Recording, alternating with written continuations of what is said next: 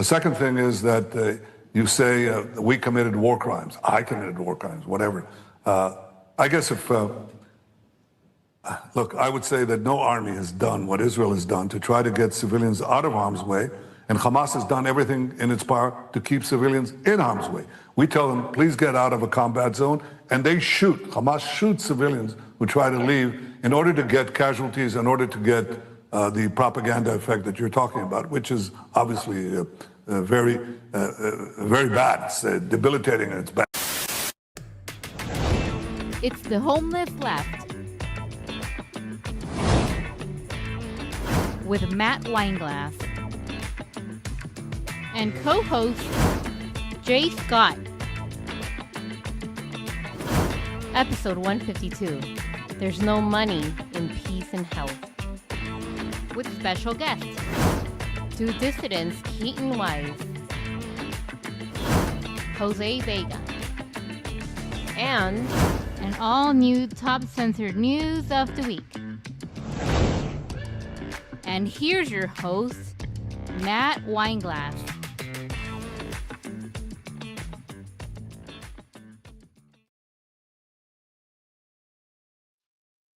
Hello, everyone. Welcome to the show. It's the Homeless Left, your non-tribal approach to news.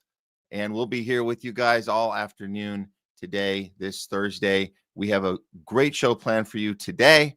We're calling today's show, There Is No Money in Peace and Health. We were told this growing up. We were told this our whole lives, that there's people, good people, they're in these meetings and they're thinking about us all day long, looking for ways to bring peace and health to the world. They're not. They're doing the opposite. The money is in war and sickness. There's no healthcare system. It's sick care. There's no peace negotiators. There's war escalation. That's where the money is, and that's the system we live in. So we have to fight for these things for ourselves. And that's been the big wake-up call for us. And I think we were all on our own separate journeys, and we get to these little aha moments, and we have these moments, and we have to be open where people are in their journey and meet them where they're at, and just keep having these conversations, keep sharing our content out. Other people doing this stuff in the same arena we're doing it, which is awesome because we can't do this alone. So we look forward to days like today. Today's episode, we will be joined by Keaton Weiss with Dissidence. As you guys know the show.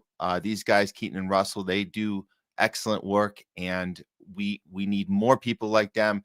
What we try to do is in that same realm of honest, hardworking, journalism with integrity, conversations with integrity, and asking the right questions and having courage to do it and the tenacity to keep doing it. And we can keep doing it when we have the support from you guys and feeling like you're part of it. You're not just watching. This isn't a show that we've invited you to where you're just the audience member. You're part of the discussion. You're part of the engagement.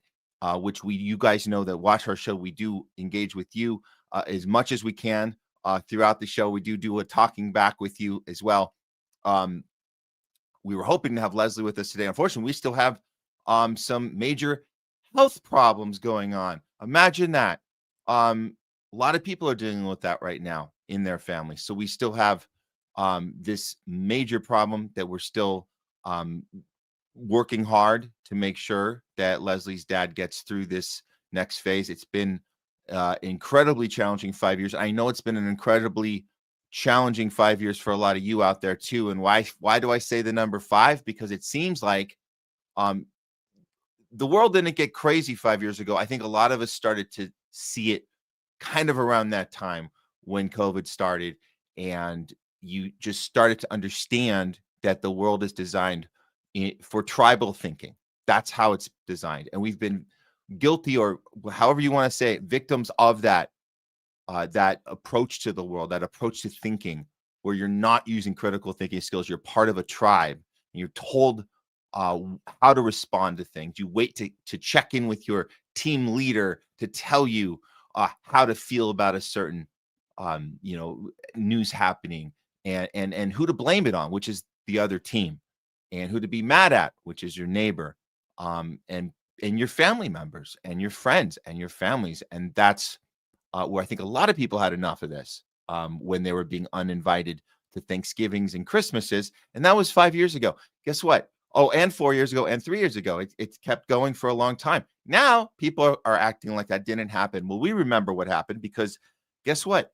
Historical context matters. We always look at where we came from in order to understand where we are right now and inform us how to behave and how to act moving forward into the future. That's why that's important. And that's why we keep mentioning these things. There's no topic that's off limits. There's no discussion that is too far in the past and it's old news and it's not worth our time.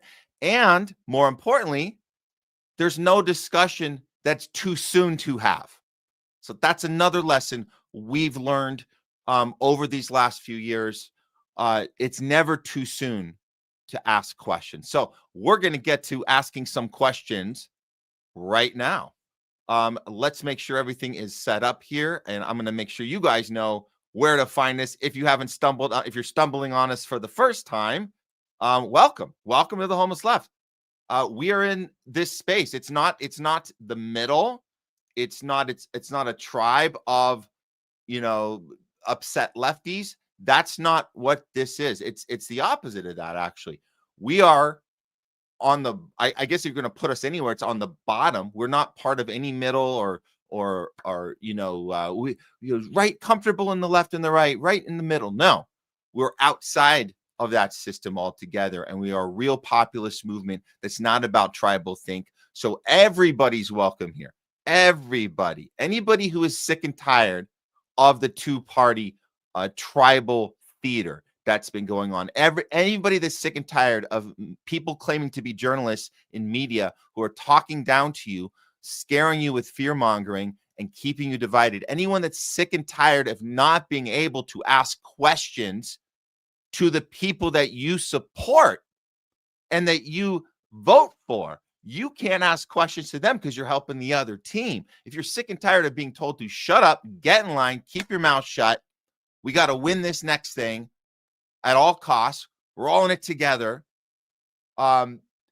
This place is for you. The Homeless Left is for anyone who's feeling homeless. You can be homeless from the left, from the right, from the up, from the down, from the all around, upside down. It don't matter. Let's all be homeless together. Okay, so we're gonna, let me just throw this up here so you guys know this is the Rumble channel here. That's our main one. That's the one they don't pull the plug on us there. They keep it rolling. They keep tabs on us for sure. This is the surveillance state. Welcome to the surveillance state, the technocracy state we are in. But it's good they don't pull the plug. YouTube likes to pull the plug on us, so we have to keep an eye on that. This is the YouTube channel right now. The last one is gone. A lot of you guys know that. We lost our original YouTube channel. Why did we lose the channel? For having conversations like this. Dangerous conversations. We were told medical misinformation. That was one of our strikes, a couple of our strikes. And then what do you know it? We woke up one day, channel's gone. Google told us we're too dangerous for the community. We got to keep the community safe. So we started a new channel. This is the new channel, THL Presents. So don't forget to do it. And guys, just don't just do the like. We need the subscribe too. The subscribe is good. You get notices. Hopefully you get notices that we're going live. Hopefully it doesn't unsubscribe you. So check in and make sure you're not unsubscribed. We've had some viewers check in with us. We were on with Garland Nixon the other week, and there were viewers saying, "Hey, I've subscribed to Homeless Left," and they unsubscribed me. Okay, I'm gonna say this right now. We don't unsubscribe anyone. Okay, so if you got unsubscribed, that was a shadow ban. That was whatever you want to call it, Big Brother, algorithm, the censorship industrial complex, working their little tricks, their little trickery. So they think we won't notice, but keep an eye on it. We want you guys to speak up if something happens to you, and we will platform you here the best we can. And that's how we get each other's backs. Okay. With that said, let's make sure everything is set. I think we're set here. I think a little focus here. Let's see. Might be a little focus issue on me. Let me do a little upgrade here. Okay. Is that okay? Do a little adjustment here. And I think we're good. Let's go ahead and kick things off. And you guys know what we like to do on Thursdays, right? We always like to start the show off. Our first segment of the day is Top Censored News of the Week. Let's do it. Uncanceled Comedy Collective presents Top Censored News of the Week. It's Top Censored News of the Week. We're bringing you the stories the mainstream media refuses to cover. If they do cover them, they always do it in a very dishonest or sloppy way. And it's always on purpose. So we're going to break down the 3 stories this week that kind of went under the radar a little bit, at least in the Western media side of things. Let's check it out. Okay. Coming in at number 3, Australian police uncover an international ring of ritualistic satanic child sex abusers led by a self-proclaimed independent investigative journalist. Okay. What's going on here? Well, let's see the story. Now, the first part of the story was picked up by Western outlets, but they didn't quite get the second half. So we'll start with the first half. 4 men accused of having satanic child torture videos has been linked to an international ring, and they call it ritualistic. Okay, well, that's good that People magazine is reporting on this. So there were 4 men in Australia. They're facing criminal charges in connection with their alleged involvement in possessing or distributing child sex abuse material linked to an international satanic child sex abuse ring, authorities said. So the name of the department, there's a squad, they call it the Sex Crime Squad. They're actual detectives that are with the New South Wales Police, and they charged the 4 suspects following this investigation by this special task force. And they discovered this was beyond just in South Wales, but it was on an international level, satanic child sex abuse material ring. And they put the statement out earlier this week. Now, while executing the warrants, the officer seized electronic devices allegedly containing thousands of videos depicting the abuse of children from babies to 12-year-olds, police said. So the main guy that was charged, he was the ringleader. He has like 5 names. So we kind of looked this up. Yeah, he's got like 5 different names. It's kind of interesting. But this is Germanota Mills. He was also charged with allegedly disseminating and possessing bestiality material, the police said. So the arrest came after a lengthy investigations. Detectives were working with the NSW police called Strike Force Constantine, which has been looking into the online distribution of this material involving these ritualistic and satanic themes, per the statement. And what they uncovered was a pedophile network actively involved in all the possessing of the distribution, facilitating all this material through a website administered internationally. So the police will allege in court, when it gets to court, that the group was engaging in these conversations, sharing materials, all this abuse, all this torture, and this satanic symbolism, rituals, occult stuff. They're going to present all of this evidence. This is the guy. This is his full name: Landon Ashton Versace Germanota Mills. He's 26 years old, and as reported by these media outlets, his big claim to fame was that he was a Lady Gaga super fan. And he was obsessed with the pop star. Since this man was allegedly the ringleader, and He was obsessed with Lady Gaga. That seems to be the end of the reporting. Now, of course, we look further to see what else this guy was up to. And it turns out that Landon here is the founder of what he calls the Underground Media Network. It's an independent Australian investigative journalism platform committed to exposing institutional abuse, systematic failures, and the misuse of power. Can somebody say the word irony here? Yeah, that is pretty nuts. Pretty nuts. Well, let's hear the breakdown of the actual case. And I don't think they in Australia, they're not talking about this part, but this is the raid that happened. And then we're going to get back to this Underground Media Network part of the story. Here we go. Police have charged 4 Sydney men over an international satanic child sex abuse ring. Men were arrested last week by the Child Exploitation Internet Unit after an investigation into ritualistic and satanic-themed child abuse material. Police allege the men were involved in distributing the material online using a number of devices. Police will allege in court that the initial examination of those devices has discovered thousands of videos depicting the abuse of live children aged between babies and 12 years of age. Amongst these deplorable images were also a number of videos depicting the sexual abuse of animals. So that's bad enough. You have a story there. That's a story. It's absolutely, it's mind-blowing. And the fact that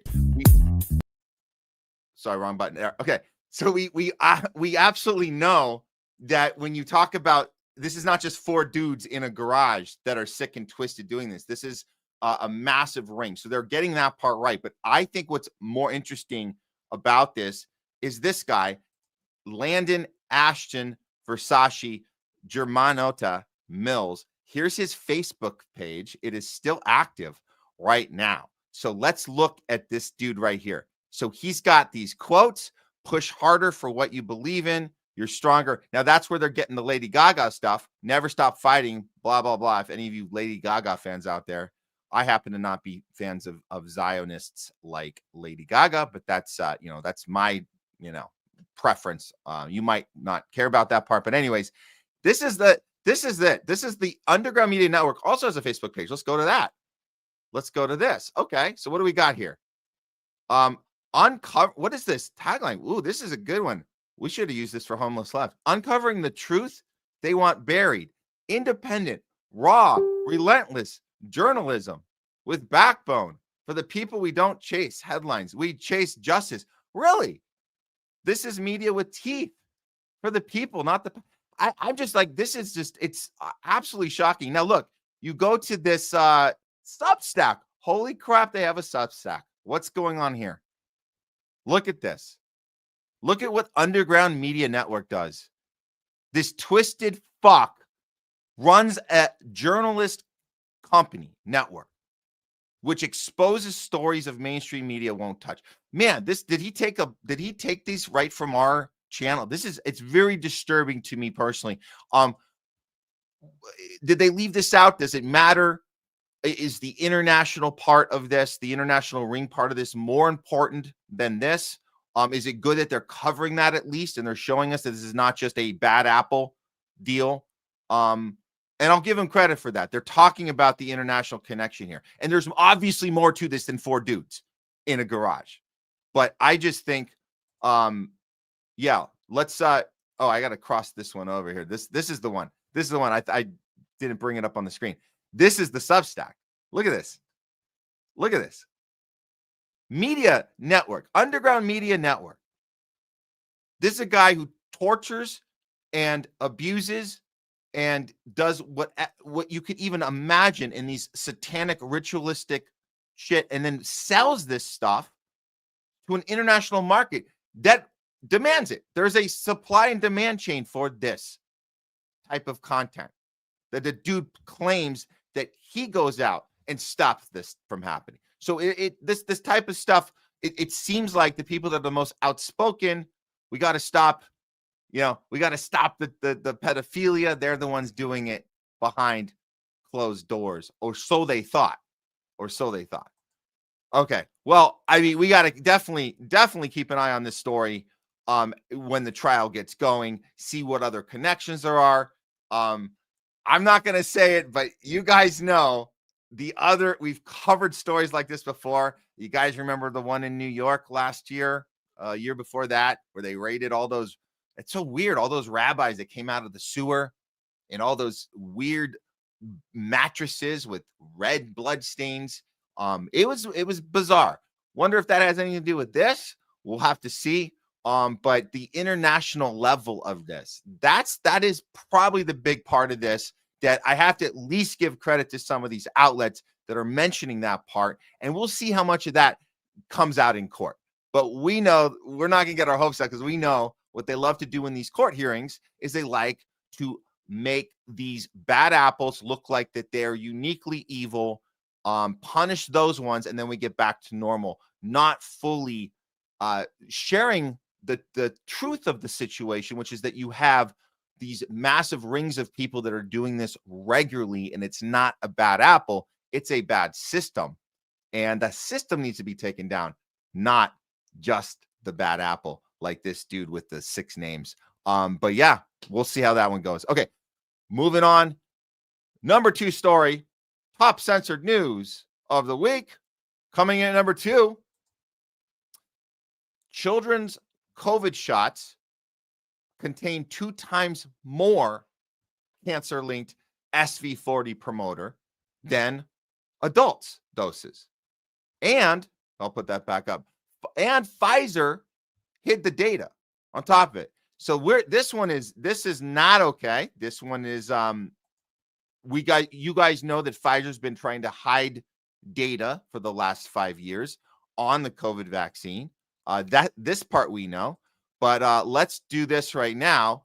We'll bring up, this is the story that was reported from the Children's Health Alliance. This is, or Health Defense, CHD, Children's Health Defense. That was set up by RFK Jr. before he got captured by the Trump team, and now is pushing mRNA with Pfizer CEOs and having, playing golf with them and doing $60 billion contracts. But this is Valerie Ann Smith, and she put this out. Children's COVID shots containing these two times more of the SV40. If you guys haven't heard of the SV40, that is the actual promoter of cancer. Does it mean that everybody that got the COVID shot has SV40 in their bodies? Well, from what we've learned, not necessarily. There were some saline solutions that went out, so which means you didn't get them. But make no mistake, this promoter was in the COVID vac. Now, how much did you get? That's another question that we don't know, because there were different levels. But we did find out that the children's had 2 times more. So does that mean everyone's getting cancer right now? Well, we're definitely seeing the uptake. Our immune systems work differently. We do have the means to fight different things different ways. But make no mistake, this mRNA doesn't leave the arm. I mean, it doesn't. They told us it stayed in the arm. No, it goes to the entire body, brain, heart, everything. So that we know. And it's just a matter of, can we fight this back? So anyways, more information coming out on this side of things. We have what she's saying, what Valerie's saying here is the independent plasmid DNA sequencing just revealed that this promoter is doubled given to kids. It could be coincidence. It could be intentional. She puts the question down there, but we certainly seen a spike in childhood cancers. And you guys have been watching our show, know that's true. And that's just been a fact. So we'll see how much this is related and how much of this was intentional. But here's the reveal in the speech. Here we go. The world was successfully saved by being propagandized, locked down, and mass injected. In 2023, Kevin McKernan, who's here with us this weekend, yay, found 4 DNA genetic sequences of SV40 from the plasmid used for mRNA production inside the most used brand of all COVID shots in the world. The SV40 DNA sequences enhance the E. coli plasmid to make more spike RNA for the vaccine manufacturers. Everything apart from the code for that spike mRNA was supposed to be removed from the vaccine that the public received, but it wasn't. 2 months ago, further testing of the updated Pfizer jabs by McKernan showed the SV40 to still be there, but get this, with a 2 times concentration in the pediatric formula. McKernan has given numerous references which show that the promoter and enhancer of SV40, just a couple of fragments, of the full virus code, can have significant DNA modulation all by themselves, specifically influencing a protein called P53, which programs your body to continually seek out and participate in deletion of mutant cells. It's a protein you want working in top condition. But the spike S2 subunit interacts with P53, thus disturbing healthy genomic stability and normal cancer surveillance. And there you go. There you go. Okay, well, let's look at the next part of this. So there's more to the story.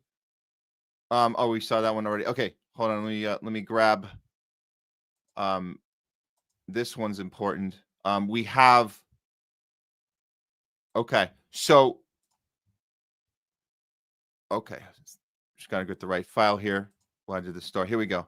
So, on the Journal of American Physicians and Surgeons, this is the part of the story where Pfizer knew about this, obviously, and they purposely hid the vaccinated deaths to get the vaccines approved. And the vax are coming from the fact that this, one of the reasons being this SV40 is in the vaccine. So Pfizer's original COVID mRNA trial. So during the trials if you guys remember 5 years ago, the November trials, and there were people that volunteered for these. There were people that volunteered for them.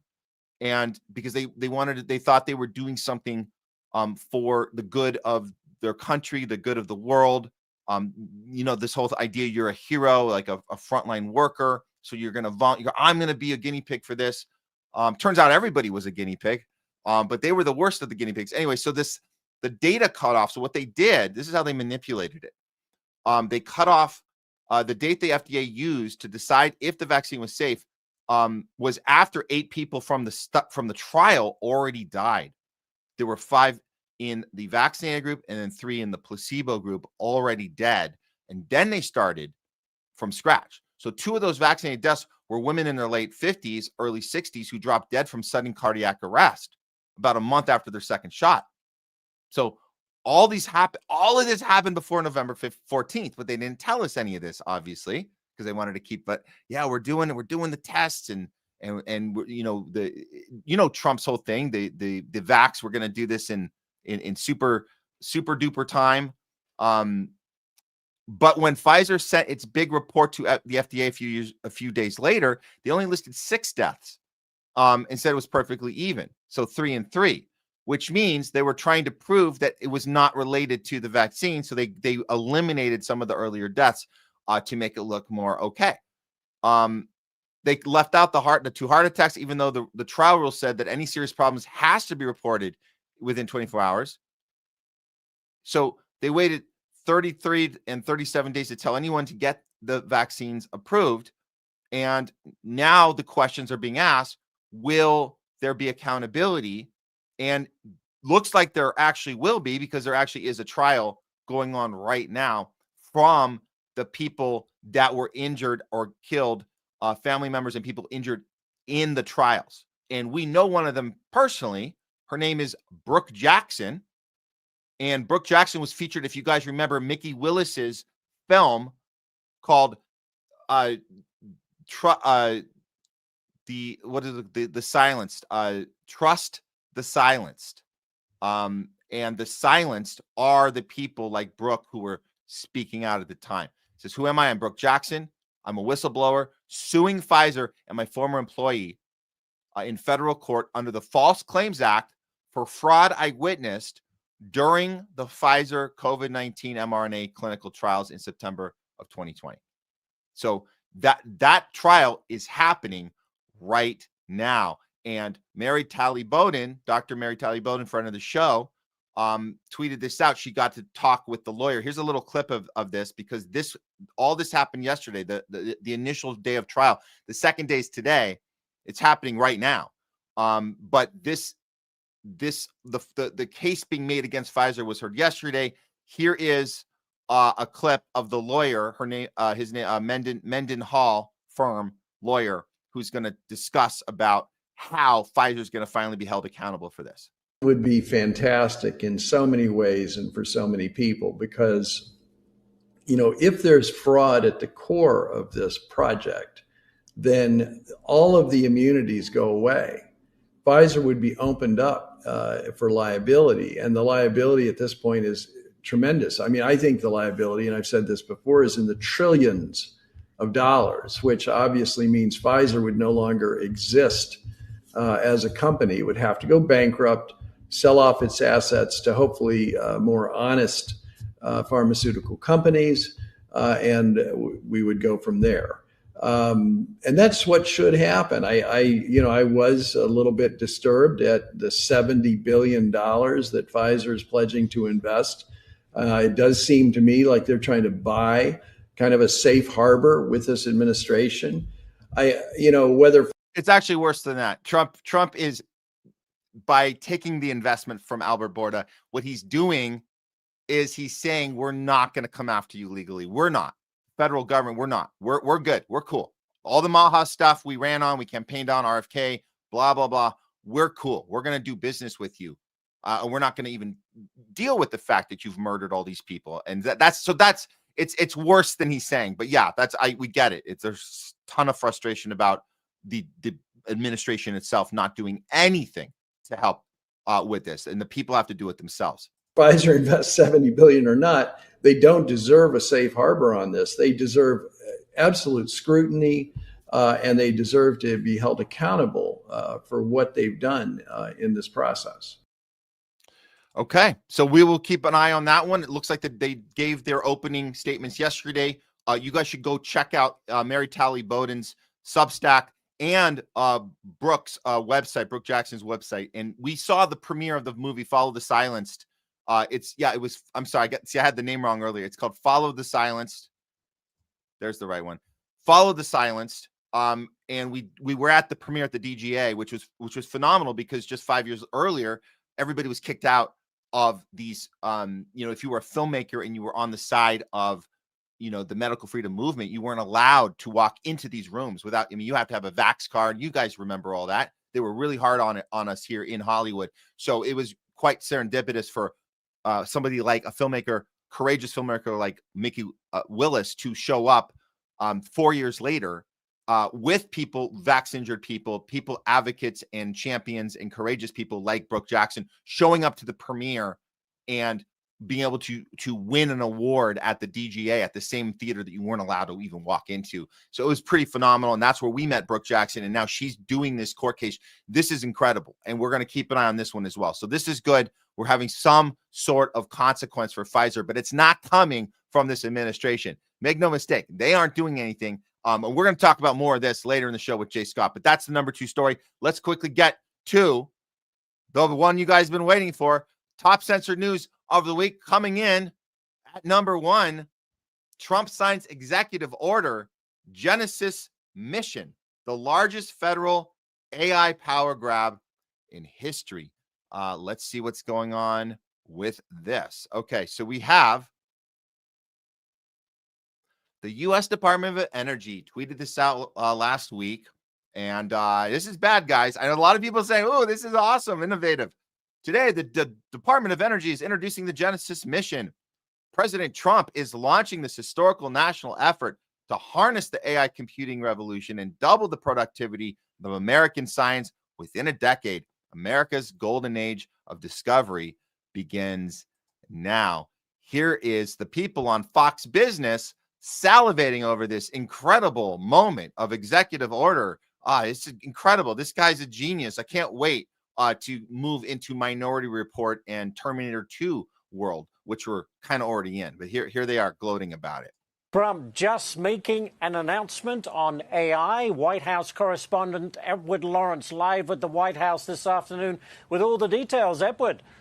Yeah, he signed an executive order related to what's called the now Genesis mission. It brings together all of the 17 federal labs under the Department of Energy and partners them with private companies and supercharges all of these projects with artificial intelligence. Now, with the signing of this executive order, it opens up the Department of Energy to input all the scientific data it has into an artificial intelligence model, then allows the AI data centers to build upon federal lands near those labs. Now, once powered up, the director of the Office of Science and Technology Policy says scientific discoveries will make a huge leap.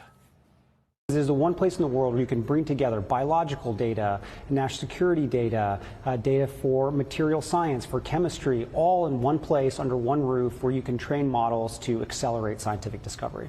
So the key is how you can dramatically accelerate the types of discoveries we're having and to be quickly iterating among different hypotheses. So this isn't just about training AI. This is about coming up with that next advancement.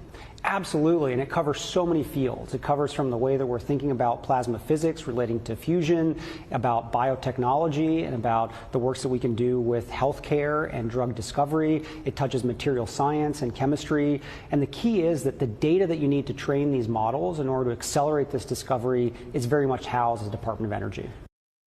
His department will be the central hub for first connecting the Department of Energy data and then expanding it to other government agencies. We need the government to get out of the way. And I love this. I love this. He just said we're going to use the power, the executive power, to expand this into other government agencies and take over the entire system with this new technology. And it cuts right to a dude who's got to tell the Fox audience, we don't want have government to have too much control of anything. That's why we're behind this thing. So it's like how you spin all this crap. At the end of the day, this whole, we want less government, conservative values, blah, blah, blah. Guess what? It is a huge ass takeover. This thing is done. This is in the books. And we're seeing the outcome of it. We're seeing the results of this. But we called this in advance. This is not like some sort of like shock for us. But there's still people, there's a lot of people celebrating this thing online. It's pretty remarkable. This is this Genesis mission. Just remember that name, guys. This is the thing. This is the thing that's going to connect all the dots. And it already went out like over a week ago. But this is this kind of stuff that connects everything we've been talking about for the last couple of years here. We're talking about Palantir. We're talking about Larry Ellison and Oracle. We're talking about mRNA. You guys know pre-crime. From Minority Report. It's like pre-health. We're gonna tell you got cancer before you get it, and then we're gonna give you more gene therapy to treat it. But how do I know I have it? Oh, you don't have it now. You're gonna have it in the future. Wait, Tom Cruise, how did you know you're gonna commit a crime? I haven't committed a crime yet. Oh, but you will in the future. So you're under arrest. So this is the same stuff. It connects everything together. Rance from Alaska is telling other fellow patriots, I'm assuming here, I'm going out on a limb, that Rance from Alaska voted for Trump, and the patriots that voted for Trump, he's saying, wake up call. This isn't a drill. Trump just signed Genesis mission, largest federal AI power grab in history. Here are the facts. Genesis mission is, like he said, he claims, if you go through the report, it's Manhattan Project for AI. Which is, it depends on how you twist that. You might think that's great news. It doesn't sound like great news to us.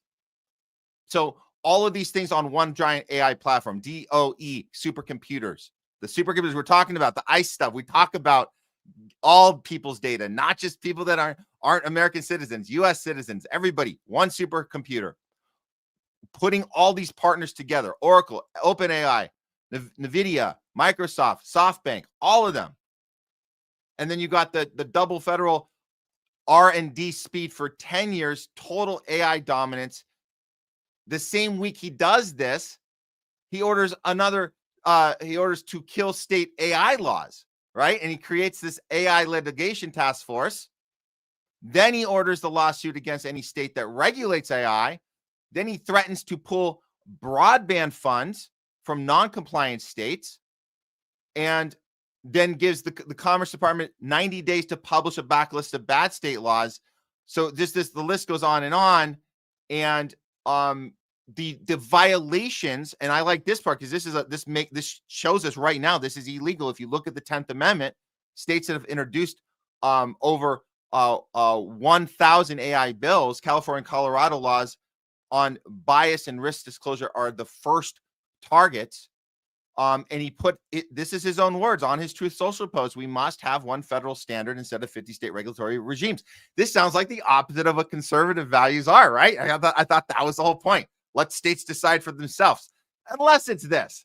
And this was the big, beautiful bill. We were the only ones talking about that. Everybody else was like, oh, big, beautiful bill. It's this and that.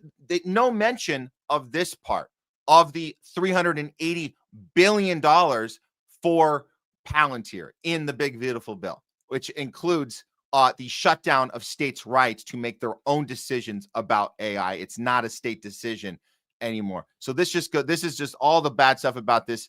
I would just say, to sum it all up, we saw this coming. We talked to people about this, but you guys have to be more vocal about this. The real IDs, the airport security now, where you can opt out of the facial scanning. So there's things you can do right now. But 5, the end game: one national AI standard controlled by the White House, states stripped of police power over technology, every transaction, movement, and health record tracked by AI. Dissent labeled woke AI and sued or defunded into silence. And we know that drill very well. And then this is also good that these Trumpers can be told, you got China wrong. Okay. You got it wrong. It's not about beating China. China already has centralized control. Copying them means we lose the Constitution to win a race. Trump ran on draining the swamp. Instead, he just handed the swamp the keys to the most powerful surveillance weapons ever built. If you think this is about innovation and not control, you haven't been paying attention. Wake up. That should do it, guys, for top censored news of the week. Okay. Moving on, guys. We are happy to announce, and I saw that it looks like we did get a Rumble raid earlier, and just in time too, because we are going to go ahead and bring in our special guest today. You know him, you love him, and I know a lot of you guys came over from Dissidence already, so you're here to watch. Please welcome back to the show, co-host of Dissidence, Keaton Weiss. Hey, man, good to see you again. Can you hear me okay? I got you. Yeah, good to see you. Sorry, I have to use my backup computer. I'm having internet and tech issues here because we're getting these massive snow squalls here. So it's completely slowed my one computer down because it's downloading some stuff. So I had to go to the backup system. I hope I'm coming through okay. Sorry about that. No worries. We're making it work. And if there's any technical things, we'll go around it. We'll work around it. Love the work you guys have been doing on Dissidence. Really getting your message out about what real independent journalism, investigative journalism looks like, real conversations, what that looks like, and inspiring your viewers as well, which I think is important. We like to do that. We definitely take your lead on that and say, it's not just about audience watching and eating popcorn, but they're also involved, and we give them actions and things to do too, because we want these conversations to continue. So I just wanted to give you props for that, and you definitely inspire us here. And thanks for the Rumble rate. We have had a lot of Rumble rates from you guys as well, so we're able to get some crossover audience. So really appreciate it, Keaton. Oh, awesome! Yeah, no problem. I guess our mods do that. I don't even know how to do that, but I guess our mods take care of that for us. Yeah, definitely. Well, hey, since we got you here for a little bit, I want to get into some stuff because I can't even believe I'm saying this, because we are always covering Israel. We're always covering the war crimes, and because there's been so much other stuff happening, I was like, man, we need to start talking about what Israel's been doing since this big announcement of the ceasefire that happened, and all these Trump people saying, oh, he did it. He solved another war. He solved it. And we're like, no, that's not actually a thing. We know how Israel behaves. We know what they like to do. And of course, how long did it take them? Like literally an hour or two after the ceasefire, they started bombing some more, murdering more people. And even now, a lot of people aren't talking about this because we have other conflicts we've started. We have Venezuela. We have the Russia, NATO, Ukraine thing's not going very well. So people are a little distracted. They're definitely distracted. But make no mistake, Israel's still up to their old crap, and they're still not just tormenting and harassing and burning down Palestinian homes. They're burning them alive, and they're still targeting children. Here's the latest of what we've been seeing happening like right now. Like this was like last night. We saw this tweet from our friend of the show from DD Geopolitics, Sarah. This is the Trump's Gaza peace plan. This is what JD Vance calls a ceasefire. This is what Kushner and Witkoff consider success. Palestinians already displaced from the homes are burned alive in their tents after Israeli jets drop American bombs during the ceasefire. And here's what it looks like. And it's the same stuff we've been seeing these last few years. Here's the here we go.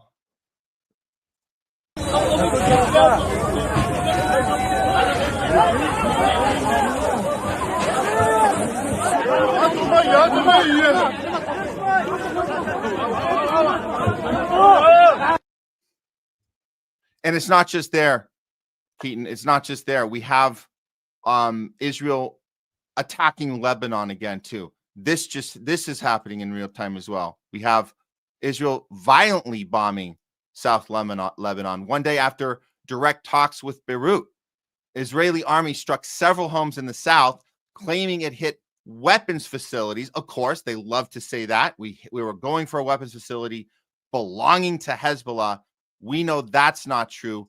Here's a video that came out of there just hours ago from South Lebanon to show you this is what it looks like in a not a weapons facility, but a regular neighborhood. This is what they had to deal with last night.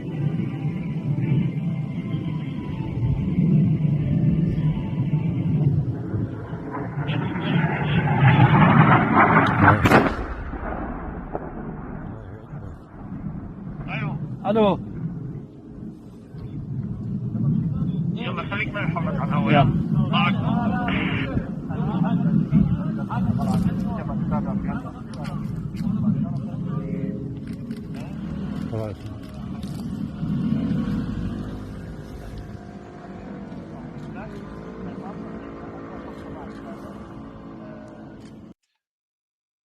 So yeah, it's hard to understand how they can get away with this when we're not seeing too much reporting on this at all, really, because we know that that's what the way the Western media outlets are designed is they don't tell us this is happening. And if they do, they make up an excuse like, well, they were defending themselves, or they were going after a weapons situation, or they were responding to something that Hamas did. But this has been an ongoing thing this entire way. Keaton, are you seeing any shift from media outlets in the West on this, or is it the same old, same old? Are people starting to understand this? This has been the game plan the whole time. Well, yeah, I mean, I think people are certainly understanding this has been the game plan the whole time. And by the whole time, not even talking about post-October 7th, what's kind of interesting about this now is that you're seeing things return to, I won't say a pre-October 7th status quo, because this is obviously accelerated and worse, right? And more severe and more constant. But I think what people should understand, what they have to understand really, is that this is a very kind of similar dynamic to Palestine pre-October 7th, which is a, quote unquote peace where Israel could just bomb them whenever they want. For people who say that the war started on October 7th, I always point out, Israel bombed Gaza 2 weeks before October 7th. I think it was September 23rd. I think it was 2 weeks to the day. May have been a day, before or after that, but somewhere in the neighborhood of 2 weeks before October 7th, Israel bombed Gaza. And, for those of us who have been, covering news either for a living or as a hobby or whatever, for any period of time, or even if you're just a news junkie, you've always seen from time to time stories of Israel, dropping leaflets on an apartment house in Gaza and saying, you have 12 hours to clear out because there's a terrorist in the building and we're leveling the place, right? So, I mean, this has been the status quo, excuse me, in Palestine, going back not just years, decades. And so now what we're seeing is a sort of exaggerated version of that, where even post ceasefire, you're seeing regular acts of barbaric violence being committed by Israel against the Palestinians. And I think media coverage will sort of revert to that as well. But, in terms of its effect on the populations, no, I think the populations have woken up to this. I think Israel's reputation is spiraling and will continue to spiral, and there's nothing they could do to stop that. That's why they're becoming increasingly desperate to stop that. That's why they're having Larry Ellison take over the media, putting Barry Weiss at CBS News. None of that is going to work. None of that is going to work. People understand what they're seeing, and they are reacting to it in a way that normal people would when they see this kind of barbarism. I mean, the fact that they're still parading Netanyahu around, I mean, that can't be work. I mean, we're talking about a 5th visit now to the White House. I mean, it's unbelievable that are we going to go through this charade again with the rolling out the red carpet and hey, White House staff, do our laundry while I'm up here getting 29 standing ovations. That can't possibly work this time. Although it's worked the last 4 times. Do you think that this 5th time he comes is going to be any different, or they're just going to pretend it's going to be Emperor's New Clothes all over again? Well, no, when it comes to the Trump administration, I mean, I have absolutely no clue what they're thinking in terms of, convincing people that this is anything resembling America First. This is why I think 2026 is going to be a scary year. And we're already seeing it. I mean, we've already saw like this National Guard shooting, whatever people think of it. At the very least, it was an example of a deep state experiment gone awry, if not an outright false flag. Because we know that they jumped on it, in the immediate aftermath of it. Pam Bondi rushes to find a camera and say, we're going to put the National Guard everywhere, right? Anyway, the point is, at this rate, this government is not going to be able to maintain any kind of grip on power through anything remotely resembling legitimate means. Meaning, at this rate, they are going to be swept out of power in the midterms, if not before the midterms. I mean, you're talking about, there's been news that a lot of Republicans are considering joining Marjorie Taylor Greene and retiring early, not just I should say resigning early, not just retiring in the sense that they won't run again, but retiring before the midterms. There's a report now that says Nancy Mace is thinking about, because she's running for governor, she's thinking about quitting Congress altogether before the midterms, creating all of these vacancies. The point is, they see the writing on the wall. They see how bad this is playing with people. And so it's hard to imagine how they plan to hang on to power absent something really extraordinary, like martial law, suspension of elections altogether, or perhaps they deploy ICE to the polling places. We have to make sure the illegals aren't voting, so we're going to send, masked thugs out to check people's papers when they vote. And obviously, the point of this monologue is not to give anybody the false impression that they should vote harder for Democrats and that it'll all be better when they take back power. The point I'm trying to make is that the Trump administration has so clearly and obviously put the American people last in every way, not just on the Israel issue. We are importing beef from Argentina while our own meat packing warehouses in Nebraska are closing. What does that tell you? What it tells you is they have completely just gone mask off, in the sense that they have zero interest in serving the people that they were elected to serve. And so once you kind of accept that as a macro framing, you have to kind of throw your hands up and say, well, whatever these Netanyahu visits are about, they're certainly not about convincing the public, because the public is gone. It's long gone. And, Trump's numbers now are in the 30s. I don't see them cracking 45 again, ever. I think it's going to be one way the wrong way in terms of public opinion. So what other plans they have in store for us, who knows? And that's what's really scary, because they're not acting in a way that suggests they're trying to win popular support. So if you are a faction that's in power and you're not even trying to get the public on your side. What that means is that you seek to control them through other means, right? In other words, the facade of democracy that, well, our power is dependent upon the goodwill and support of the people. That's no longer even a pretense with these people. Like, they clearly don't give a shit. Yeah. Well, they certainly don't, because now they're parading Hillary Clinton around, doing her, classic oldie. We know her repertoire is blaming a foreign entity, blaming something else for what is happening right in front of our effing faces, as she did during her campaign. They got her talking now about why people are upset at Israel. Why do you think this, Hillary? Oh, because they're seeing totally made up stuff. These are her words. Well, here's the clip. She's going to justify why people are angry. It's not real. It's totally made up.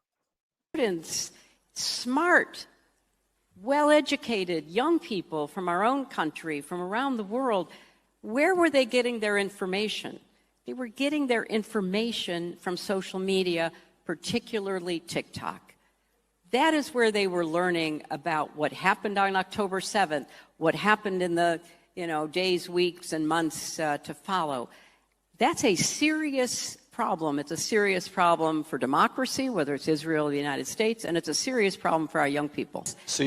And it was frankly shocking to me how little the students we were encountering, not only in this class we teach, which is a very large class, international relations, about crisis decision-making, but students more generally. And that's why I mentioned the social media piece of it, because when you would try to talk to them to engage in some kind of reasonable discussion, it was very difficult because they did not know history, they had very little context, and what they were being told on social media was not just one-sided, it was pure propaganda. And so when you think about how to tell Israel's story, and it's important, it's not just looking internally, it's looking externally. And I was telling a story. I love this because this is like Hollywood language of how do we tell a story, like as if you have to get script writers in a room. She's telling us how do we get better writers and better, how do we put this together like we do with the J6 trials, or what we do with there's always a theater element to it. So she's telling us, how do we do a better job at that? Because of course that's what the Palestinians did. They told us, no, we just saw footage. We just looked at raw footage, and that told enough. We don't need writers in a writing room. But yeah, here we'll have her go on here on this part about this totally made up, which is insane because it's raw footage we're looking at. Well, this is beyond what even like the sorry to cut you off. This is beyond what like even the liberal Zionists say, which is, yeah, no, this is terrible, the violence in Gaza, but it's complicated. Like, you would expect someone like her to kind of take up that line, but no, this is not to be differentiated from like the paid Zionist influencers like the Lizzie Savetsky's and that whole crew, the Mike Rappaports. This is what they say, that it's fake, it's made up. Yeah, she's on the side of Michael Rappaport. Just to be clear, that's who she's representing right now. Like total insanity, chosen ones, F you, basically. Right, yeah, exactly, yeah.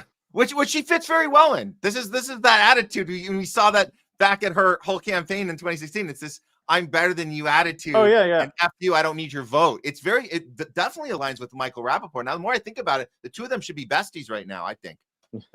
Yeah, totally. All right, let's hear a little more of this. People, because it's not just the usual suspects. It is a lot of young Jewish Americans who don't know the history and don't understand. I was talking to Condi Rice, and she said in an interview that I did after the 20-point plan came out, she and I were on CBS, and she said, when people were chanting from the river to the sea, she would ask the students, what river, what sea? They didn't know. Oh, there, you just made your case. You just proved genocide right there.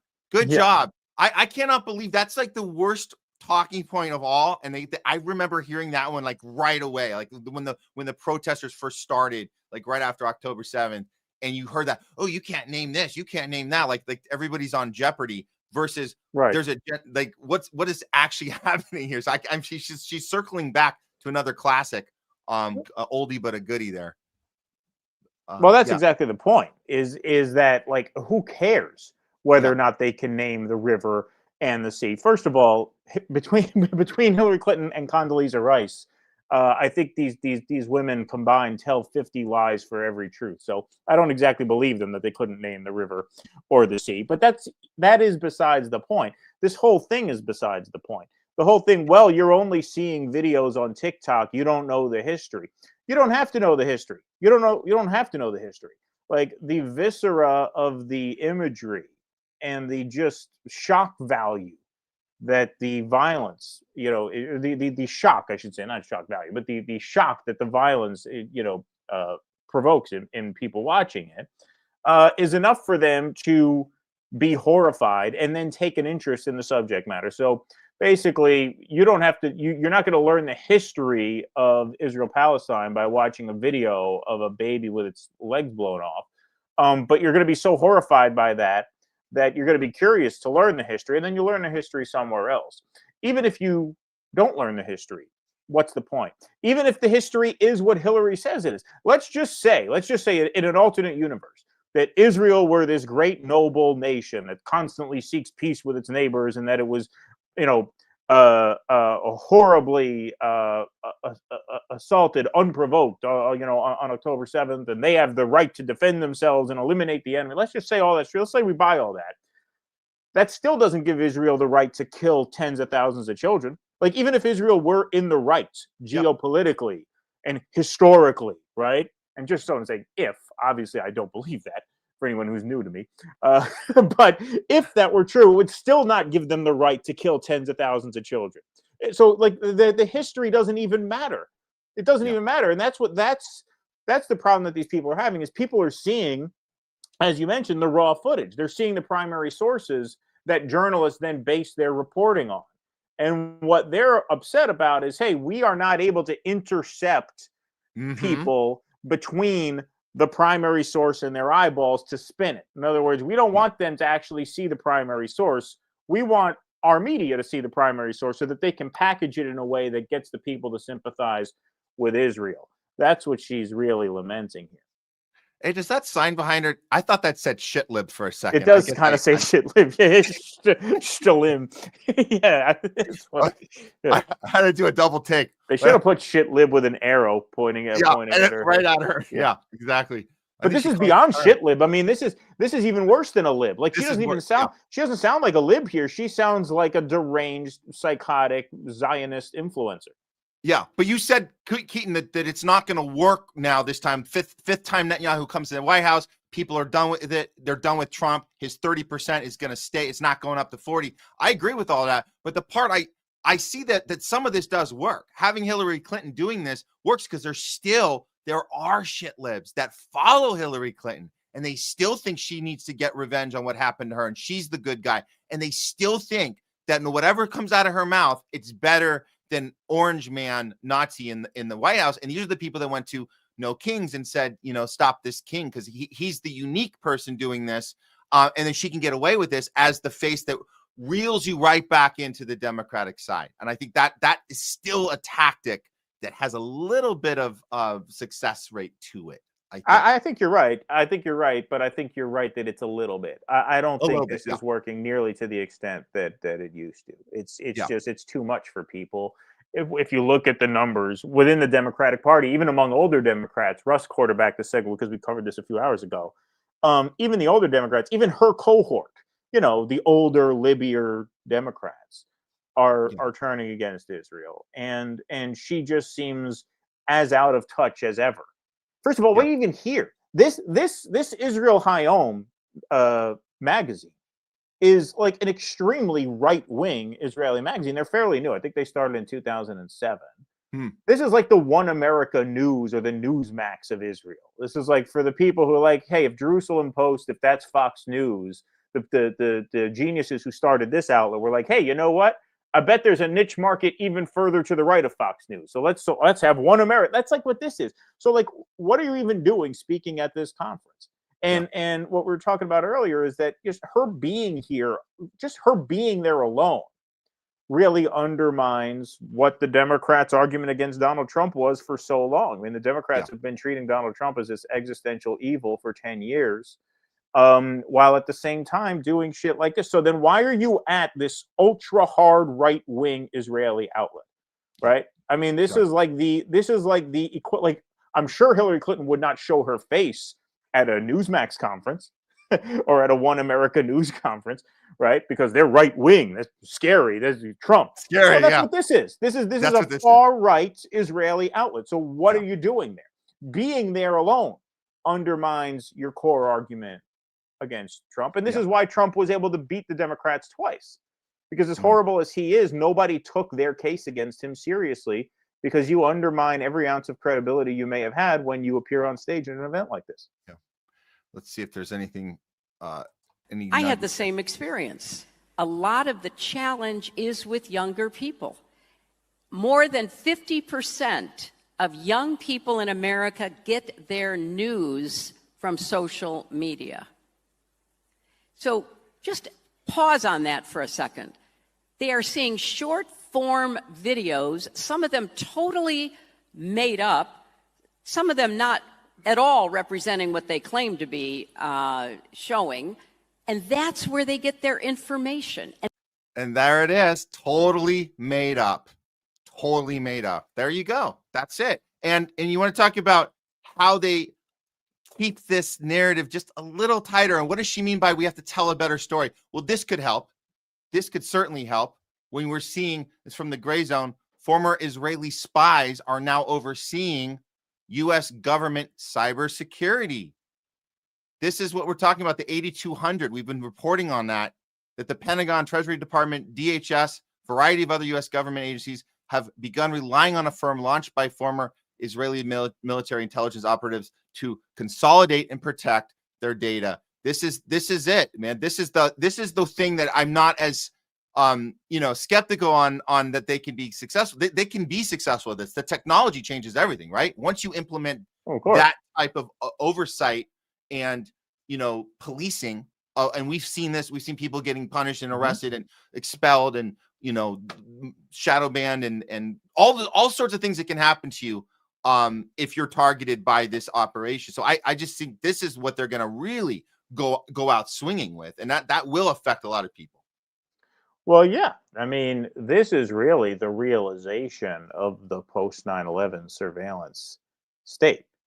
And this is one of the real cruel ironies of Trump's second term, is that Trump came to power in 2016, eventually by beating Hillary Clinton, but first by beating Jeb Bush, right? Like he had to basically go to war with the neocon establishment wing of the party. And the reason he won the nomination is because he was able to differentiate himself in the minds of the Republican base from this very unpopular Bush family, who people assumed would continue the work of Bush 2 if they elected him. And so they rejected Jeb for Donald Trump, thinking they were getting a real change in direction. Well, no, they are not. No, they are not. I mean, this second Trump term feels much more like Bush's third term than any presidential term since then. And Barack Obama was a continuation of the Bush foreign policy in a lot of ways. And even in terms of like civil liberties, I mean, Barack Obama used the Espionage Act to prosecute more journalists than any of his predecessors. But this is even that on steroids. And a big difference is not just that Donald Trump is in the pocket of these people, but they also have the technology now that they did not have 20 some odd years ago. I mean, they could bust into your emails 20 years ago, but they didn't have the kind of AI surveillance capabilities that they have now. And of course, this is what they're going to use it for. This is what they use any innovation for, right? Well, we're in the surveillance state, and the technocracy age has arrived, and here we go. So we'll see if we can fight back, John Connor style. I think we might have to. Exactly. Yeah. So I want to hit Venezuela real quick Sure. before you cut out here. So Sure. we've had a lot of updates on this, things developing, and we'll just to refresh viewers. We had the convicted drug trafficker, the Juan Orlando Hernandez, was freed by Trump. He was the guy with the 400 tons of cocaine. He was doing a 45-year sentence. Just got off by 1 year, and he's back at it. And that was obviously a maneuver for the Honduras election. We covered that. Then this phone call between Trump and Maduro, and people are starting to get suspicious here. How is Maduro going to be this guy we're targeting if you're letting other people out of jail, and you're going to say Maduro's a drug dealer? So the spin now is, what are we going to make Maduro out to be? If it's not big drug cartel leader, if you can't push the fentanyl thing, what other things can you say about this? And one of the biggest things is the Maria Corina Machado. We like to call her Maria Coronavirus Machado. And instead of a Nobel Prize winner, we call her an Academy Award winner, because it's all theater. But she has gone around saying that 90% of people in Venezuela support the U.S. attacking their country. We know that that's complete crap. So they're trying to maneuver numbers, maneuver this idea that the people on the ground in Caracas are just championing us to come in and blow up their country. But now she is admitting that this is all about the oil and the energy investment. And she's saying it publicly, and she's doing it with glee. Check this out. Amazing, super exciting for me. We will open Venezuela for foreign investment. I am talking about a $1.7 trillion opportunity, not only in oil and gas, which is huge, and you know that the opportunities, because we will open all upstream, middle stream, downstream to all companies, but also in mining, in gold, in infrastructure, power. We have our grid right now has a 17 gigawatt opportunity of energy potential that needs to be rehabbed. Certainly for technology and AI and tourism. You know, Venezuela has 2,800 kilometers of pristine Caribbean coastline ready to be developed. So this is going to be huge. We will bring rule of law. We will open markets. We will have security for foreign investment and a transparent, massive privatization program that is waiting for you. We're just going to take it, and we're going to just make it ours. And and everyone's going to win, except for obviously Venezuela. They're going to suffer. But hey, we're going to take everything, and that's going to be great. That's the selling point. So how can she get away? She can say this out loud publicly. At the same time, the Trump side of things, the conservative factions and the Fox Newses are trying to find every other reason that we're either bringing democracy, we're stopping drug cartelling, we're stopping fentanyl, whatever the case may be. They're trying to do like 5, 6, 7 scripts at the same time, Keaton. Is that working? I mean, what narrative are they using right now that's working? Because none of them seem to be working to me, but they're trying to do 10 things at once. Yeah, no, none of them are working. You look at the polls, 76% of people overall would oppose us using the military to overthrow the Venezuelan government. 62% of Republicans say no, they don't want a war in Venezuela. This is, again, going back to what we were talking about earlier, what makes this just so astounding is that these people have lost the public. There is no broad-based support for any of this stuff that they're doing. When George Bush invaded Iraq, he had 70% of the people on his side saying that we should invade Iraq.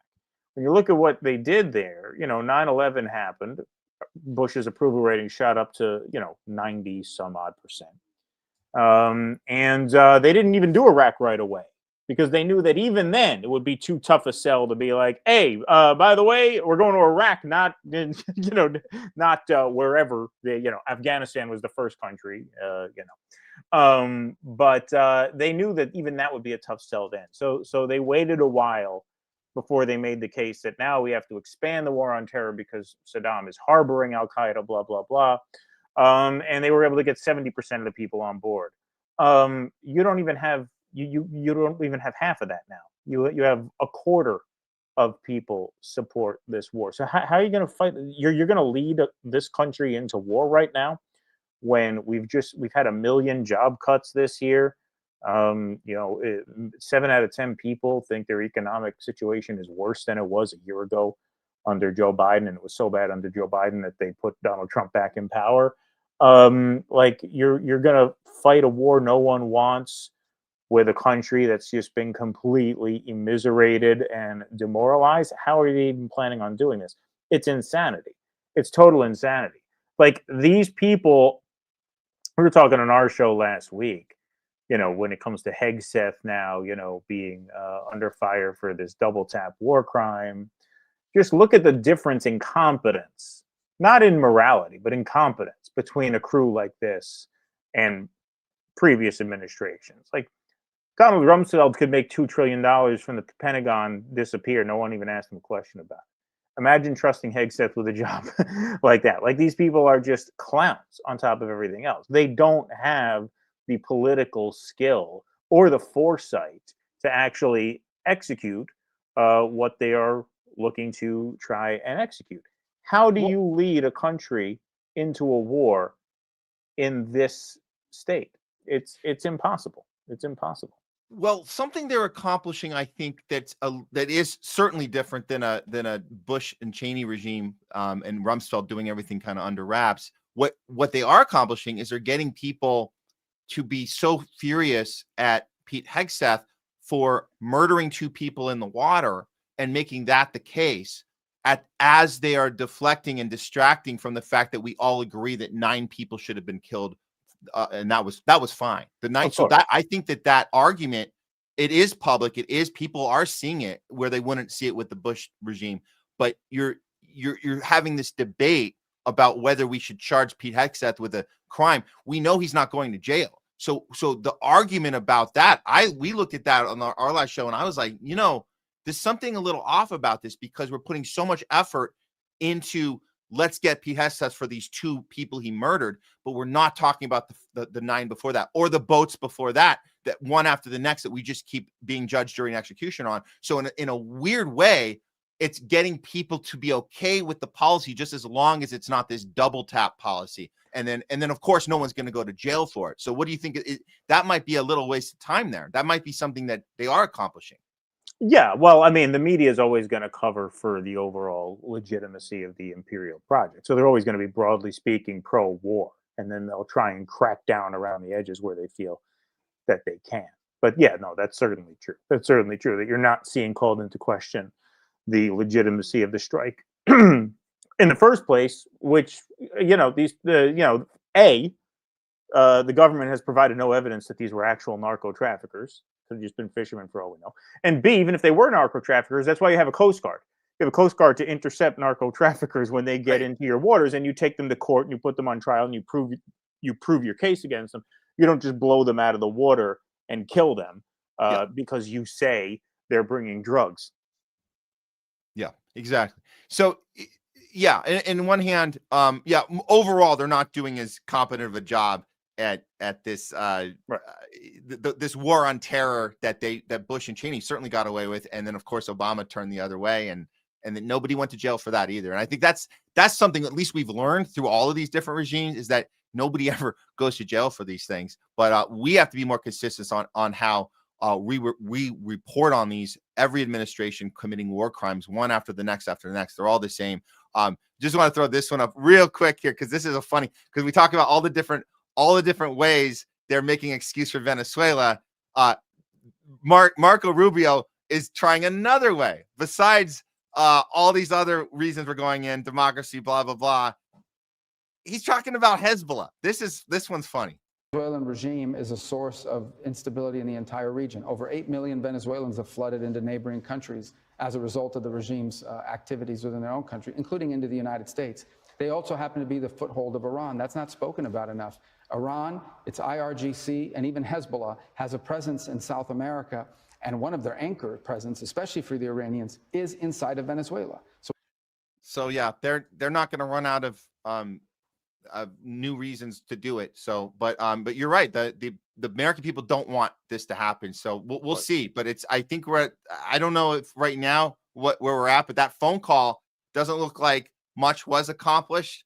But Maduro's not going anywhere. That's not happening. He's not taking any deal. He's not going to get moved out of there safely. He's doing the Chavista way, which is fight for your country to the end, to the death. And make no mistake, there are Venezuelans that have taken to the streets. They're armed by their government, and they're not going to back down. Yeah, no, of course not. And that was, I mean, you talk about the Bush era, that was 2003 all over again. Oh, there's Islamic terrorists now in Venezuela, right? He's harboring terror. That's the line they used to overthrow Saddam Hussein. He's harboring Al Qaeda, right? Same thing. Yep. This one's funny. They in '99 they lied to us about Yugoslavia. 2003, exactly. This is the famous one everyone knows. They lied to us about Iraq. You got 2011. They lied. I gotta take that one now. They lied to us about Libya. And 2018 they lied to us about Syria. So why the hell would this one be any different? And there you go. Yep. There's your war, weapons of mass destruction for Iraq, drugs for Venezuela. Just pick your screenplay, basically. Exactly. All right. Well, Keaton, I know you got to cut out. Thanks for taking time with us here on the Homeless Left. I really loved the discussions today. Let people know what you have coming up and everything. Cool, man. Yeah, we're YouTube and Rumble. You can find us at Do Dissidence. We're live every Tuesday, Thursday, and Sunday. So we'll be live Sunday night. That's next show. Thanks, Matt. Really appreciate it. Good to see you as always. Thanks, Keaton. Take care. Okay. Right.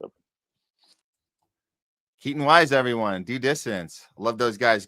You guys know. Go follow them on Rumble and YouTube. We love actually what they've been doing on Rumble because it's kind of unique that that Do Dissidence is having the exposure on Rumble being the space they're in, very similar to us. We don't see too many voices being uplifted in the Rumble arena that that aren't kind of affiliated with the right-wing populists or whatever you call those, the Trumpers, or you do see challenging Israel, but they're usually right-wingers doing it on Rumble. So it's good to see channels like Do Dissidence being elevated because that shows us that Rumble should be a place for free speech, even though we know it's a place for surveillance, that's for sure, but at least it should be for free speech, and we should let all the conversation happen because they want to surveil all of us. So you might as well let us all talk, and then you guys can, then they can, Pete Hegseth and the, all the rest of them, the, the JD Vances and all the other technocrats, they can keep track of all of us, and so you can't keep track of us if you take our channels down.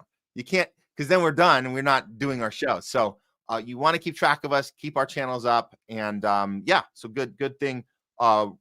Good thing Do This is on Rumble there, and it helps the rest of us feel like we have a voice too on that platform. Whereas YouTube, that's a whole nother problem. We never know when our channel will be coming down off of YouTube. Okay. With that, let's see. We're gonna move on with the show. I believe we have Jay Scott ready to come in right now. Let's go ahead and bring in our co-host. And we'll set up the next segments for you guys. We're rocking and rolling today, guys, on the Homeless Left Thursday. Please welcome back to the show, co-host Jay Scott. What's going on, Matt? Happy Thursday. Hope all is well with you. Great segment with Keaton just now. Shout out to Do Dissidence. Always great to hear from him. So yeah, great segment just now. Awesome. Yeah, we try to pack in as much as we can. We have certain people for a certain amount of time, but we certainly appreciate taking the time for us. Yeah. And our audience, because our audience, what's that? Yeah, sorry, really quick. One thing I wanted to add. I saw that story you guys did on Hillary Clinton, and it's hilarious because she's actually saying the exact same thing as Ben Shapiro right now.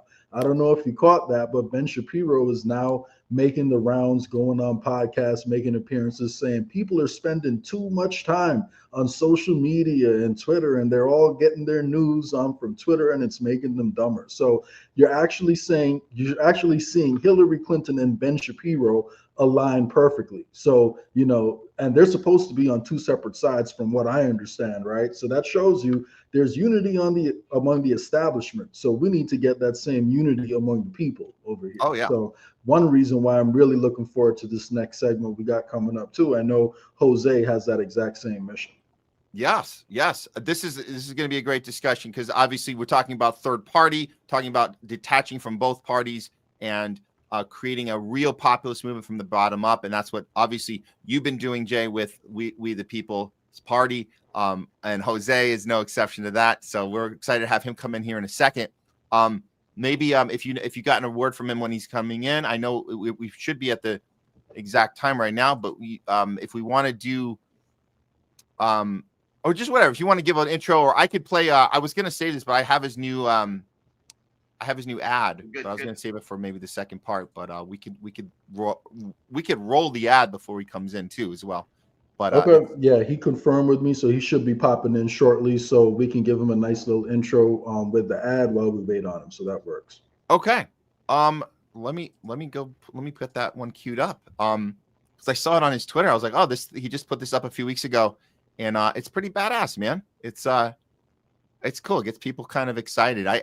I'm gonna wait till the interview, but I would love a question about alignment with We the People in New York right now, because I know there's a lot of activity going on in New York right now with We the People. But I'm sure maybe you can handle that part of the discussion. You. It was already on my mind. Don't worry. I'm sure it is. I was like, I'm sure Jay's thinking about that right now. Yeah, for sure. Awesome. Okay. Well, I can play this one right now. This is Jose running for Congress against his nemesis, Richie Torres. We know about Richie Torres, the massive Zionist from the Bronx there, and Jose Vega defending the people in the Bronx. Here's a new ad Jose Vega put up on his Twitter. Jose Vega for Congress. Check this out. Here we go. Have the power. It starts in places just like this. This is where it starts. Not in some fancy boardroom in DC, not in some think tank in New York City. It starts here with us and putting people like Jose into office that remember that they work for us and they serve the people, and they're not going to take money from a foreign government. Everybody here has to use the principles that are enshrined in the Declaration of Independence and in the Constitution, because that is yours. You have an obligation to the Constitution of the United States. I'm a disabled veteran. There's a genocide! Whether you liked how it came about or not, whether you think all those founding fathers were slaveholders and racists or not, it is yours. That is your document. Look at what they do to free speech. There's an ethnic cleansing in Gaza, and all you do is tell lies about it. You and the rest of the media are warmongers. People tell me all the time, don't you think we need term limits? We got them already. They're called elections. And if you do not take the responsibility of figuring out who the hell is in there, you're going to continue to get the Nancy Pelosi's of the world or the Hakeem Jeffries. Hey, I'm not done talking about peace, man. You can't manipulate the American population anymore. In my last campaign, I was sleeping in my car because I believed so much in what we were doing and what we were building, because we have to prove that any American citizen with the right ideas, motivated by a pursuit for truth, should be allowed to run for Congress and win.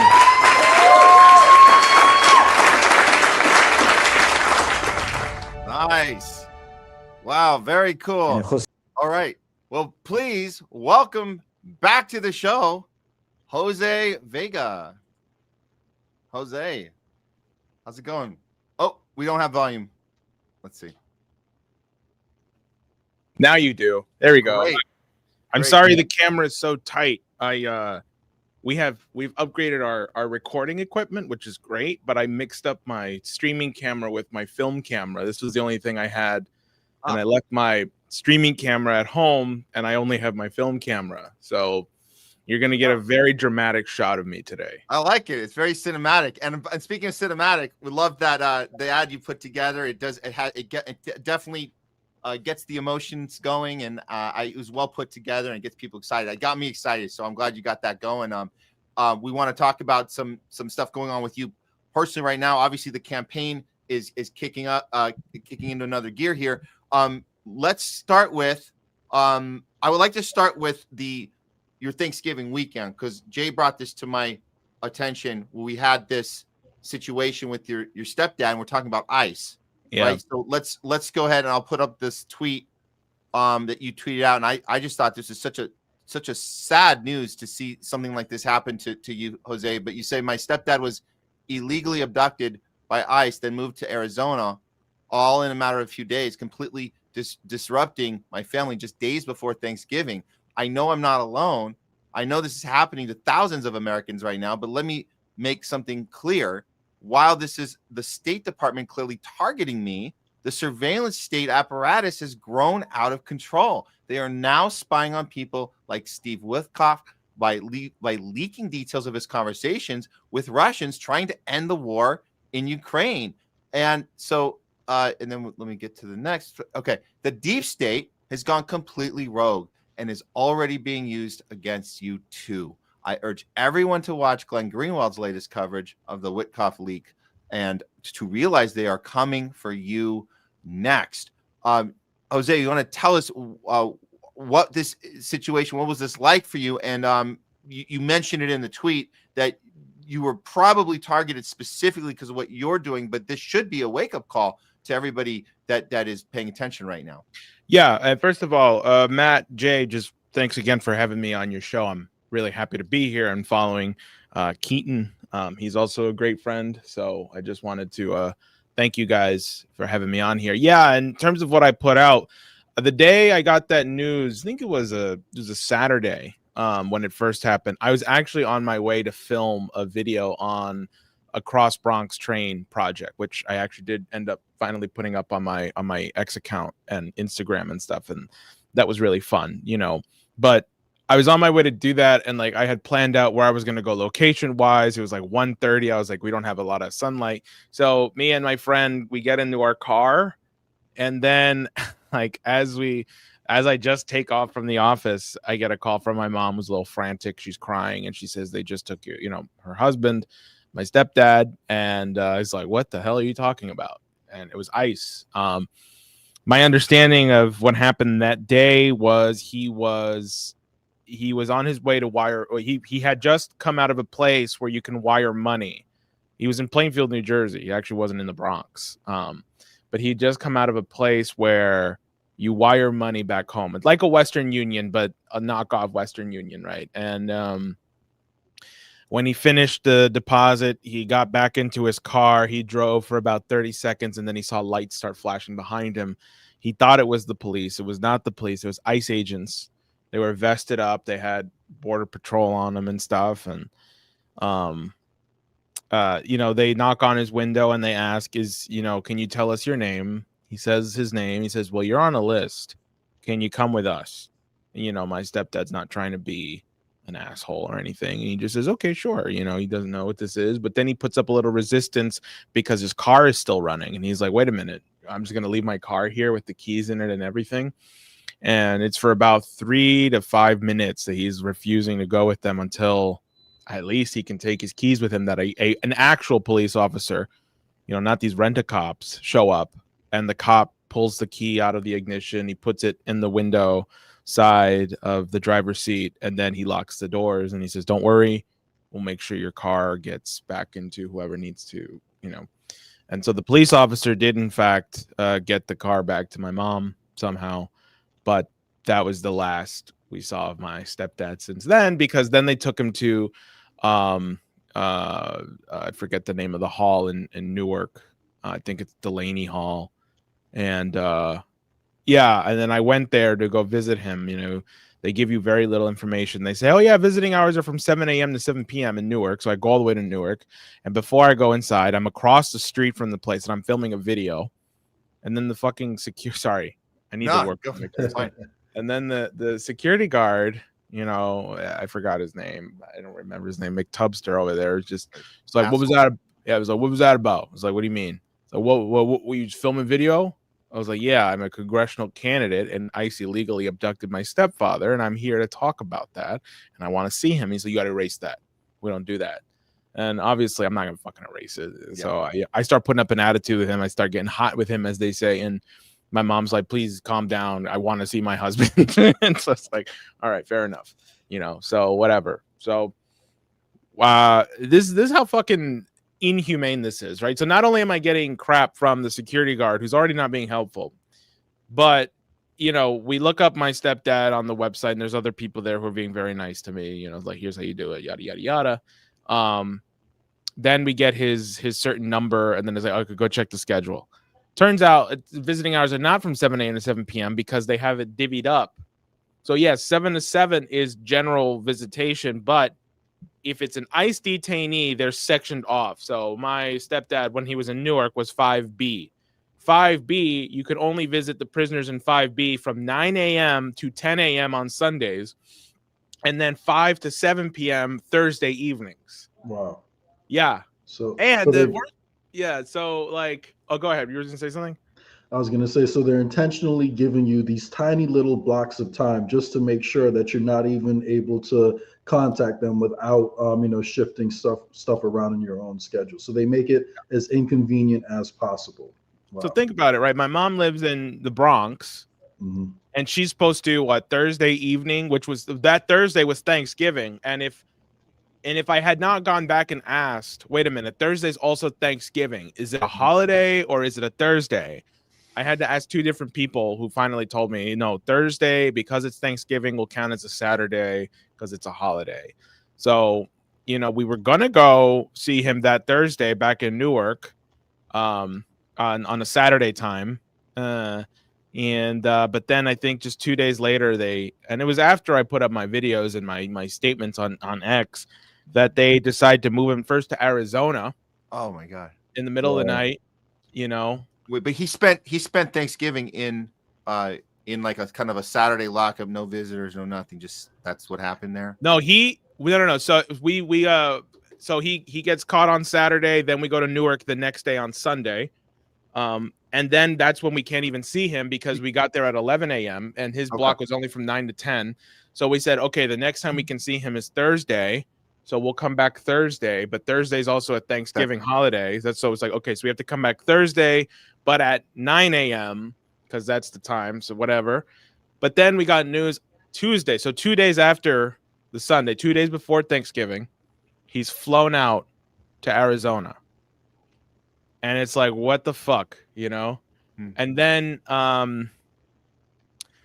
he gets moved. Then the next day, Wednesday, he gets moved to Texas, El Paso. So he's passing Thanksgiving in a place where he can't even, we can't get anywhere near him, whatnot. And my mom's like, I have no idea what to do. And, we had gotten a lawyer. Give me 1 second. Yeah.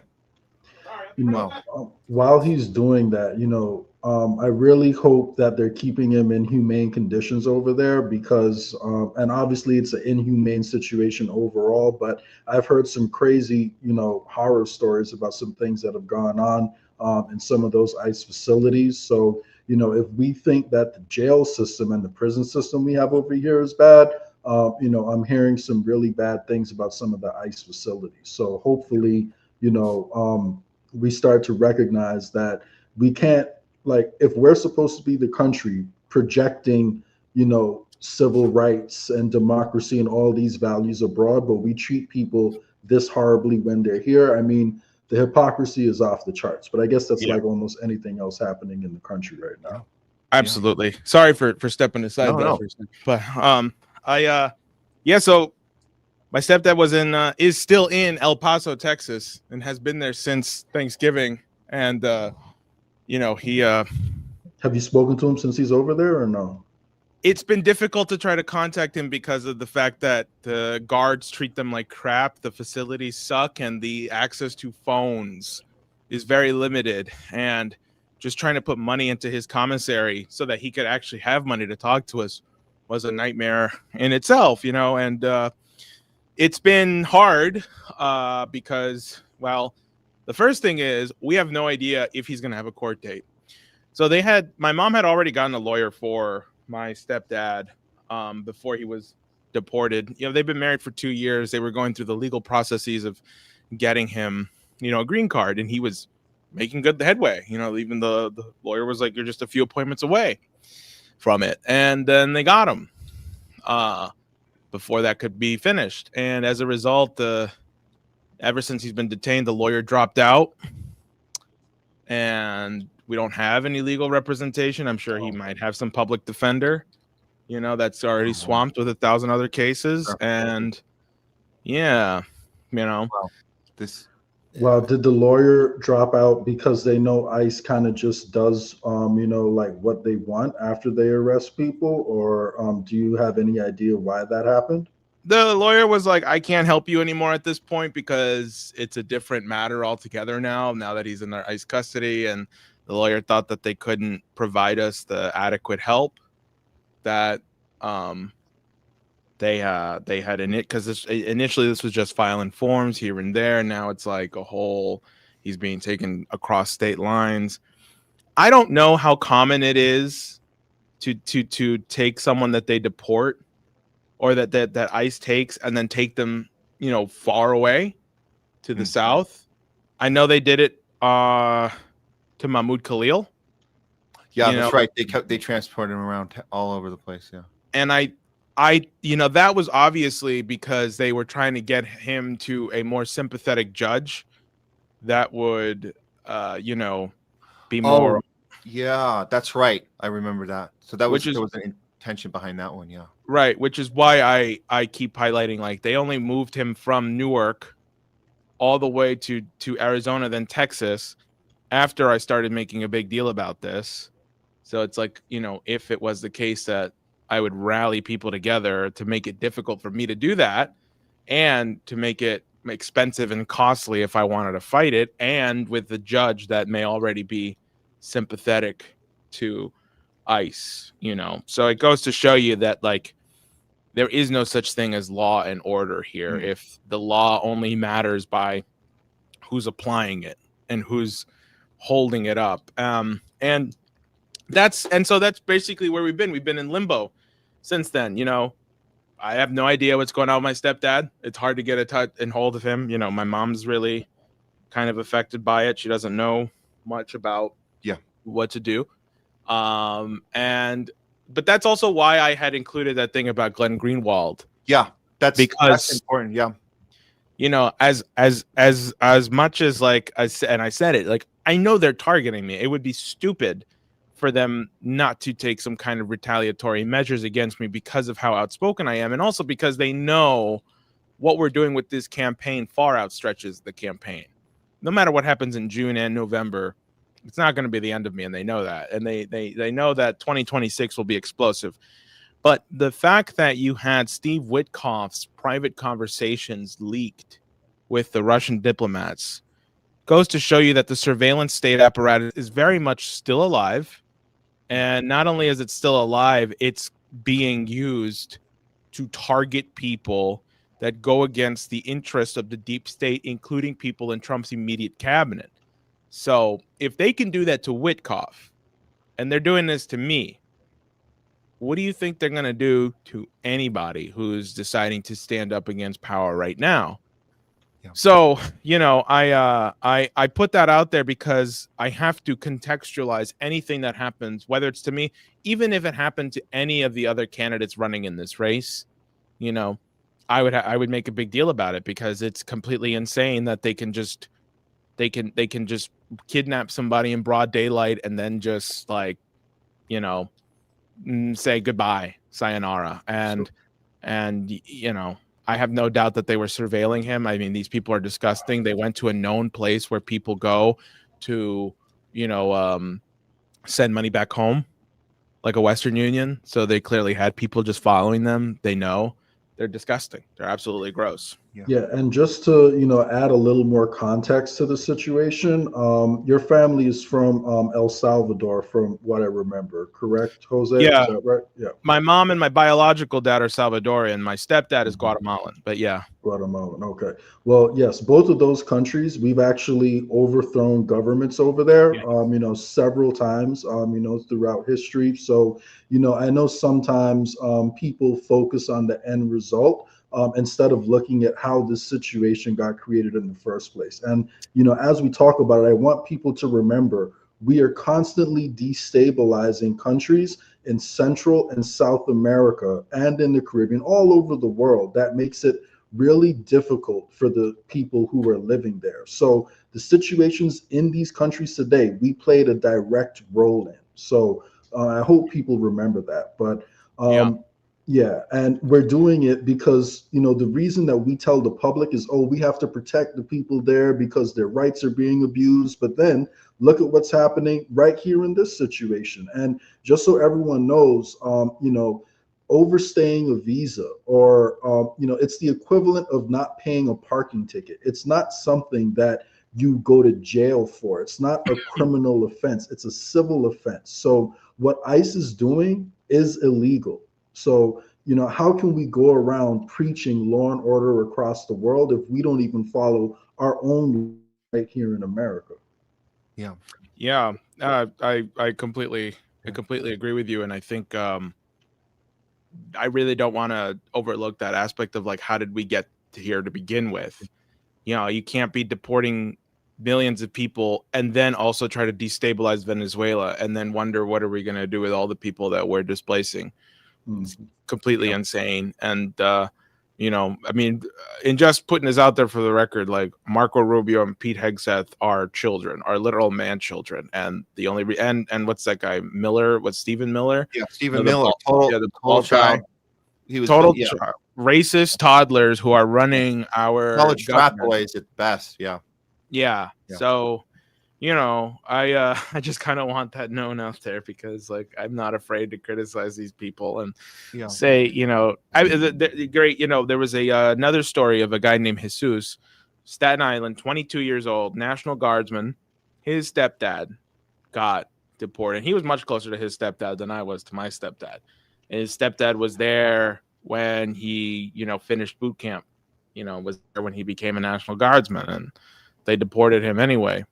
So, it goes to show you that, like, this is and also the immigration thing and the citizen who's legal, who's not, is a cover. Yeah, it's a cover for what they actually want to do. Yeah, because today it's illegal immigrants, tomorrow it's citizens. It's already citizens. It's been citizens since after 2001. Yeah. And one thing, I'll add one thing we know for sure about ICE is that they are aligned with the same technology, the Palantir technology that is used in our foreign policy, which is annihilating Palestinians, and all the Israeli technology targeting, murdering people, like actually targeting kids in the back of the head is the same technology. And the supercomputers we talk about, this is the messaging. It's people aren't waking up to this. They don't understand that the ICE is not just about, like you said, Jose, you're not just targeting non-American, non-citizen. They're putting us all in one big database using the same technology. It's about Palantir. It's not even really about Trump and these college frat boys or children you speak of. It's not really even about them. They're just the best faces for the operation because they get a certain amount of the country excited about going in and teaching those illegals a lesson. But it's people like you being loud right now that is making the difference. And I do think you are going about this the best you absolutely can. And I see that how affected you are. And I just want to put my sympathies to you, everything in your family, and just tell you that, man, to have the strength you have right now to still be vocal. It's so impressive, but it's so essential. And you're doing it right. Bringing up Steve Witkoff, doing this stuff to get people's attention and know this isn't about you. It's not about and the fact that you're acknowledging that you were, in this case, was probably targeted. That's not the point. The point is they can do it to anyone. And that's the message we have to keep. And to add on to what you said just now, Matt, I want people to realize we're about one step away from criticizing the Israeli government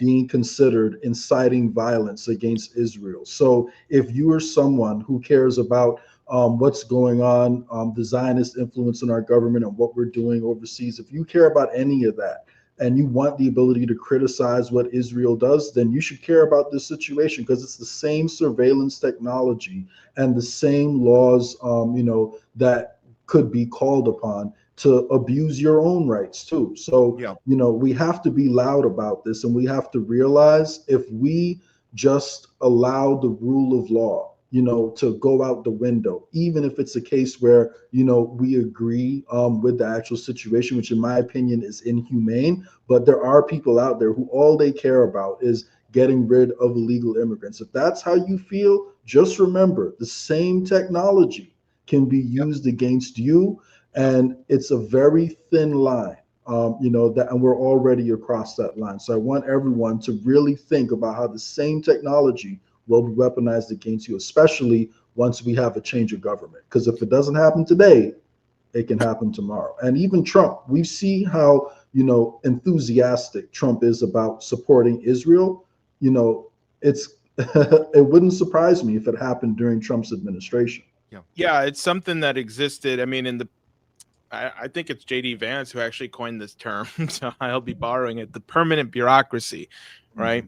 What is it exactly about the last 50 years that there has been an element in the government that doesn't care what administration is in, that continues to push its deep state agenda?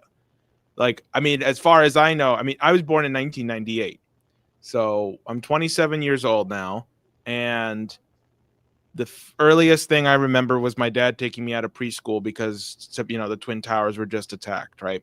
So you have Bush and the Patriot Act expanding the powers of surveillance and domestic spying that already existed, previously too, before 9/11. But now it was like that on crack. And then the Obama administration, which some saw as a departure from the Bush administration, only continued to expand that even further. Not only that, implemented Operation Timber Sycamore. We started funding Al-Qaeda, same people who supposedly did 9/11, to overthrow Syria. And then we have Trump, and Trump, didn't really know what he was walking into in his first term, but then inevitably gets co-opted by those same deep state forces. Then Biden comes in. Biden is the same old, of Obama continuing to expand surveillance. And, and what was, I think it was Biden who made it legal that that ICE can have much more power within 40 miles of our borders. Right. And that was Biden who did that. So, and people don't realize, like, our borders are our coastlines too, meaning, if you are in like here in New York City, I'm less than a mile away from the Atlantic. So ICE can do whatever it wants in New York City and New Jersey pretty much. And, that also goes for like up north too, like Chicago and stuff. Like, people forget that this was Biden, and Obama too. It wasn't just Republicans who did this. And, Obama was called the deporter in chief. People want to forget that. But my point isn't even about these individuals. My point is that there's a permanent rot that has existed in the United States government ever since we put a bullet in Kennedy's brain.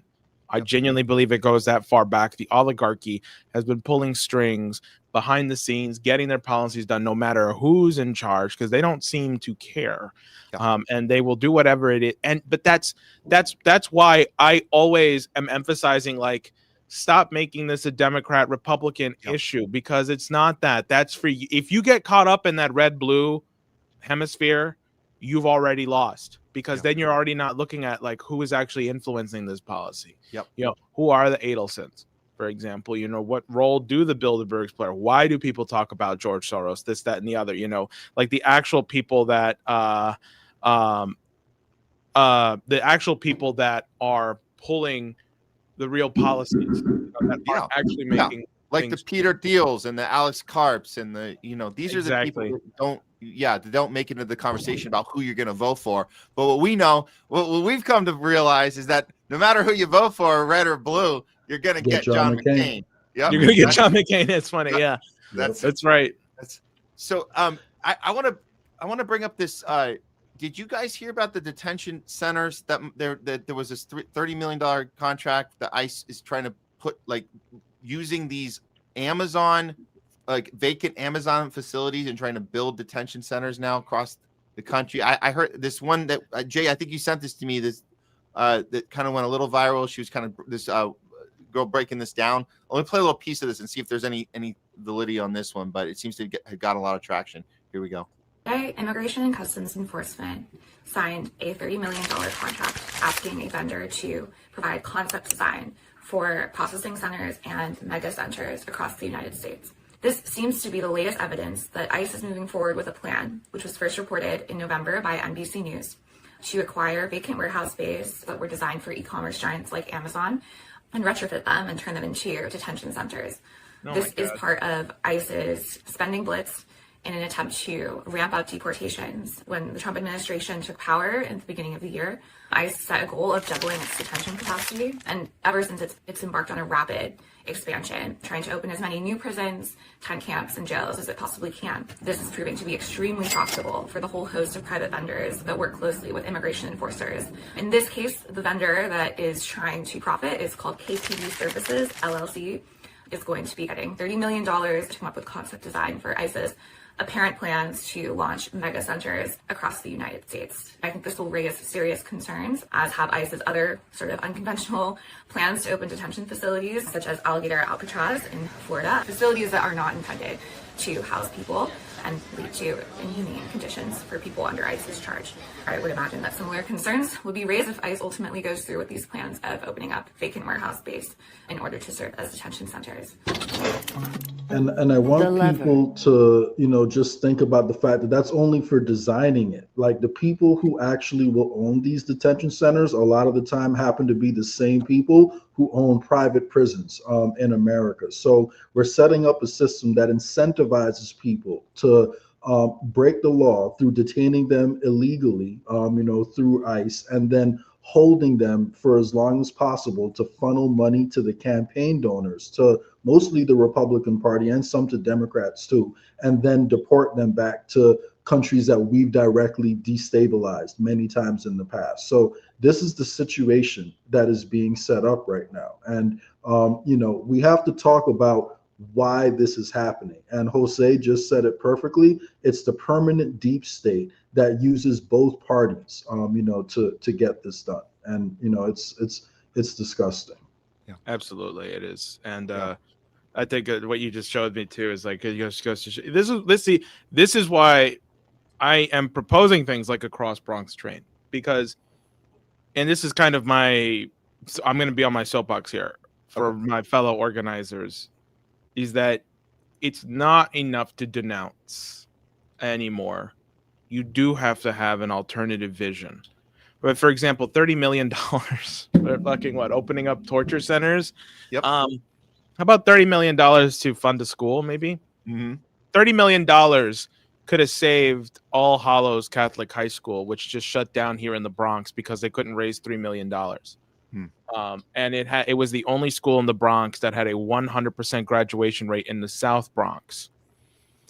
And I'm supposed to believe that $30 million is better allocated towards, opening up more prisons than it is for schools, or hospitals, or to fund my program of, an east to west line. I mean, I know you guys aren't New Yorkers, but I guess what would be relevant to you is like, how about $30 billion to start the construction of a high-speed rail network that goes from New York down to Florida, up to Maine, all the way across to California? I mean, and you know why we don't have high-speed rail? Because it would compete with rental car agencies, it would compete with airlines, it would compete with the metro, with Amtrak, even though Amtrak should be the one. All these private companies do not want high-speed rail because they would cut into their profits, which is absolutely absurd. And I think that's the kind of stuff we should be advocating for. It's like, hey, how about instead of $30 million in bombs or prisons, $30 million for, basic infrastructure to make sure our schools don't fall apart, or that we can provide adequate water fountains for our children, who need it. I mean, and these things seem to be kind of obvious, except they're honestly missed out I think whenever I go to a protest or something, I don't know if people have that higher conception of well, I don't even know how to characterize what I'm trying to say, but I think people should just, whenever you do denounce something, you have to make sure that you have an alternative vision that you're building for, because it can get very depressing if you don't. If you're just like for example, I have a lot of respect for people who are on the Free Julian Assange train. I don't know how people held out so much hope and were constantly like Misty, just constantly on that Free Julian Assange train, even when it looked like there's not gonna be any motion on that. One day he just gets out and it's like, wow, and so anyway, I would just say, go on.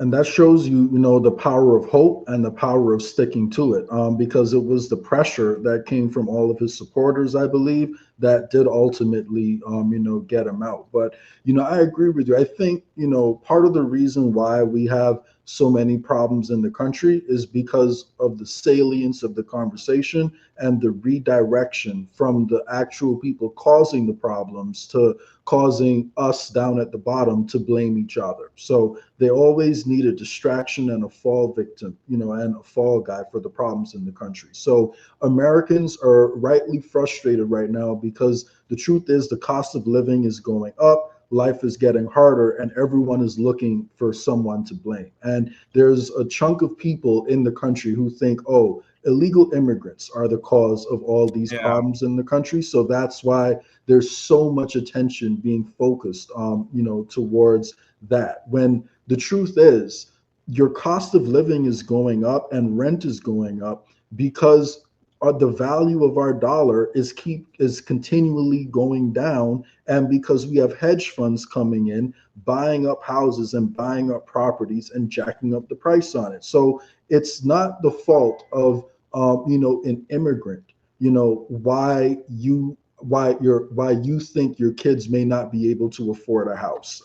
People who are coming here from bad situations don't automatically get the money to be able to buy houses, in these expensive neighborhoods that you would like to buy a house in. The math on that isn't mathing. So, at some point, we have to realize we're being turned against each other on purpose.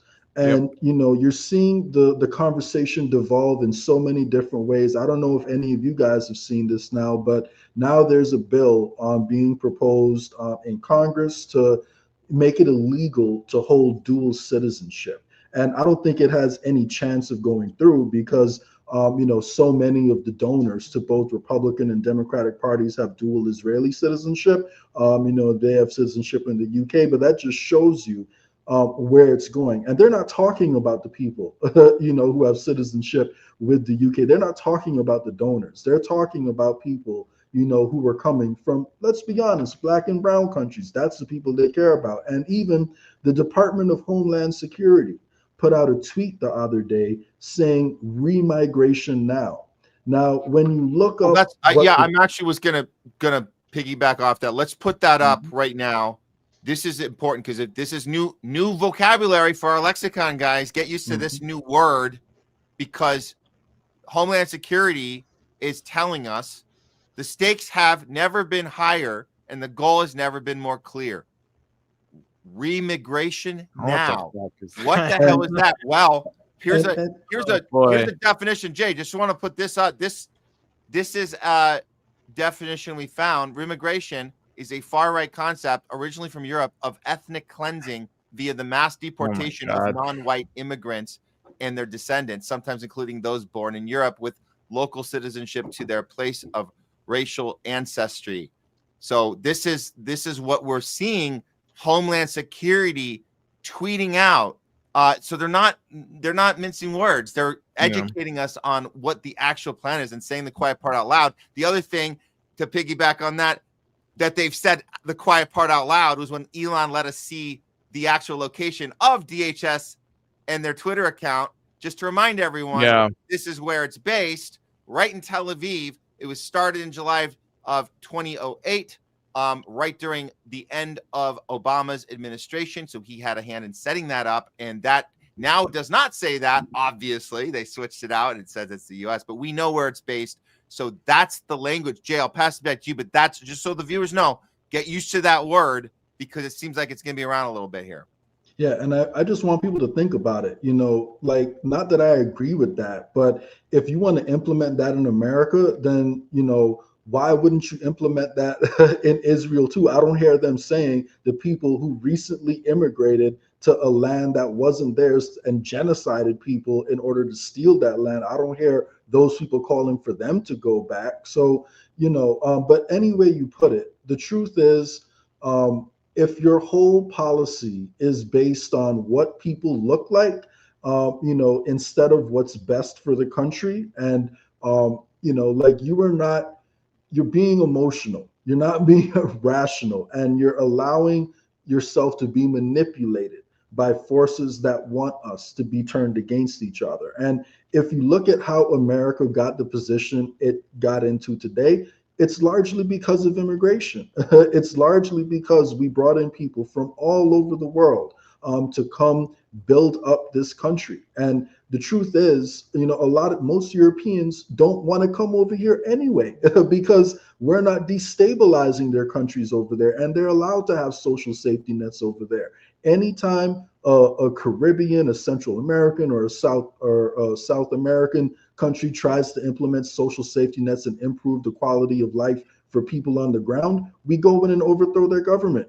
So, at some point, we have to stop blaming each other and talk about the people who were creating the situations. Yeah, this will be kind of like my closing remarks, because I got to get off here in just a minute. But if you took the entire United States right now, we're about 350 million people roughly. And you took it state by state, city by city, county by county, you would realize that the entire United States is crumbling, whether it's its infrastructure, whether it's healthcare, whether it's its education system. The United States is falling apart. And not only that, we haven't built anything new. We've shut down all of our production centers. We've shut down all of our industry. We have no new cities built. China's outputting steel 3 times more than we do, much faster. They've just now started buying our soybeans again, thank God. That was going to be a real crisis. The point is, the United States is getting far left way in the dust. And the only thing that we have to show for it is our military output, right? So we invest all this money in military. But here's my judo. If you took all the problems of the entire United States, every state, up, down, left, right, you realize you don't even have enough people right now, that if you wanted to do a crash program to fix it in the next 5 years, you don't have enough people right now. So my proposal is you take the immigrants that are here now and you say, okay, listen, if you decide to, for 2 years, go through a training camp, where we teach you how to be city builders, the engineers, the welders, the surveyors, the carpenters, the people who can, lay concrete. For 2 years, you get an education program, and you also learn how to be literate too. You get an education program and you get paid, and your job is to build a city, rebuild the cities, and reindustrialize the United States. Then we will give you citizenship afterwards, but only after you've completed the program and you've completed at least 2 years of working for the government to build new cities and rebuild the ones that are collapsing. Now you've completely changed the conception of what it means to be an American, because you have immigrants building and rebuilding cities that are collapsing. They're also working alongside U.S. citizens, because it's going to take as many U.S. citizens and non-U.S. citizens as possible to fix the country. And you've already set the tone for the next 50 to 100 years, of completely changing the relationship between Americans, what it means to be an American, and also how other countries will start to see the United States again. And that, to me, is atonement. Another example is to take these people who we train up and also take the steel from the steel factories that we're going to reopen, send it over to Gaza. However the people want it to be rebuilt, we will help them rebuild. Because there's nothing that can bring back the people we killed in Palestine and Gaza, but we can give them a good future, and we can help them in their reconstruction efforts, and we can rebuild Gaza to look like Shanghai if that's what they want, and we could do that within 5 to 10 years. Yep. So And just to, add to, what you said just now, I definitely agree. We got to make sure, as we talk about how to rebuild these cities, that in order to reduce that animosity, that we make sure we keep, Americans, at, the center of these plans. And then we figure out, how we can make use, and bring in immigrants to make everything happen too, because we don't want to put ourselves in a situation where it feels like we're prioritizing immigrants, over Americans. But overall, I agree with you. We got to figure out, how to get these cities back up and running. So before you go, I did want to ask you, Jose. So in terms of your, candidacy for Congress right now, I've heard a few rumors that, maybe you're considering, running within the Democratic Party, in a primary, or is there any truth to that rumor? Or are you staying independent, considering any third parties, or what's your plan moving forward for your campaign? New York City has this beautiful thing where you don't have to commit to just one party. My strategy right now is I will be running in the Democrat primary, and I have upset a lot of people in the Bronx Democrat establishment. I don't care that first of all, here's the thing. I do not intend to cozy up with anybody. Okay. Hakeem Jeffries should not be Speaker of the House. As far as I'm concerned, I think JOSE should have challenged him. I disagree vehemently with Zohran Mamdani's outlook on how he sees, whether or not these people should be challenged. I think Zohran should have stayed largely out of it. He could have issued a neutral statement saying, I will work with anyone who's in charge right now. It is not my job to dictate the House. My concern is New York City. Could have done that. Simple, but he didn't. The entire Bronx establishment has to go. This place has been run by Democrats for the last 50 years. And if running in the primary is what it takes for them to listen to me, then so be it, because I will be the stink on their feet. I will be the white on their rice. And win or lose the Democrat primary, I'm running in that general election. I'm running as an independent. I'm always an independent first before I am anything else other than that. I have no intention of seeking anybody's endorsement in the Democratic Party. If they want to endorse me, that's great, but I'm not going to beg for it. Okay, I'm tired. I'm tired of the same politicians, the local politicians that go and cozy up to Richie Torres because he's the congressman of this area, then say privately, oh yeah, Richie Torres is horrible. He's a horrible guy. I know who you are. Okay. I know these Bronx politicians. And when I flirted with the idea back in September that I may possibly run in the Dem primary, I was told by a very credible source in the Bronx Democratic Party, they have a chapter here in the Bronx, that they will run somebody just to flood the field so that I don't get into power, because they want Richie Torres to stay in here. And that's when I knew, okay, this is unexpected. They don't expect me to do this because of how vehemently I was denying running in the two-party system. But quite frankly, I don't care anymore. I don't care, because if this is pissing them off, and the thing is, the people here are so jaded. We have very low voter turnouts in the Bronx. That's just always been true. Now, Zohran did bring it up a little bit, but even then, only 1/3 of the people who are eligible to vote in the Bronx actually came out to vote for him. But it's an increase. If somebody tells you, I don't vote because voting doesn't work, your answer should not be, well, vote for me anyway. And then if I don't do it right, vote again and get me out. No, people have to understand that this system, the entire Democratic Party establishment, it's like, I understand why people are jaded and they don't want to go vote, At the same time, if you are not proposing things to them that give them the confidence that you are ready to disrupt and be antagonistic to the very system that make their lives miserable and horrible, if you're not doing that, then you are just like the rest of the establishment that has made their life miserable. And I believe that the Democratic establishment in the Bronx is extremely corrupt, but I think that the people who are registered to vote as Democrats are tired of it, and they want somebody like me who's going to come in here, flip all the tables. As much as my run is against Richie Torres, it's against the entire Bronx establishment. They are all going down. Okay. Oswald Feliz, council member, the Bronx borough president, the New York City establishment. See, New York City politics is completely dirty and insane. And quite frankly, I have no intention of playing nice with it. I'm going to call it out every step of the way. And I think that this year is going to be really, really fun. And all I would say is just stay tuned, because we got some good ideas. And I love to hear it, man. And I know you have to run, but I got to connect with you later when you have a minute, because I don't know if you've heard about the We the People Party yet, but I think it presents a unique value proposition to a lot of those disenfranchised voters you mentioned who are frustrated with the system. So if you got to run, I'll definitely talk with you more about that. But shoot me a text. Yep. Yeah, will do. But decentralization is the path forward, and we have the formula. So I'll tell you a little bit more about that. But we definitely appreciate you taking the time, to come on, Jose.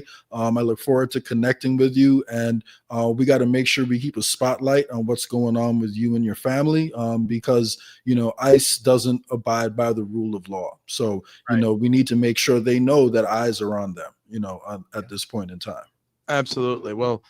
Thank you, guys. Yes. Matt, Jay, thank you so much. Absolutely. Thank you, Jose. Everyone, votevega.nyc. Go to it now. If you have $3,500 just lying around, that is the legal limit that you can donate between now and June. I promise you, it's a better investment than crypto. It's a better investment than AI. It's a better investment than NVIDIA. So, all right. Okay. Take care. Yep. Take care. We'll be in touch. Okay. Bye. Yeah, that AI bubble is pretty close to popping right now. It's funny he mentioned that. So, but it's it is truly disturbing though how how open they're being about targeting people at this point in time, and it is definitely a crazy quote unquote coincidence that as soon as he decides to run in the Democratic Party, that his stepfather is abducted by ICE. Yeah, it's he's saying it out loud. Obviously he was targeted. I think about, you think about like Marjorie Taylor Greene getting out and saying, I'm done. A lot of threats being made to her. There was insinuation that family members were being threatened. And I wonder at some point, do we all have a breaking point, or are there people that are wired differently? Marjorie Taylor Greene says, I'm out, I'm done. But some people there's your Candace Owens who is like, bring it on. Oh, I'm on a hit list, mother effer, and I'm bring it on. But when do we say, man, they're coming for my family? When do we say maybe me being vocal does have a consequence that isn't worth it if it's your family? I don't know. But man, make no mistake, you guys saw it yourself. Jose Vega, the resilience this encouraged this man showing during these times, saying out loud, they're targeting my family members because of what I'm doing, and I'm going to keep going. I'm sure he's got the support. We should have asked, how does that support? We're going to assume that you got to have that support for him to be able to say that as brave as he is saying it. You have to have a family members also have to have courage, because you could have family members saying, you know what? Get the hell out, man. It's not, I don't want to be part of this, but it sounds like you would have to have that unity from your family. So that's a shout out to his whole family for sticking by what he's doing as it's happening. That's all. I just wanted to throw that part out. I agree. And I think, one motivation we can use to get people to have that same courage that Jose is displaying is reminding people that, hey, this affects all of us, guys. The same people who want to implement a totalitarian surveillance system over here are the same people who are destabilizing, South American, Central American, and Caribbean countries. So they're literally creating all of the problems that you were complaining about. And if you keep focusing on the symptoms of the problems rather than the root causes of the problems, then we're just going to keep going around in circles, and we won't talk about how to stop the problem from happening in the first place. So, we really got to focus our attention on the root causes of these problems. And his hyper focus that he just went into about the deep state, who's essentially controlling both sides. I think that's something we all have to focus in on. It's one of the topics we focus on here a lot on the homeless left, because we can see what's going on too. We all have the same enemies, guys, no matter what side of the political spectrum you fall on. The root causes behind the problems you care about are coming from the same people. And the sooner we realize that, the sooner we can solve it. All right, guys, we are through this afternoon. We've been here, guys. If you're just joining us, I'm here with co-host Jay Scott on the Homeless Left this Thursday afternoon. We've been talking with JOSE VEGA, running for Congress out in the Bronx, New York. We've been talking with Keaton Weiss from Dissidence. We've been having a lot of discussions. Everything, this seems to be a theme. Everything that's happening outside of our country, it happens here too. It's always a testing ground. We test stuff out, test out technology, test out policy, and then we bring it home. It always comes home and it affects all of us. And I think that's been a common theme today. And what we've determined, and this is what we called the show today, we're saying there is no money. We always got to follow the money here. There's no money in peace and in health. There's money in war and in sickness, but not in peace and health. So we have to make our own peace and be responsible for our own health. And I think that's also something that we drive through every week on the show. We have more stuff to get to right now, guys, but I want to just say thank you to all of the viewers who have been chiming in on both Rumble and on YouTube. Also got a few people on Twitter as well. We're not on Facebook today. We'll work that out in the future. But right now, let me just there's some super chats that came in from our we love Citizen Badejo, and we appreciate you chiming in today. And thank you so much. And I know you sent us a message here, Citizen Badejo. You get a few of them here today. Thank you so much. These are good. This is very, very cool.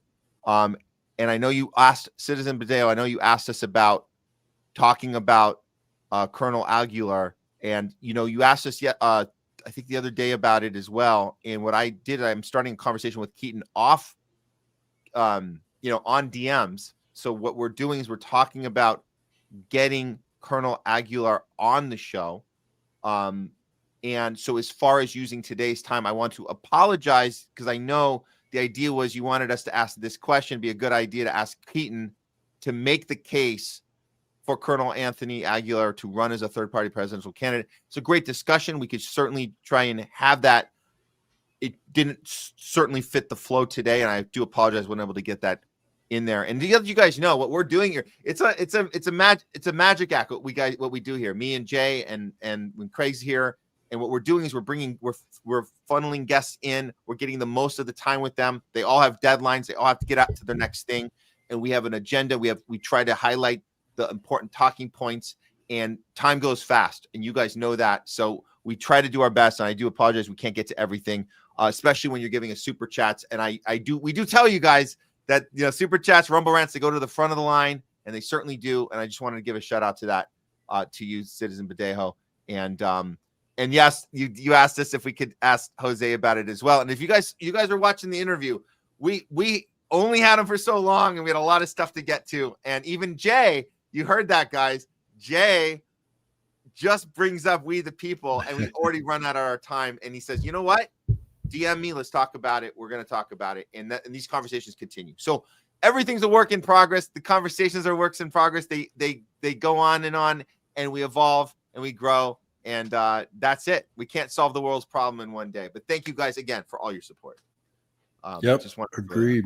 And, so much to talk about, man. And, I know we have a packed show, so I can't, get too much into it. But long story short, guys, decentralization. A lot of the problems we have in these parties are happening because there's a small group of people at the top of each of these parties that are calling all the shots. And that's why all the candidates have to bow to the will of whatever the party wants. And we can change that at We the People. So make sure you go visit that website you see down there, www.wtpnational.com. Awesome. Love it. You know what? I have it right here. I'm just going to throw it up because people got to see it. If they didn't hear it, they got to see it. Here we go. This is it. That's the website, guys. And there's a lot. I mean, this thing is built. By the way, if we had another hour with Jose, I would have asked about this. I took a note of this because I saw the We the People group chat because we're all the leaders are in the chat together, and it's good to have organization and communication. And it seemed that you had some good news as far as New York went, and I was like, oh, this looks great. Correct me if I'm wrong, Jay, but it looks like the leader in New York. I got what is her name? Oh, I got her information right here. Let's see, Christina Fitzsimmons. She's the leader of the WTP party in New York. Well, she's on one of the boards for her local county. So I don't think she's not the New York State chair, but she is Not a the leader. state That's chair. correct. Okay. Yes. But a local chair in New York, and she's leading a discussion tonight. I mean, in an ideal world, if we had Jose Vega's attention the rest of the day, which obviously we don't because he's doing like 1,000 things, I'd be like, hey, that'd be cool to hook those two up, right? Get them in the little chat. But that I don't think that's going to happen with it. All this stuff that's going on right now. Don't worry, I'm on it. I'll be connecting those dots soon. But first, I have to explain to them, like what makes We the People different. You have to tell them, yes. Yeah, I have to tell them. And it's a process. And for the viewers, right before we get into the next segment, what one of the things that frustrate people most and why they check out of politics is because they feel like they vote for someone and then they have no power over what happens after that. And then they just get betrayed by the people they vote for. We have solved that problem at the We the People Party because we are the ones who the constituents who voted for that person are the ones who get to decide if that person is fulfilling his duties properly and if he should continue to have access to party resources. So the same way the Democratic Party can weaponize its resources against people who step out of line, we can weaponize our resources against people who aren't working for the people and fulfilling the promises. So the constituents have the power to remove candidates that betray their promises, and the constituents have the power to select the issues that candidates have to prioritize. So instead of having candidates tell us what they think is best, they can still propose their own platform on top of the party ideas, but we take the consensus on the issues that people in that constituency care about the most, and we make our candidates pledge to fight for and represent at least 3 of the top 5 issues in those constituents. So we've changed the whole value proposition of politics, and we're empowering people as locally as possible. That means if you want to choose your own county sheriff, you don't have to report to a state board. You don't have to report to a national board. The only people you report to are the people in the county that are electing that sheriff. So if you want someone who is going to actually look at the science before they decide to go along with COVID lockdowns or, you name the virus, any type of lockdowns, then you should care about who your local sheriff is, because they're the guys who can actually enforce that. So, I could go on for a lot more time about it, but that's a brief intro into We the People. We're giving you guys a different value proposition. It's not about the ideology. It's about empowering each constituent and each party member more in a way we're just simply not used to right now. Yeah. All right. Moving on. We're going to have to give you guys some not the greatest news on the NATO-Russia-Ukraine conflict. We covered this on Tuesday's show, Jay. We talked about Zelensky's fall. They arrested his number 2 guy. They raided his entire area. We understand that it's becoming more and more clear, more publicly, that the money laundering operation there's going to be consequences for that. And did they arrest him? I thought they just raided his stuff. Did they actually arrest him too? Yes, I think they did. We had the story yesterday. Hold on, let me find it. I was just trying to lead because we had some new stuff go on today. Let me make sure I can find this. The exact, so I can source this correctly.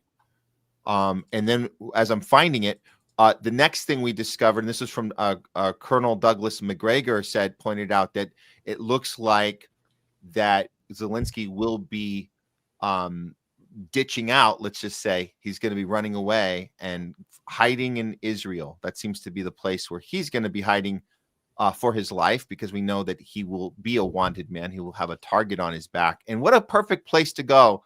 And Israel is a great place. They protect all sorts of deviants and pedophiles and horrible people. They have a lot great facilities to keep him safe, at least for a few years. But at some point, he might be taken down. Let me see. So I have this. So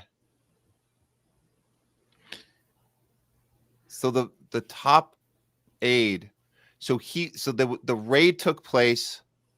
I can't share it on here really quick. Hold on. The raid took place. He resigned. We know that he resigned. Was he arrested? I may have misspoke. He was not arrested. He resigned, and they raided his home. And now there's this corruption scandal that's going to go. Yeah, and I don't know if they're going to replace Zelensky or not. I think that it's possible. And if he does resign, I definitely agree Israel is his first place to go. But when I think about it, this entire war is mostly being kept going by the mainstream narrative, over here in the West, right? Because the more the public in the West turns against the war in Ukraine, the harder it's going to be for them to justify funding it. And Zelensky has kind of become, this Winston Churchill, kind of leader in Ukraine because of how the media has propped him up. And when you look at the conversation that's happening in Europe, they don't actually want to change course on the policy direction that they're going in right now. So if they're not really looking to change course and they remove the guy who's the hero, I don't actually know how that advances their goal. So what I kind of believe is happening is they're kind of just, making sure Zelensky knows his place. And, he's going to stick to whatever line it is they want him to stick to. Because if they take him out of power and they put someone else in there, they'll have to sell a new hero. So is it possible? Yes. I'm not saying it's not possible, but I just don't know if that's the direction they're going in. Because even if he does get replaced, it's not going to change the actual policies. But maybe I'm a little bit too negative, about the actual state of the negotiations. But when I look at what each side is saying, Russia and Ukraine, which are arguably two of the most important parties right now, they're not actually changing their positions. America could play the most important role in this situation if we wanted to, but we've shown that we're just going to actually back whatever it is the European consensus is. Like, we might pretend we're not going to do it, but if the Europeans say, the war continues, then we continue providing intelligence and the war continues, because all we have to do to end this war is pull our intelligence sharing. And then Ukraine won't be able to target like Russia, and the Europeans cannot replace that. So it's not like we could stop, even if we stop sending money, we still have to play a central role through the intelligence sharing. The moment that gets pulled, Ukraine has no more defense. So we could control Ukraine, but what we've proven throughout this entire process is we just do whatever the Europeans tell us to do. Like, we are a proxy, for Europe to an extent, the same way how a lot of people think we're a proxy for Israel. But we're doing everything the Europeans want. Trump said he wanted to end the war. He could have ended the war on day one, just like he said, if he just said, hey, Ukrainians, I'm going to pull the intelligence sharing if you don't agree to a peace deal. And he hasn't done that. Yeah. And also about pulling the funding, that would be something at least you could say, no more money to Ukraine. But guess who's not doing that right now? We just saw this, that there is a new commitment from Europe, from EU. What they're doing here. Let's see if I can share this one right now. Here we go. Wait a minute. We have a 1 billion euro commitment a year going on right now. Hold on a second. This is wild. This one just came up here. Hold on, share screen. Yeah, NATO is looking like they're making a long-term commitment now. Here we go. Yeah, NATO is announcing that they're going to fund over 1 billion euro per month to Ukraine to continue the war with Russia. These will be offensive and defensive weapons. Europe is governed by absolute lunatics, and they determined still to ignite World War III while continuing the biggest money laundering scam of all time. Here they go. Yesterday, we we are now at 4 billion. So that means we are really on track for the 1 billion a month, August, September, October, November. 1 billion a month. And I'm cautiously optimistic that we will reach the 5 billion for the full year. And then for next year, we need for the full year, again, a lot of money, at least 1 billion, maybe even a little bit more than 1 billion a month. It might be around 50, maybe a little bit more for the whole year. When it comes to this crucial US gear, so this is offensive and defensive, including interceptors for the air defense systems, crucial to keep Ukrainian civilians and civilian infrastructure safe. So it is really good that this flow is there, that Europeans are stepping up, and Canada, by the way, also doing a lot here. So yes. Yeah. So that's happening now, and what they're doing is they're obviously doubling down on the funding and this is happening in real time, Jay, as the Ukrainian people in charge of the money are being taken down. They're being raided. They're having to resign. And so, but you're seeing out loud. I mean, the timing of this is just insane. Like that they can get away with this and say, let's just keep giving the same apparatus money that they're clearly have been running a money laundering operation with the money we're giving them. And we're going to keep doing it. That wouldn't make sense in any other business scenario ever. That doesn't happen. You don't have an investor or a funder or an employer or whoever is in charge of writing the checks. They don't keep writing checks. They don't make commitments beyond the fact that if the person that you're writing a check to demonstrates that they are not using the money for the thing it's supposed to be used for. So even that alone, even if they were on the right side, even if Putin was going to take over the world, why are you still sending money to an apparatus that clearly is not using the money for the thing that you were writing the check for? This is that. Yeah, and then here's the thing. People with bad credit don't usually get loans. And if you look at Ukraine's track record before this whole thing started, they were ranked as one of the most, if not the most corrupt country in the world. And then, before Biden got into office, while Trump was in power in his first term, the Democrats were gathering around, literally passing bills saying, hey, guys, we got to make sure we get a commitment that we're not going to give arms to the Azov battalion because they're run by actual Nazis, like neo-Nazis. And then as soon as Biden comes into power, that problem disappeared. They don't talk about it anymore. Now, all of a sudden, you don't hear anything else from the mainstream media about the Azov battalion. The Guardian, which is cheerleading this war and saying how Ukraine is the good guys, Putin's the bad guys. The Guardian had 2 articles I would never forget. Right as we did the coup in Ukraine in 2014, they ran an article saying, hey, it's not Russia that's bringing, this thing to a possible World War III. It's the West who's interfering in Ukraine. That same newspaper, that same publication, I should say, also ran that article I just mentioned about the Azov battalion, right before Trump got in office. And then, right before Biden got in office. And then as soon as Biden gets in office, all that goes out the window. And now the issue is Trump isn't supporting Ukraine enough publicly, so they say. But, it's just a race to the bottom. They pretend that Trump is a quote unquote Putin puppet because, it's just a way to give one side hope that there is someone who's against the war. That was one of the reasons even RFK had directly quoted saying that he was going to support Trump. He said Trump was going to MAHA, make America healthy again.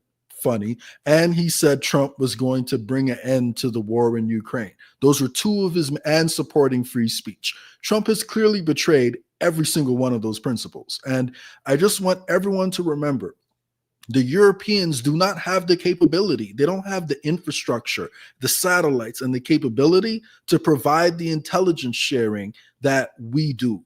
So if Trump wanted to end the war, it's simple. He could easily do it, but he won't do it. What they really want to happen is to shift the burden of funding the war more to the Europeans. But here's the thing. As they're talking about all of these quote unquote negotiations, France and Britain are still talking about sending troops over to Ukraine. The only reason they're going to do that is if they know that America is going to come in and protect them no matter what Donald Trump says right now. Let's not forget, guys, Donald Trump said he was going to end the war on day one. He didn't do that. Stop listening to what Donald Trump says and start watching what he does. And what he does tells me that he's a proxy for these European powers, and we have no sovereignty. We do whatever the Europeans tell us to do. And with the Ukraine situation. Well, we should be watching what Putin is doing and saying as well. Here's Putin. He's saying that out loud that Europe has sabotaged the peace deal and sends a strong warning if they want to F around with him. Pause there. The one that we can say obviously is unacceptable is NATO having the luxury of, if they want to join NATO, or Ukraine having the luxury of, if they want to join NATO, is not supposed to be in the thing. That the deal That's is what started the war. That's the thing. So for Zelensky's side to take that out, Trump put it in there. It was in there. But this was just a deal memo. It wasn't enough. People were like, "Oh, he got a 27-point plan. Remember, he got the 21 point for Gaza. Now he's got one."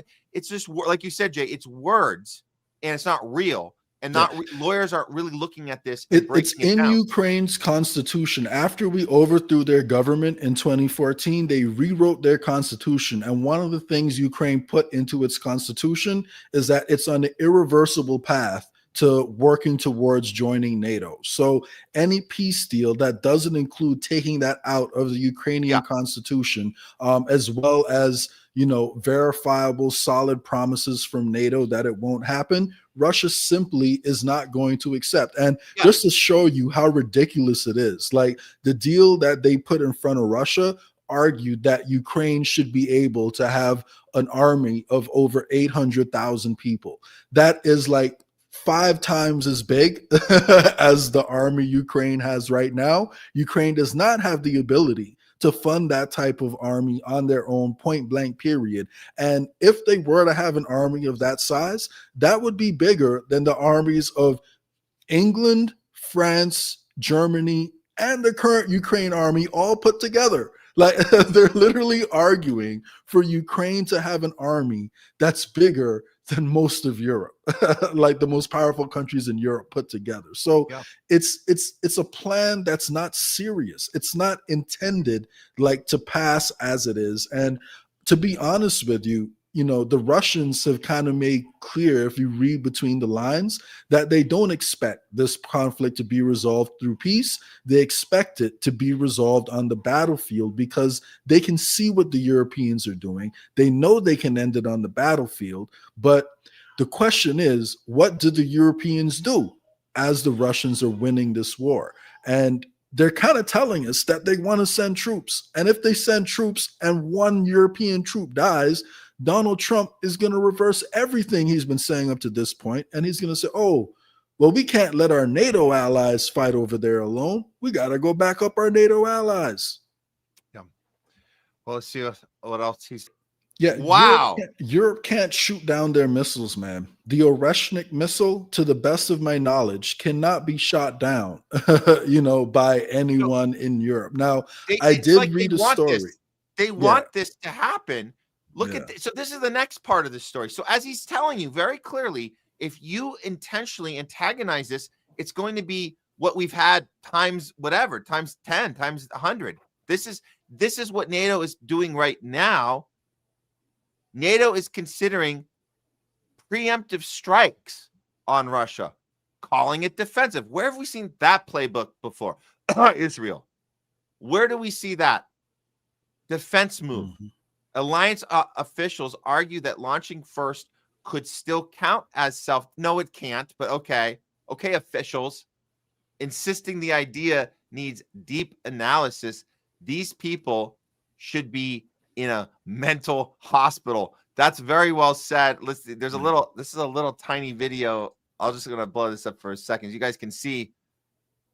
I know it's a little fuzzy here, but you can see the.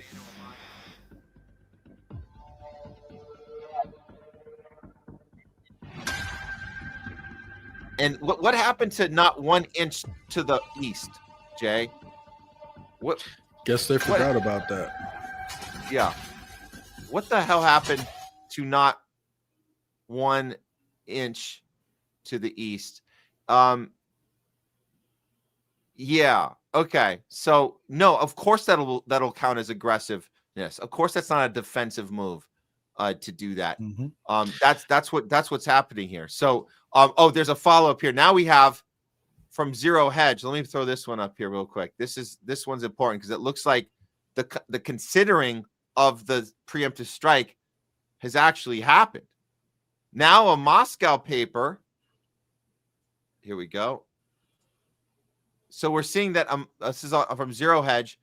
Now we're seeing a Moscow paper claims Ukrainian drones has hit Russia-linked oil tanker off West Africa. So Russia outlets are reporting on this right now. It's a week after talks. All eyes are on Russia this week as talks center on a potential Ukraine peace deal that shifts to Moscow. Well, we know what happened with Steve Witkoff.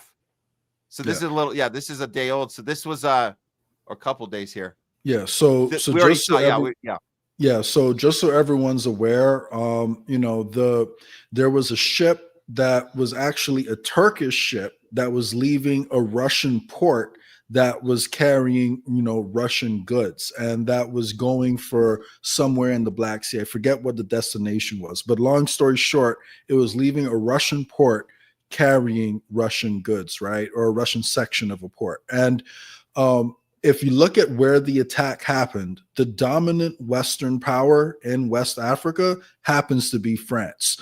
A lot of the countries in West Africa that have severed their ties with France are now looking at Russia and China as potential partners to substitute, for that relationship that they used to have with France. So when the drone attack happens in France's backyard, because they're not completely out of West Africa right now, they actually still have a few troops and access to technology over in Senegal, and they have still a military presence in the Ivory Coast, which are two different countries over there in West Africa. So if there's a drone attack that is happening off the coast of Africa, naturally, France is going to be a potential suspect in the attack. So some people in Russian leadership have been suggesting that they believe France is behind the attacks. And they are saying that if these attacks continue to happen,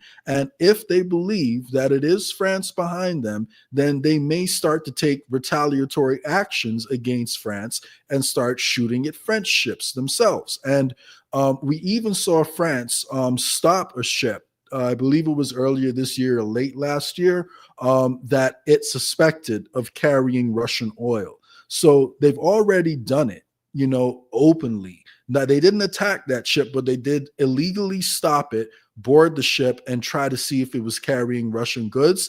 And now this attack is happening in an area that, France controls. So that's what Russian leadership is thinking. And if they were to go through with that and start attacking French ships, then, it's a quick escalation, because now France can say, look, Russia attacked us. That means we now have the right for sure to hit them back, and they'll use that to justify it, among the local population. So, and up to this point, honestly, that's been a red line that, we don't attack each other's economy in that way, but Ukraine is doing it openly in the Black Sea. They're attacking ships that are trading with Russia, even if they're not Russian ships. And now these quote unquote mystery attacks are happening off the coast of Africa, where France is dominant. And we know France has already, boarded ships and stopped them and accused them of carrying Russian oil. So, this can quickly spiral out of control, because when people in these countries now see the other country as trying to stop them from trading and attacking their economy, now it becomes more real for people on the ground, and that can be used to manufacture consent if people don't really know the full context of what's happening. Yeah. Okay.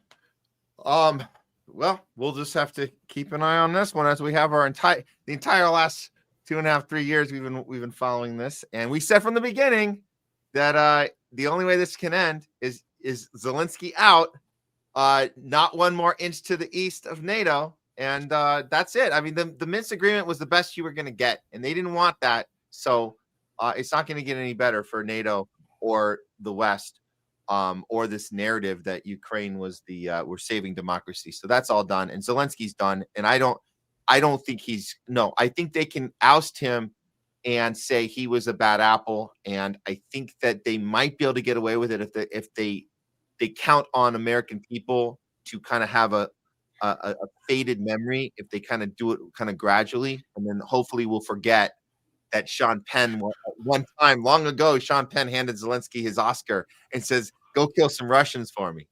Yeah, great actor. Here's an Oscar. But the crazy thing is, right, I actually don't think they're focusing on the American public right now, because I was in the UK earlier this year, and I had a few conversations, not a ton, but a few political conversations with people over there, and people who I would describe as progressive, as against foreign intervention overall, and their head seems to be in the right place on almost every issue. I agree with them on pretty much everything until Ukraine came up.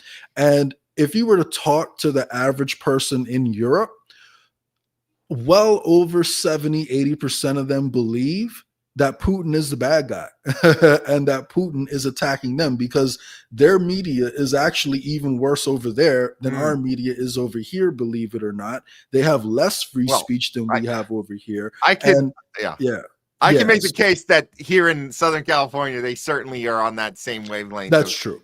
But in the country overall, there is more pushback against the war on Ukraine. And right now that doesn't exist in Europe. So if they can convince the European public to be on board with the war, then all they have to do is get one or two countries in Europe to send some troops over there. And the moment one of them dies, America is going to be right there. Maybe it wouldn't be the moment. Maybe we would wait a little while like we did in World War II. But we're just not going to let that happen. Like we're not going to let Russia defeat NATO in Ukraine without putting up a fight for them. So, that's my opinion anyway. Okay. All right. Well, that should do it for our Russia segment. Let's move on to MAHA news. I don't know why we still call it MAHA. They're not really functional, but every once in a while we get a little curveball. We get a little mini celebration. But for now, we do have some bad news here to report here, Jay. We told you guys earlier in the show this there certainly was this breach of trust from Pfizer. We know that there's a trial going on right now. There's a lawsuit right now going on as we speak. Dr. Mary Talley Bowen is covering that trial. She's talked with the lawyer of one of the vaccine injured people that are taking on Pfizer who got injured during the trials. So these trials were completely skewed from the beginning. We now have reports that, and this is coming from the Children's Health Defense. They're telling us, and this is ironically, it's always ironic when Children's Health Defense gives us something that RFK is not talking about, even though RFK set up the Children's Health Defense. So it's always irony when they're the ones telling us stuff like this. We found out that let me grab this. Okay, here we go. The COVID shots is from Valerie Ann Smith from Children's Health Defense. She posted on behalf of them. The children's COVID shots contain 2 times more of the cancer promoter. It's called SV40. You guys know we talk about that a lot on the show. The cancer promoter SV40 than the adult ones. So for whatever reason, and we're saying we don't know if it's coincidence or intentional, but we do know that the spike in childhood cancers have happened. Now there's one more we need to add to the list, one more piece of bad news, and that comes like this. This is bad. This is a breaking study that Pfizer, again, it's always with Pfizer, man. They found that over 88% of the placentas, the sperm, and the blood, and in 50% of unvaccinated pregnant women, this is the let me grab. Okay, the human biodistribution study. It shows that Pfizer mRNA penetrates fetal reproductive tissues, persists long term, and presents clear evidence of shedding. Oh, wow. Wow. And, just to be clear, we don't have the whole history of what happened with those unvaccinated, women in the study. But, when you actually go to the study itself and look at the data, there was only 4 unvaccinated women in the study. The total study contained, I want to say 33, 34 people, and 4 of them were unvaccinated. One of them did not have, any mRNA at all. The other one of them had mRNA in both parts. I think they were looking at the placenta and then the mother's blood or something like that. And then one of them had it in both parts. One of them had it in one part. And then there was 4 people total. One had nothing. One had both. And then the other 2, it was like split evenly. So, I'm one on each side. So, what we need to ask now is, okay, was the father in these pregnant women fully vaccinated? Because that would be the most obvious way that something like this could happen, through blood transfusion, because there is bodily fluid exchange during intercourse, obviously. So if it takes intercourse for this to happen, yes, it's bad, but what if, hypothetically speaking, the father was unvaccinated and the woman did not have sexual intercourse with any vaccinated people that she knew of? How did she get these these mRNA particles inside of her? So we don't have enough information, and we don't have enough data on both vaccinated and unvaccinated people to make a call there. But one positive thing, that we should take from the study is that, number one, it wasn't 100% of the vaccinated people who still had the mRNA floating around. It was a high percentage, but it wasn't 100%. So that's one positive thing. But what we need to ask essentially is, what is the history of all these people in the study? And we need to figure out how exactly, this is happening. And we also need to remember that they're finding the 5 strands of the Pfizer mRNA. It's not technically the complete strand of the mRNA, and there's no evidence that the people who have these strands, the unvaccinated people, are producing the spike protein, which is actually what causes the autoimmune, reactions and the really bad impacts that we're seeing from the vaccine. Like, the vaccine is dangerous for some people because the mRNA is causing spike protein to be made all across the body. So even though some Pfizer mRNA may be detectable, we don't have evidence that the spike protein is being created in all of these people. So there's more questions that need to be answered. But what it does bring up is the fact that, number one, we were lied to from the beginning, because, Matt, I will never forget this. They told us that the mRNA would not leave the injection site. The same site where it went, they said it would be there for about 48 hours and then it would dissolve. It wouldn't show up anywhere else in the body of vaccinated people. It gets distributed all over the body. All over the body, guys. So, and now we know it may be being passed on. So we need to figure out, how is it being passed on?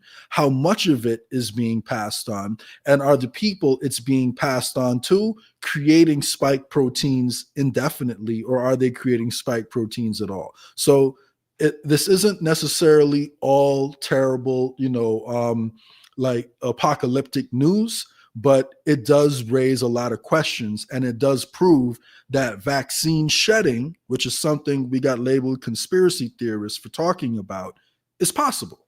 It is possible. At least fragments of the mRNA strand are being distributed in other people. So this raises a lot more questions that need answers. Yeah, we're all affected by this. Nobody gets a free pass. And we always talk about this a lot on the show, Jay, about how everybody lost. Like when you have somebody like Scott Adams, the Dilbert dude, going on line last year and saying very cynically, I'm not sarcastically, but cynically, very much like, hey guys, all you anti-vaxxers, you were right. You win. He was serious. He's like, you win. I lost. I did something I regret. Now I have, and right after he did that, a few months later, he gets cancer, and so he's dying. He's saying I'm in the final stage. The same guy who said you win, but I want people to understand about it's nobody won. He's wrong. He might feel like he got duped. He might feel regret and remorse for how he behaved, but you're not doing anyone any favors if you turn around and say we lost, you won, F you, F me. That the point is. The reason nobody won is not just specifically looking at shedding. We're talking about what did we all had a decision to make when this came down. When it came down to it, you either took the thing or you faked taking the thing, which is another type of compromise. Now you're compromising, you have to sneak around and do stuff under the radar, or you said no and lost everything. So there's not really anybody that didn't fit at least into one of those three categories. And now we're talking about shedding. So nobody won anything. Yeah, We I turned down a very high paying job opportunity because they told me that if I didn't take the shot, that I would need to agree to have a test shoved up my nose like every single week, not even every month, every single week indefinitely. They couldn't even put a time limit on it. They couldn't say for the next 6 months or the next year. If I took the job, I had to agree to get that shoved up my nose indefinitely. And then we find out that the test that they were giving people actually had extremely dangerous bacteria on it. And it was harming people's respiratory system. And harming helping them people to get sick. And I would have had to agree to that to take this high paying job. So, wow. And this isn't even about me. Like, we should all care if our fellow Americans are being lied to and are being manipulated into doing something that's bad for them. Because guess what? If healthcare costs go up, that impacts everybody. Like, that impacts everyone. Autoimmune disease going up and causing more people to get healthcare is a transfer of wealth from us tax-paying citizens to medical companies and insurers. That's what's going on over here, guys. This is drawing wealth from us and transferring it up. And Trump was the one who is mostly responsible for it, for the CARES Act and for creating the shot. Because let's not forget, traditionally, Democrats are the party of overregulation. They don't usually cut regulations like that. If it was a Democrat in power, it would have been a lot more difficult for them to justify cutting all the regulations to get the shot out there. Operation Warp Speed meant that a lot of regulations had to be cut. Trump was the perfect guy to have in power to make that happen. So I encourage all Trump supporters out there to stop saying he's being manipulated, to stop saying they're playing him. He's always been guilty. He just knows how to play both sides. He understands what people want. And, like, he'll do his best to manufacture consent by making you think he's on your side. So there's more to this than just the COVID vaccine. So we're talking about mRNA. We're talking about gene therapy. That this technology, we're talking about Larry Ellison, we're talking about Oracle. Yeah, I'm sorry. Really quick. Let me just say one thing. The story you led with about the flu shot causing more death in the trial and it getting buried, that was the exact same thing that happened. We're getting back to the flu part. So it's not. So we're saying that this is. You're right. The technique is the same on each thing, and once we understand that pattern, we should be able to detect it in advance and see the red flag right away. And so the narrative is crumbling for some of us. Not everybody's seeing it yet. And of course, you're saying there's still people holding on to the idea, this crazy idea that Trump is playing this 10D chess with them. But make no mistake, yes, they are playing this out in real time here. But pharma, so we know about this. So this pipe dream of getting big pharma, the mRNA pipe dream is collapsing as Pfizer, Moderna, their trials are suffering massive failures. And this is, like you were saying, we're talking about the flu jab. So these trials in the flu jab have been rejected by the FDA commissioner, Dr. Marty McCrary. Now, look, you might say, well, good thing Dr. Marty McCrary is in the position that he came into because RFK put him there. And that would be great. it says he paused the trial after 1 in 8 children nearly died from overwhelming RSV infection. And so that's good, right? So he paused it. But I'm very concerned about what's happening next. So let's play. This is Marty McCary telling us about the problem with this flu jab. But I'm a little concerned about what we're going to do next. But here we go. Gold standard science. A recent mRNA flu shot, that is an mRNA-based flu shot, failed in seniors. The trial showed 0 benefit. Well, we're not just going to rubber stamp new products that don't work, that fail in a clinical trial. It makes a mockery of science if we're just going to rubber stamp things with no data. And that was the MO in the Biden administration with the eternal COVID booster approvals for young, healthy kids. So he's saying it's been rejected. And he's saying very specifically, he says it's showing 0 benefit for seniors. And so the FDA will not approve it. I don't think he's going far enough here, Jay. And I think that's by design. I think that by saying it's not showing benefit, so we're pausing it, he's not coming out and saying this thing is lethal and it needs He's to not be talking gone. about the harms. Yes, that's the effing problem. And I know, I get it. I know that there's MAHA out there right now going, yay, he just called out pharma. Well, not really. He said there's no benefits. And if you guys listen to RFK's verbiage change over this last year, he also doesn't say we need to have punishment for the harm. He says we have to study it more. We have to pause it. We aren't seeing You're seeing that a lot now. You're seeing RFK talk about we don't see the good results. That's not. We're not talking about not seeing results. We're talking about hurting and killing people. That's so. When is that conversation going to start at the administrative level? It won't. Sorry, guys. Spoiler alert. It won't. And you know why they're not having that conversation, Matt? Because when you talk about the harms, you have to talk about the mechanism behind the harms. And if you talk about the mechanism behind the harms, then you have to get into the mRNA technology itself. Then we'll realize, oh, wow. So before, vaccines worked by injecting a little bit of dead virus that actually did pass out your system a lot of the time. Now, there were other ingredients in there that may have some bad effects, but the virus itself, it does get passed out of your system. mRNA, though, is different because it's putting instructions essentially into your body that never leave.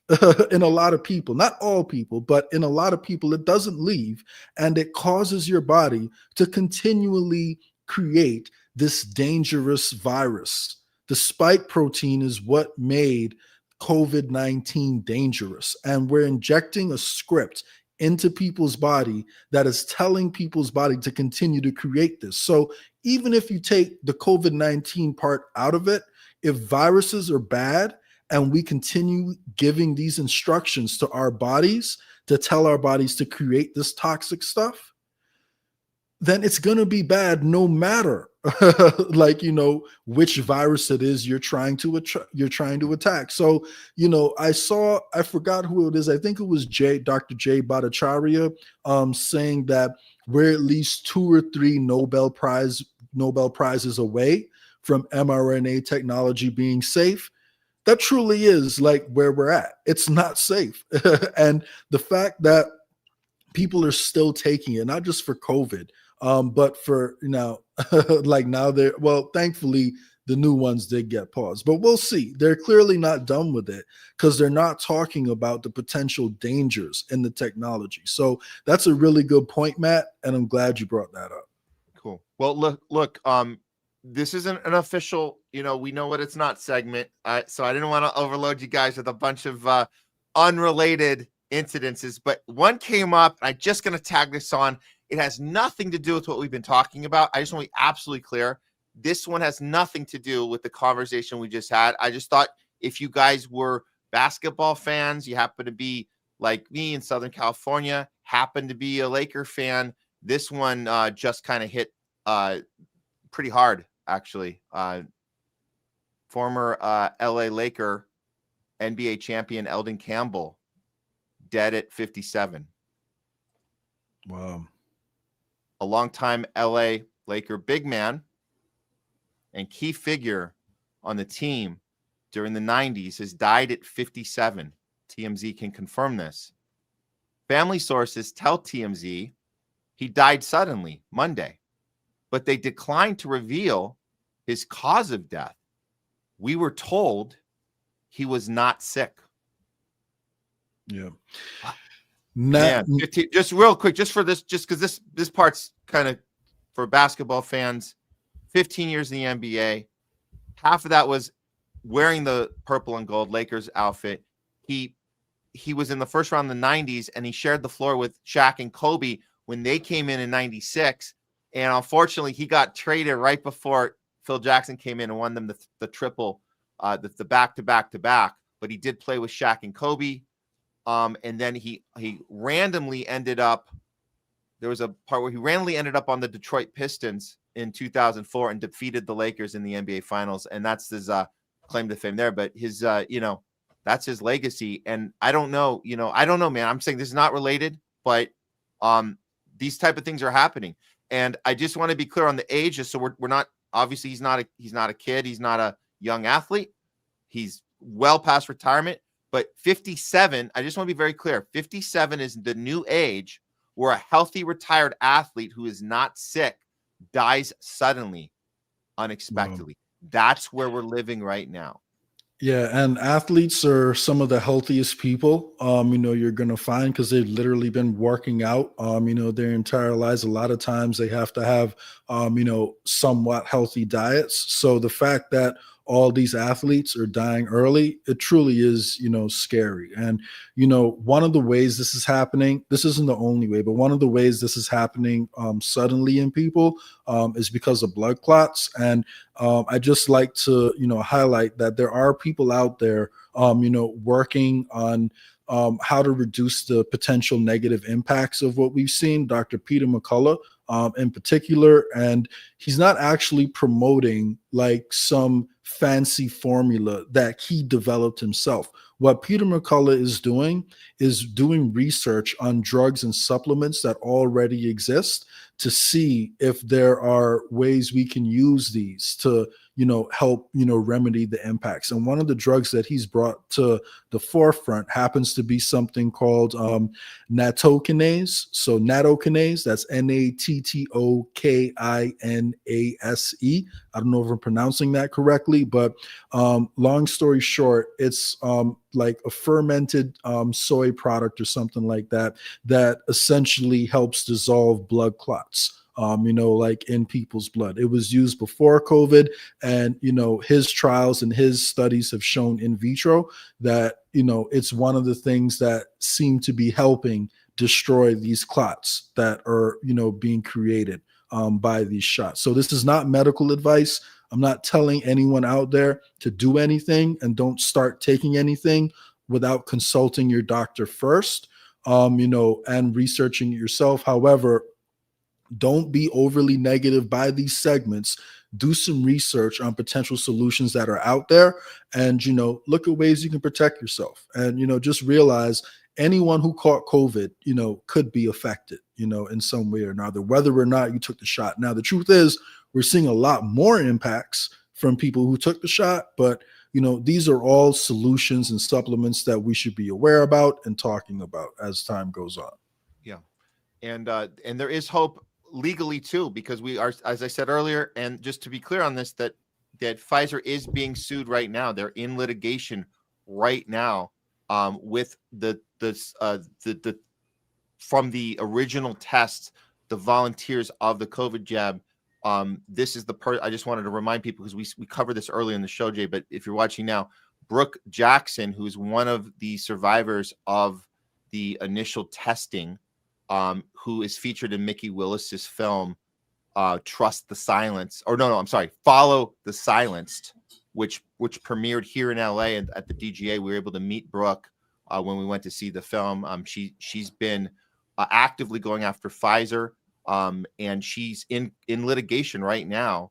As you can see here, she's taking it up because of she was part of the clinical trials in September of 2020.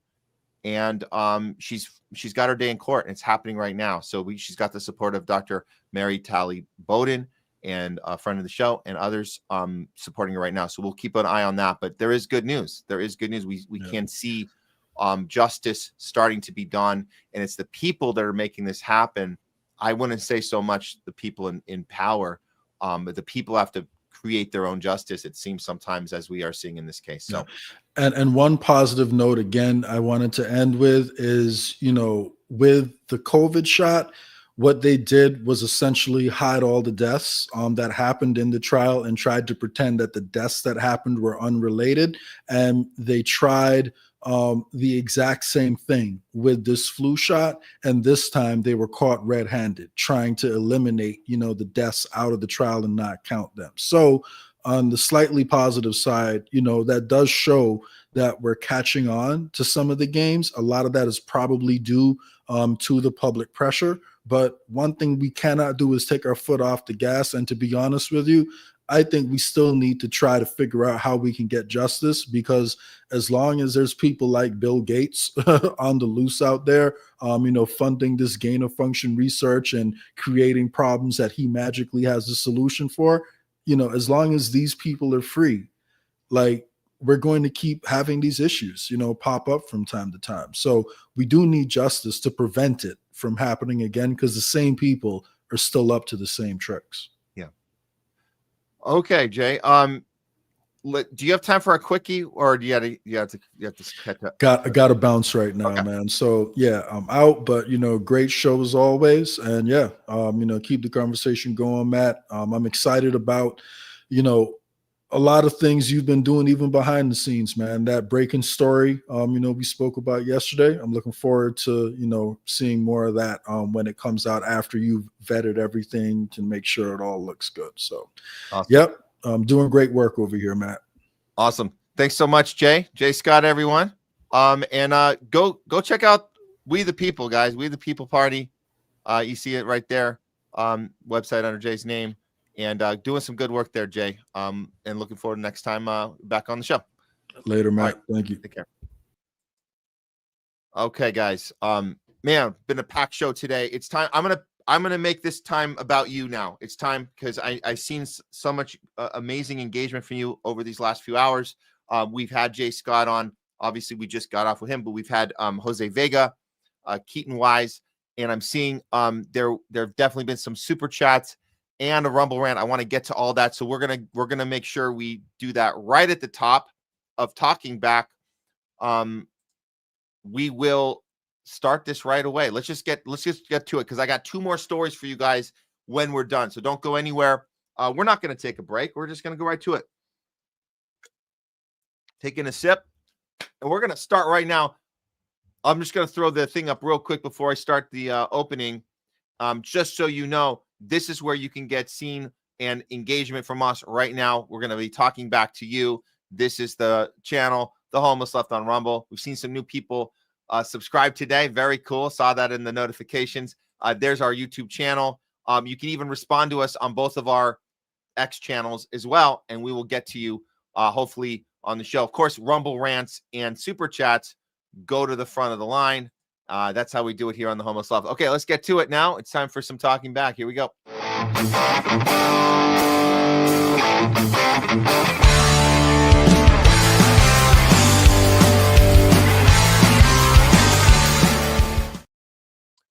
It's Talking Back, guys. This is the time when we engage with you, your comments, your feedback, how you've been affected by these conversations today. We've had some very cool guests come on today talking about the stuff happening all over the place, talking about Russia, talking about Ukraine and Russia. We're doing Israel. We're doing mRNA.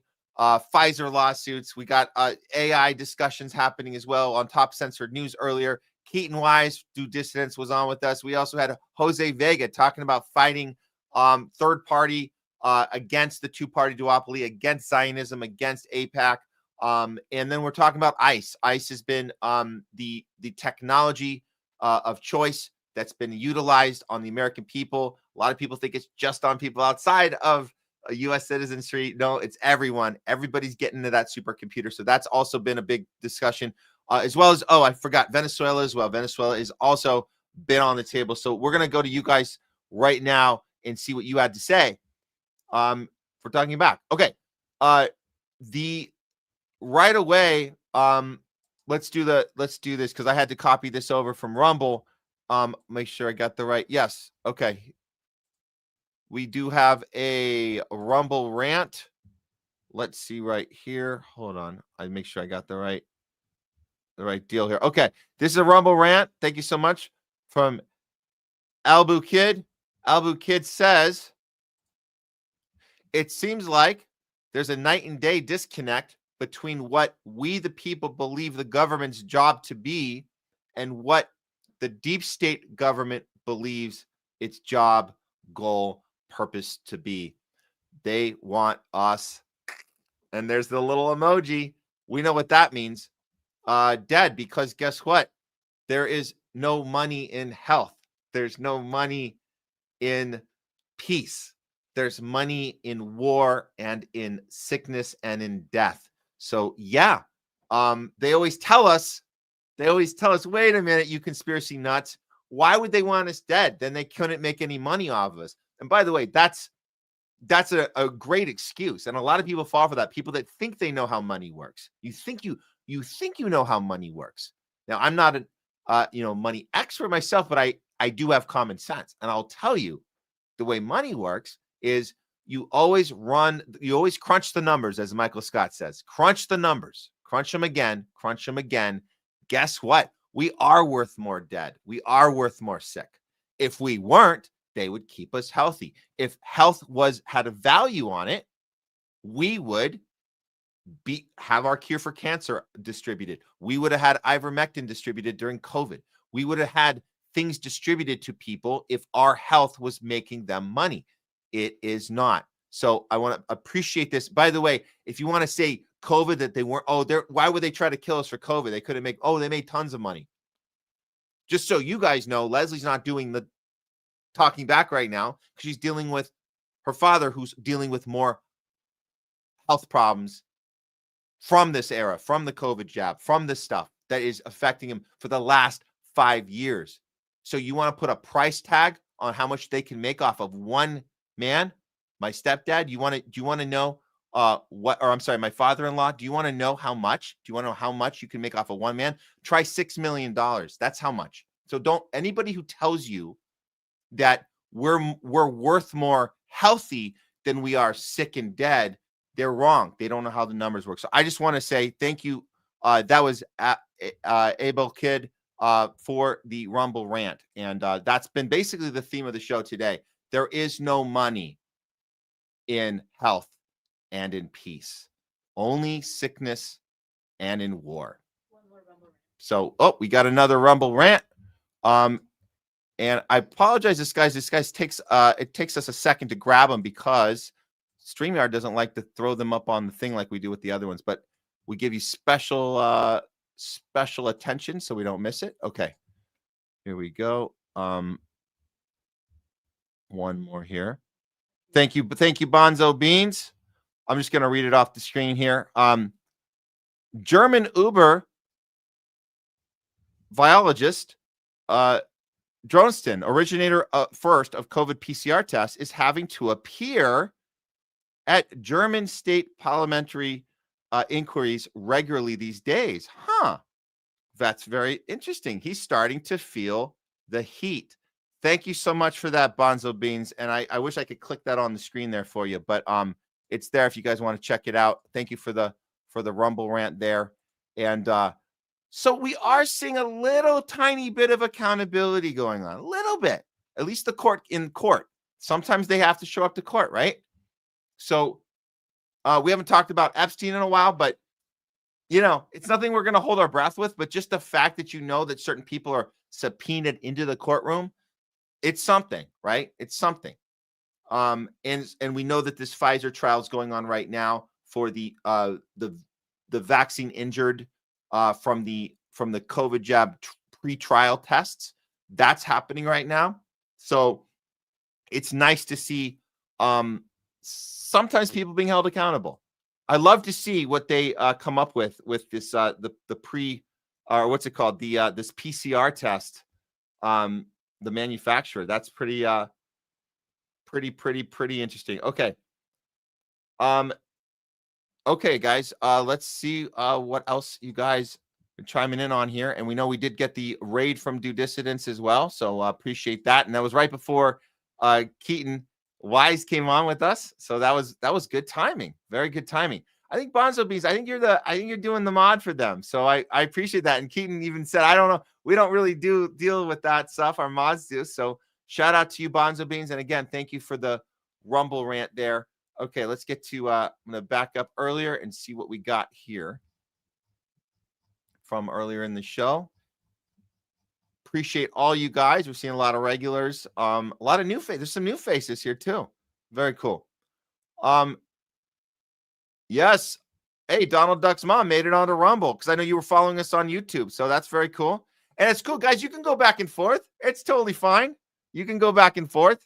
There's nothing wrong with doing a little YouTube and then going over to a little Rumble. It's totally fine. There's nothing wrong with two-timing those platforms.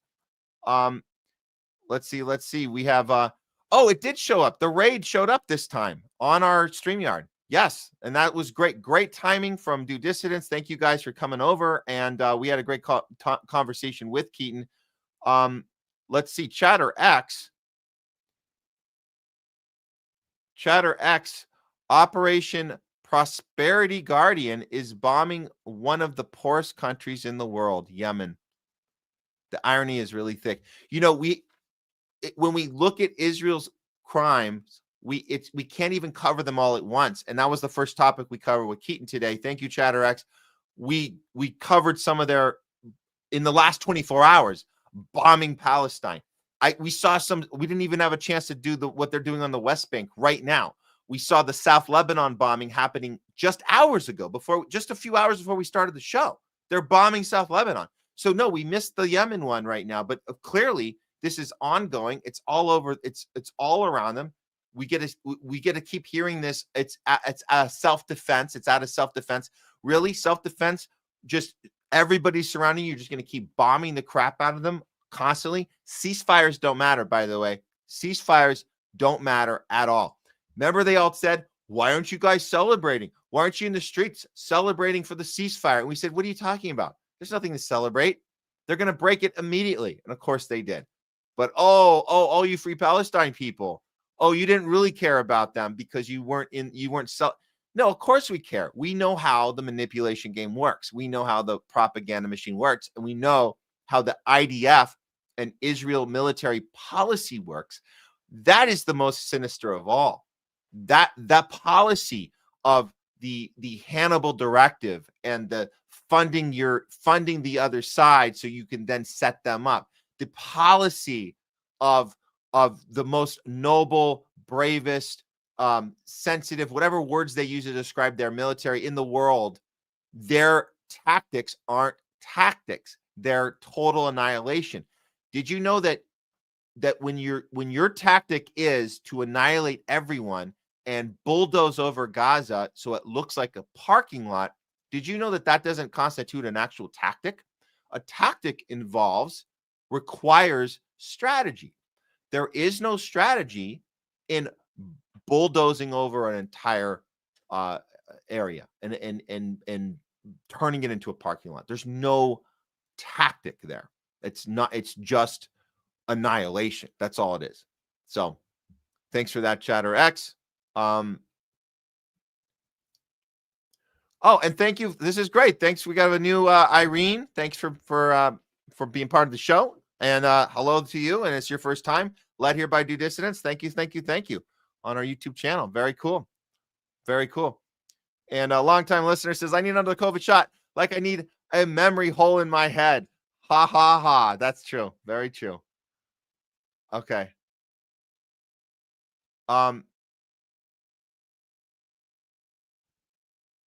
What else we got? No, we only had Keaton this time. I would love to get both of them at one point. That would be awesome. We'll see. And thank you so much for subscribing. We see and you see me in other shows. Yeah, we cross back and forth. And yes, Bonzo Beans, you like the East Coast to West Coast pivot. Very cool. And thank you again for you're doing great mod work for Do Dissidence. Very cool. What else we got here? This is great. Keaton's been plugging the show. That's so awesome. Obviously we can't listen when we're setting up. We can't really listen what's going on over there, but it's good to hear that he was plugging us today. Very cool. He's a cool cat, man. I love this guy. I mean, it was great. I hope we have more conversations in the future. I hope to go on do Dissidence as well at some point when it's at the right time. Let's see what else we got. Okay. Wish you go. Thanks for being on. Yeah. What else? Okay. Another one from a long-time listener. Pfizer has been trying the last 5 years to hide the data on the COVID shots for 75 years. That's correct. So this isn't the first time that Pfizer has tried to maneuver around transparency. They've been doing it for years. And they, all the pharmaceutical companies, they all maneuver around transparency. That's the whole point. That's the whole thing that we discovered that happened in the 80s when they all got total immunity for being sued for anything where their product would cause harm. They had a liability waiver. And then this idea that you don't have to show the information that you have, you can keep it private. When you know that your product can kill people and you have the data, they try everything to maneuver around. And we've seen that pattern so many times. It's not just Pfizer right now, it's all the other companies as well. And you guys know, like, you guys remember the Sackler family? They presented us their show on Hulu during COVID, but they shot it before COVID. But it's interesting that with Michael Keaton, they showed us how that particular family behaved, the Sackler family, and how they got oxycodone out to the American people and killed a bunch of people and made up all these rules, maneuvered around the system, captured this revolving door system with the FDA. They showed us all that. But I think and I always ask myself, why? Because Leslie and I watched that at the time, and I was like, what was the name of that? That was the name of that show is on Hulu. And it was the thing I was wondering, why are they showing this to us? Like, this is what they're doing to us right now. And people weren't seeing that. I was like, you guys know this. This is exactly what's happening right now. Pfizer and Moderna are doing this right now. But the reason they got away with it was because it was just the Sackler family and they weren't in business anymore. So they could tell us about something that happened 20 years ago, but we're not allowed to talk about what's happening right now. That's the problem. And again, this goes back to what I told you guys at the opening of the show today. I told you that there is no such thing as too soon. There's no such thing as too soon. In fact, the sooner the better. When we ask questions right away, we need to. You can't wait 20 years for Hulu to make a TV show about what happened 20 years ago. We have to know now. We have to talk about it now. Why should it take that long? It doesn't make any sense. What we need people to die, people to be distracted, people to forget, policy not being affected. We can make excuses like, oh, you remember back in 2005? That was a different time. We don't do that anymore. We don't get people hooked on drugs that kill them and then look for ways to have the doctors push them even harder and come up with terminology like breakthrough pain. You guys remember that one? Breakthrough pain was the terminology they used during the epidemic of the opioid crisis of oxycodone. That's what they used. The Sackler family used the term breakthrough pain in order to justify stronger drugs, more money through the money train. And they pushed that policy. So when we hear breakthrough pain, interesting. They use the same, Pfizer and Moderna use the same terminology for COVID. When people got the jab and then they got COVID. What did you have again? It was called a breakthrough case. A breakthrough case. So we have to talk about it when it's happening, not 20 years later. So let's keep doing that. And I'm not just saying for the drug stuff. I'm saying for all of it. For all of it. For the fires, the Lahaina and the LA fires, for the Epstein stuff, for Charlie Kirk. We need to talk about it right away and look into it right away. There's no such thing as too soon. All right, let's get to a few more. I went on a little longer than I was planning there. Oh, this is a good one. Unfortunately, during COVID, I was still listening to MSM mainstream, and so I didn't know what to believe. It feels as if I graduated from high school without an education or something, and that's what they wanted you to think. That was the point. And you are catching up. You're here right now. Irene, you're here right now. You are catching up right now. We're all catching up. We're all catching up. We're all going back to things that before we had our aha moment, we're going back and we're going, oh yeah, that looks a little different now, doesn't it? Oh, Obama drone striking everybody. That looks a little different now, doesn't it? Bernie telling us he's taking on the oligarchy, and then he turns around and defends Big Pharma a few years later. That looks a little different now. Hitler's speeches in 1939, now that we can translate them very easily, they look a little different now. So it's not that we didn't learn anything, and it's not that we can't catch up. Now is the time to catch up, Irene. Now is the time. And it's not that we didn't have an education. We had one, all right. We had a very particular type of education.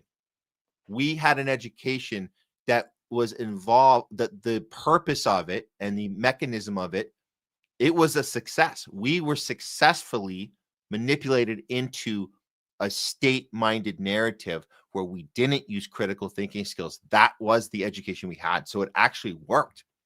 So now we have an opportunity to recognize that. And as you say, catch up. But it's not really about catching up. It's about now having the opportunity to use those skills, use our critical thinking skills. So this is an opportunity. Let's call it that. Let's call it an opportunity. And we have a different perspective. We can go back in time, relook at stuff. It's kind of like when you put a movie in, you click on a film you haven't seen in years. You watch it a second time. Years later, you watched it as a kid. Now you're watching it as an adult or whatever, and you have a whole new perspective, which is great. So it's you're not watching for the first time. You're watching it with new eyes, and so it gives you more wisdom, more insight, more self-awareness, and more critical thinking skills being accessible. So it's really good to do that, and that's what we're doing. So yeah, we're all caught up here. We're all caught up, Irene. And we should go, fuck Pfizer. Fuck Pfizer. Thank you for that.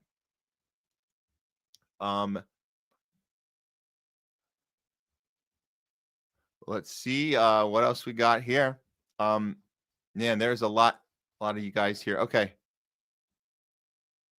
Yeah, long time listener. Silence is violence. When you cover up whistleblower complaints about the safety of pharmaceutical product and people die because of it. Yes, absolutely. Thank you for that.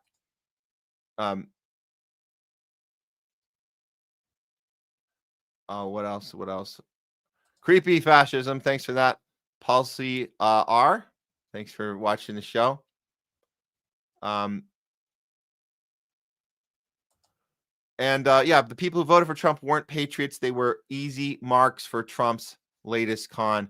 And you know what? It's okay if they recognize it now. That's good. We should be open arms for them if they're having that understanding and they're done with it and they're ready to get into a more populist, non-tribal space. Then that's good. That's good.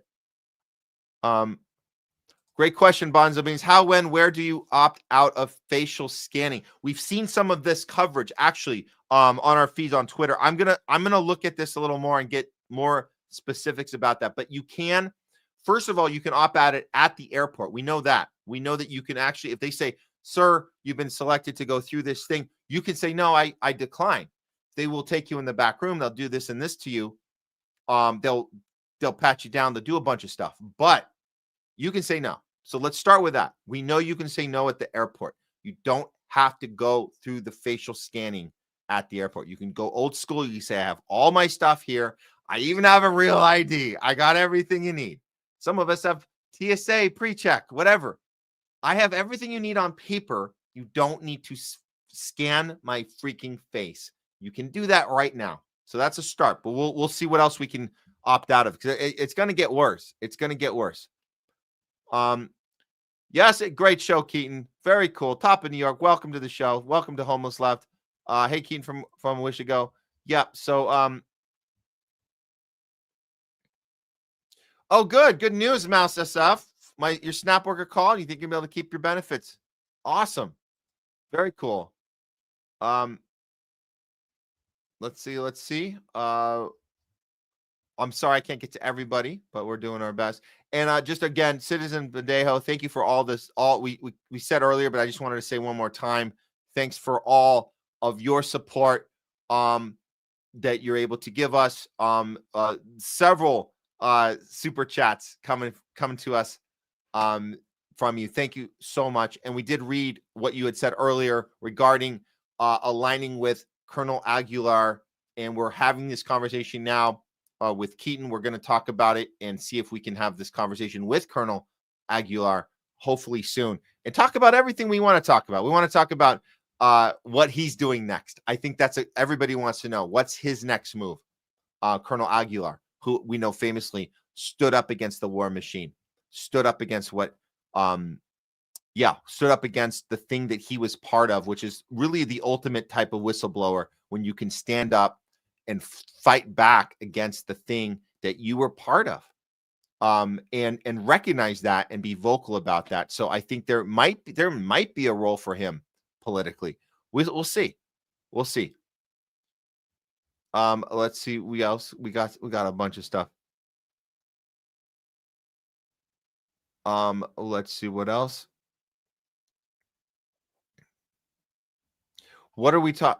What Zionist project are we talking about? I'm trying. Child of God, thanks for tuning in. A Zionist project.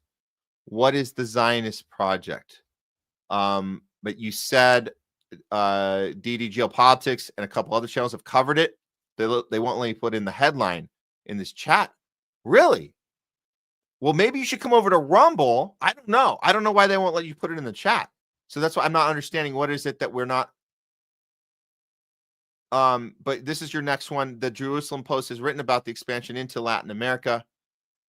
And they won't let this is concerning. So you're talking about YouTube, Google won't let you put the headline in the chat. So I'm not sure exactly what headline you're referring to there, child of God, but maybe we'll find out in the later comments. Okay. I can't get through everything today. Really sorry, guys, but let's see what else we got here. That's right. Agenda 2030 shit. That's correct. And here's a good one, Mouse SF. We understand the $50 billion in California was supposed to fund a high-speed rail we never got. All the money we get put into our state here, it's all gone. Newsom and the rest of them, they have this money laundering operation. They have it down to a science where there is no paper trail, there is no transparency. We had money, we had that same amount put on to homelessness. Never saw a penny of it. It just went right in their pockets. Everything's a money laundering operation. Everything is, not just Ukraine, right? We have the money laundering operations happen here as well.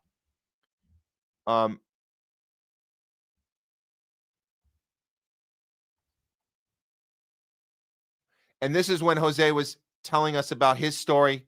His grandpa being detained by ICE through the Thanksgiving weekend, moved from state to state.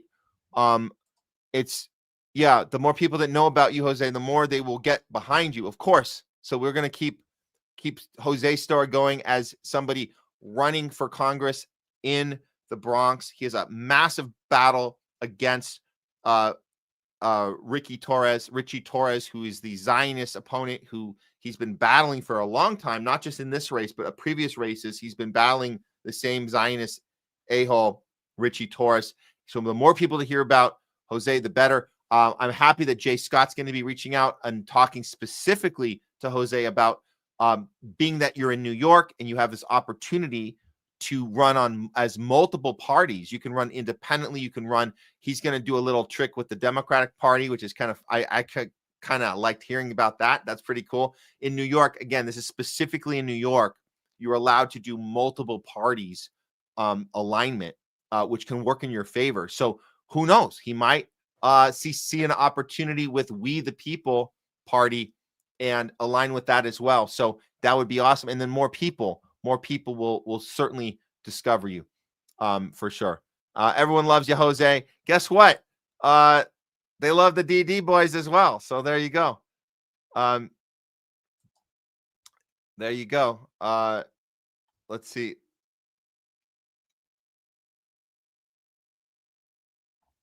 And there are other people saying about Colonel Aguilar about voting for him. That's interesting. The people, we're not the only one. Citizen Badeo, you're not the only one talking about this. Brenda Holliday's also saying she'd vote for him. So yeah, there's certainly the conversations happening.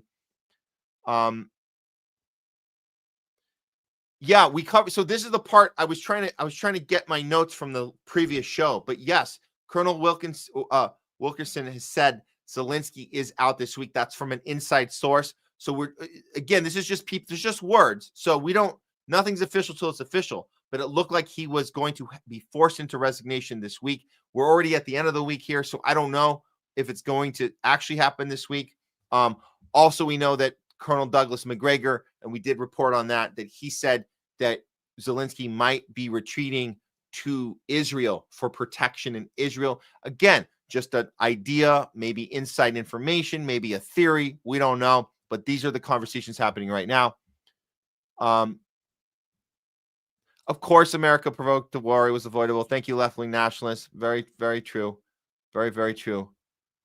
What else we got? Let's do a few more, and then we're gonna go because I got two more stories I got to do quick with you guys. Two more quickies for you.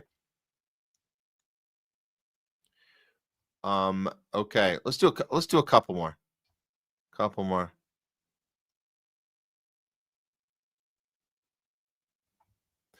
Yeah, left-wing nationalists had so many small businesses shut down while big businesses made bank. Of course, that was what that's what the whole thing was, the upward transfer of wealth of $5 trillion. $5 trillion upward transfer of wealth for the CARES Act, the biggest upward transfer of wealth in human history.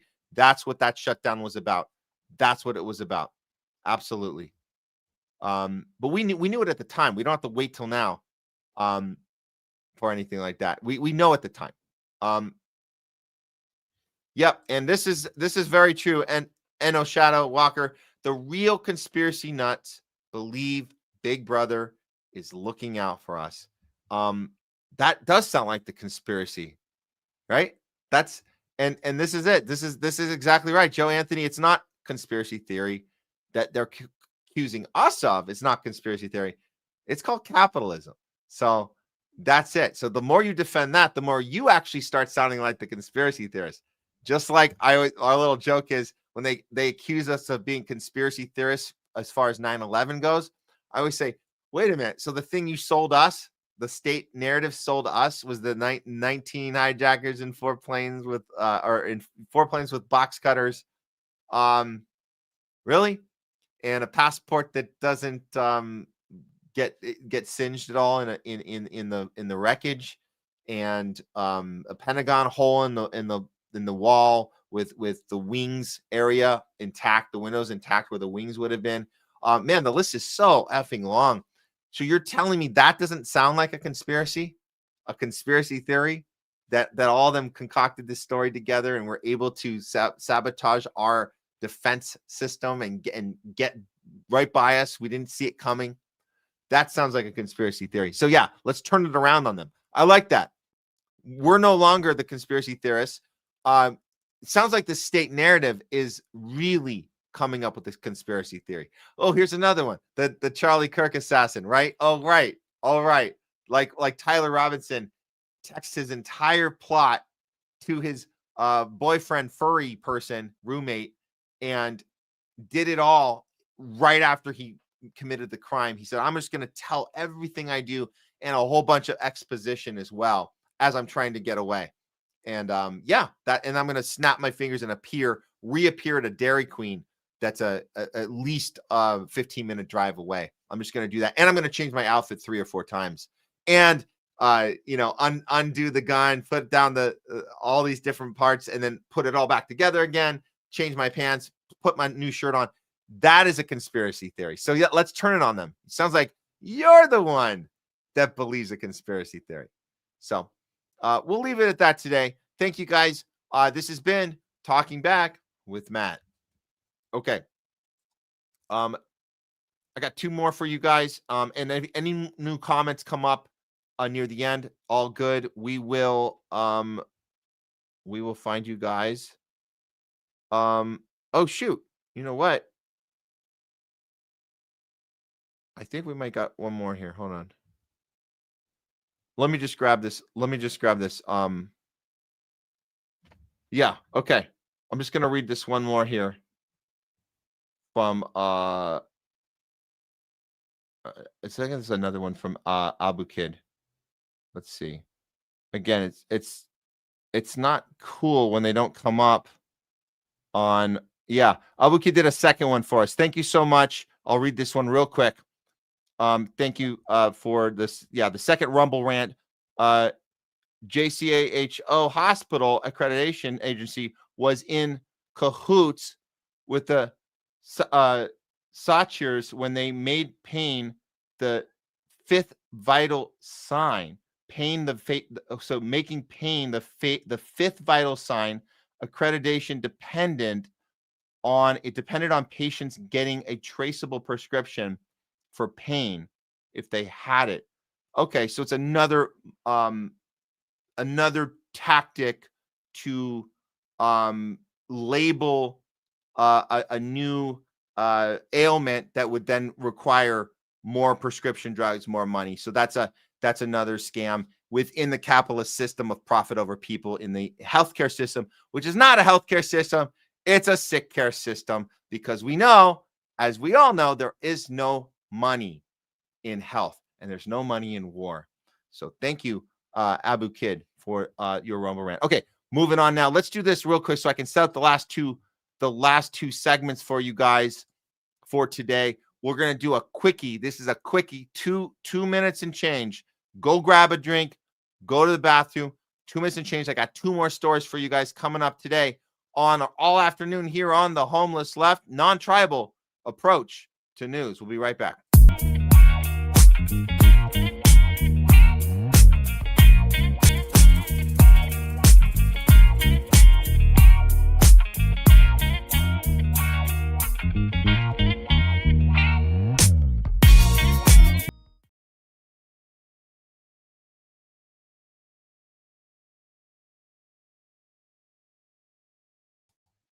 Okay, we're back. Welcome, guys. If you're joining us late, that's okay. We always keep our full live shows up on Rumble. We keep them there. They're all there. This is our 152nd episode. I kid you not, we have 151, 152 of them up on our Rumble channel. You click on the lives, you can go back and watch all of it in its raw form. We never take it down because we stand behind all of our work, even if information is available now that wasn't back in a few weeks back or a few months back or last year or whenever. It might change and inform us different opinions. We always are evolving. We're always having discovery. But guess what? We still stand behind where we came from because we keep principle intact. That's the key. We were talking today with Jose Vega. He talked about principle. He didn't say the word principle. Everything he was talking about was principle based. What he means is that if he sees wrongdoing, he calls it out no matter what. He calls it out if it's his opponent. If he sees ICE illegally detaining someone, he doesn't have to check who they voted for to see if he's going to have a problem with it. So you understand, like, that's called principle. It's easy to have that. So only in the case that we don't have information available to us at the time where that information might change our opinion, only that will we evolve and adapt our analysis of a particular event or occurrence, but we never, ever change principle.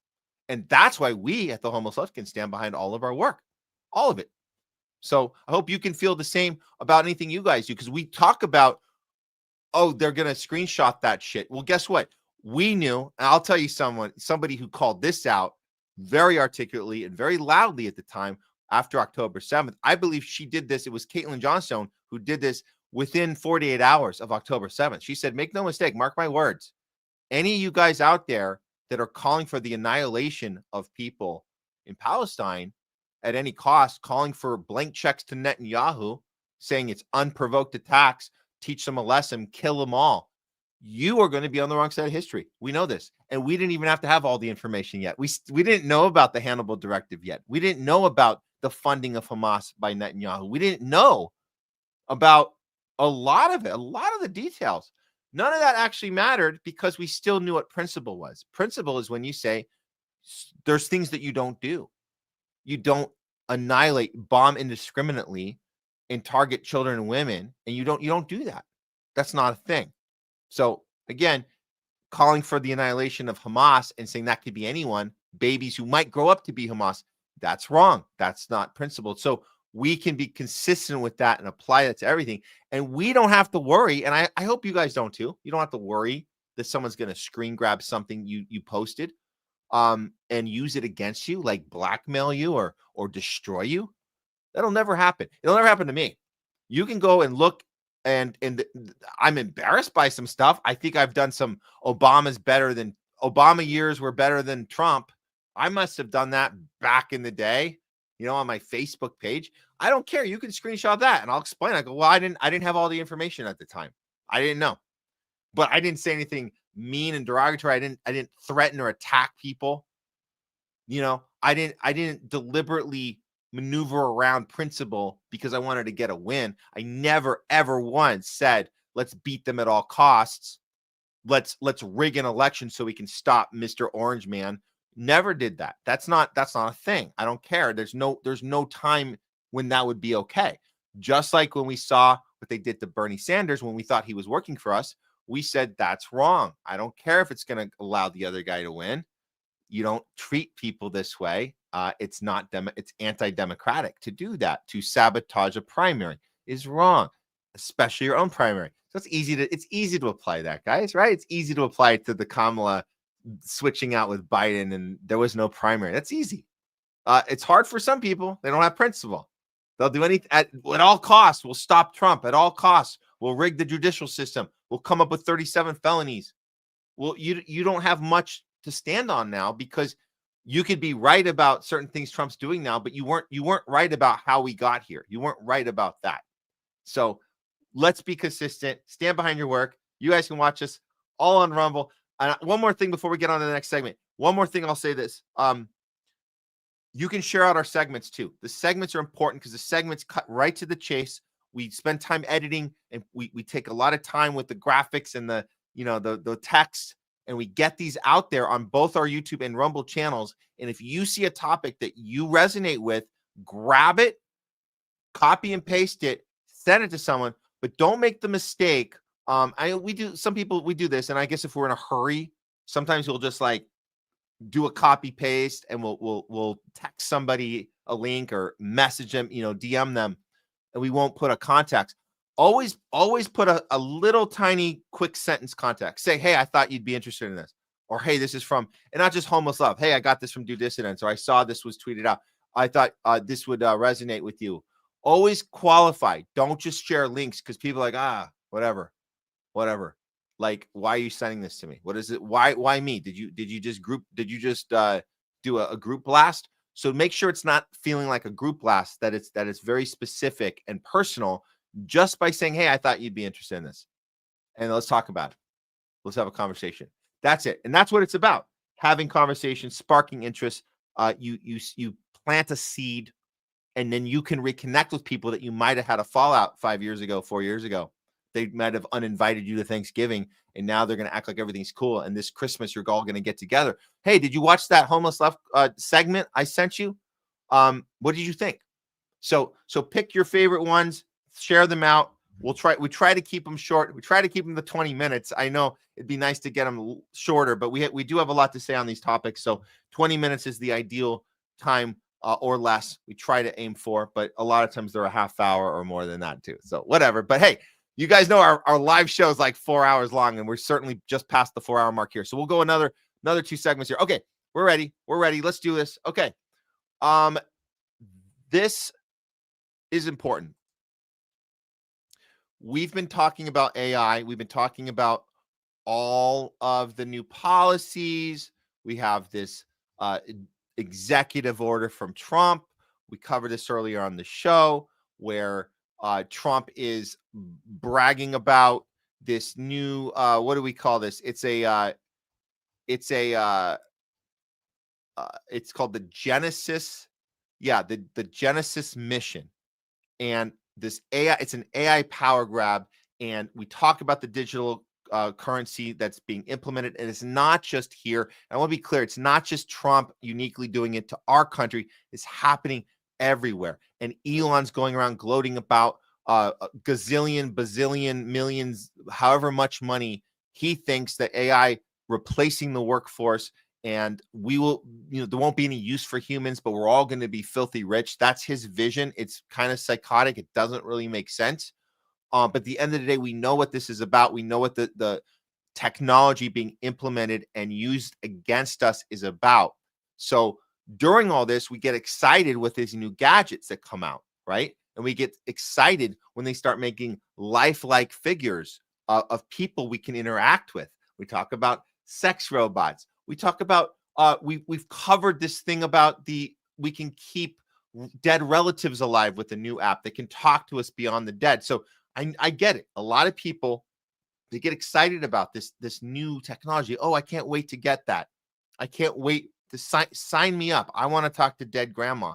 Sign me up. I want to have a companion. I'm not functioning in the dating scene. I want to have a sex robot companion. So all these, like, sign me up, sign me up. Well, at some point, we have to start talking about mental illness when it comes to AI. At some point, we have to talk about that we're not protecting people from their own triggers of the voids that they're trying to fill. And why are they the first to sign up for these programs? Why are they the first to sign up for these apps? Why are they the first to enable themselves into this and put themselves into this kind of new way of life where they're engaging with robot technology and thinking that it's human? At some point, it's going to catch up to us. So that was all leading up to this. I'm going to play this video of this mom. And I know there's people that thought this was fake. It's not fake. So we were talking about fake AI stuff. That's a whole nother problem. That's a whole nother show. But this is a real mom who has now integrated her family. We're talking about kids who aren't actually human beings. But what she's doing is I don't say pretending. I think there's a part of her, and this is what we're talking about mental illness. She believes that these robots are her kids. And she makes these videos. She's made a bunch of them, but this particular video blew up. She wanted to demonstrate to people following her that her kids are capable of getting excited about a McDonald's Happy Meal and that they actually eat the Happy Meal.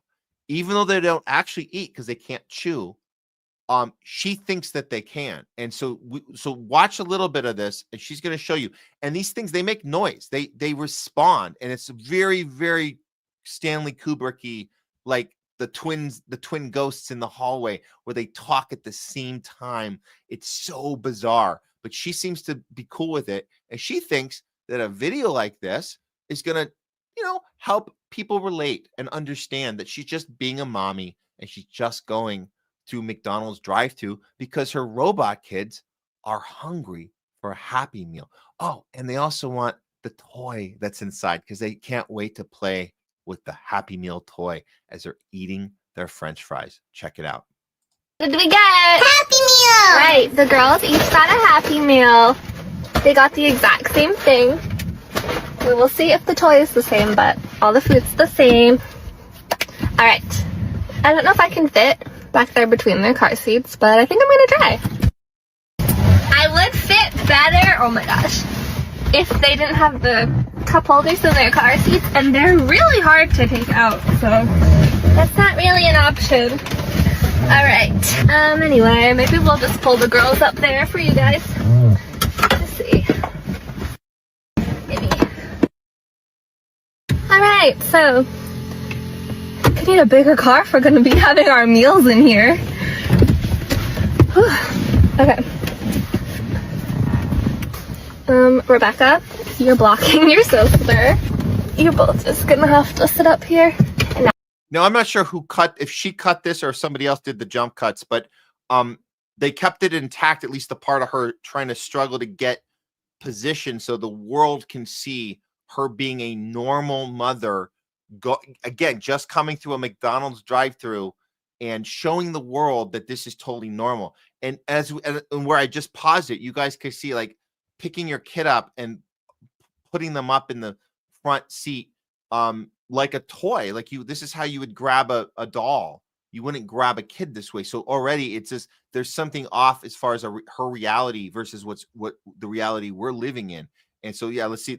It gets worse. It gets worse. Now your foot's stuck. Oh my goodness. You'd think I'd be better at this. We've made our fast food meals videos before. Okay. Where did I even put the other Happy Meal? Okay. Oh gosh. The radio. We're a lot tonight. Okay. Inns can sit on my lap, and you will sit right there. Just on the side note, you guys, have you figured out yet how to turn your camera? Can you turn it horizontally? What is this? Are we done with the? Can we be done with the vertical thing now? Are we done? Have we gotten? Are we all verticaled out? Because this is a separate note. I don't get this part. You're trying to get it's not a 2-shot. It's kind of a 3. You want to get all 3 of you and your fake kids in a shot. Why is your phone vertical right now? Why can't you turn it side? I don't get it. And I'm this is just me. I'm telling you as a filmmaker, I got at first that vertical was cool and it was hip and it was like, oh yeah, we're gonna Instagram this and that. But have we had enough of it? I've had enough of it. We want a wide view so we can see what the F is going on. That was just my little side irritation of this. Aside from the obvious irritation that the reason we're playing this. So back to the video. So that we can show everyone your Happy Meals. Okay. Anyway, toy, French fries, chicken McNuggets. They forgot our sauce, but the girls will live. Another toy, another 4 nuggles, and our French fries. Let's just see if the toys are the same one or not. Do you think they're the same or different? Same. Yeah, we usually get the same toy whenever. And that was not added in. That's what they do. Their mouths aren't moving, but they have this response. And I'm telling you, we looked into this. This woman posts a lot of these. This is her having a relationship with her audience, and she's really trying to show them that that this is totally cool. But it's really twisted shit. I said it sounds like the Shining girls in the hallway. Like, come play with us, Danny, forever and ever. And you guys know. Go check out The Shining. Scary shit, real scary shit. On another video, I think her mom is also supportive, and she's in one of the videos. So there's a bunch of these.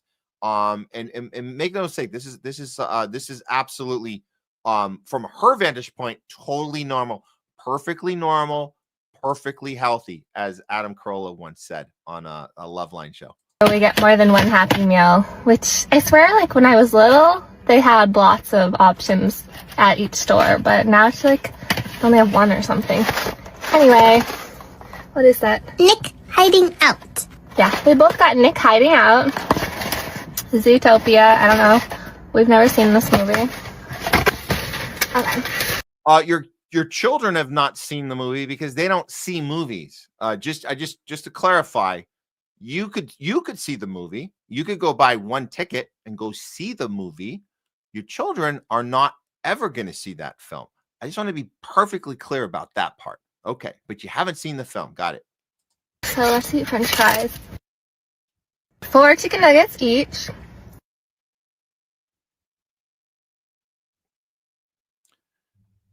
Everybody wants to see you guys eating them because they're so Everybody wants to see you guys eating them. No, but you're not. We're not seeing them eat. We're seeing you jump cut, and you're sitting there like you're waiting for them to chew, but they're not chewing, and then you're chewing, and then you're jump cutting it out. Yeah, I think she jump cutted this. I think she did. She did. And she's got this look of, oh, this is just the way feeding time works. This is just what we do. This is totally normal.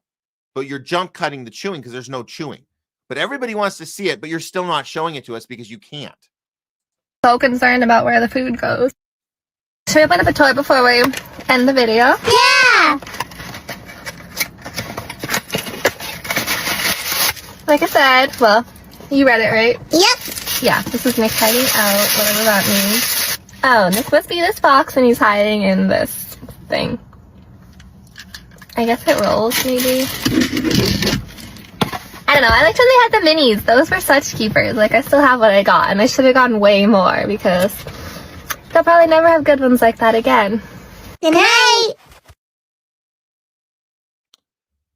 Yeah, there's a series of these, and her mom is supportive. There's one where I said where she comes in involved and helps her with her grandchildren.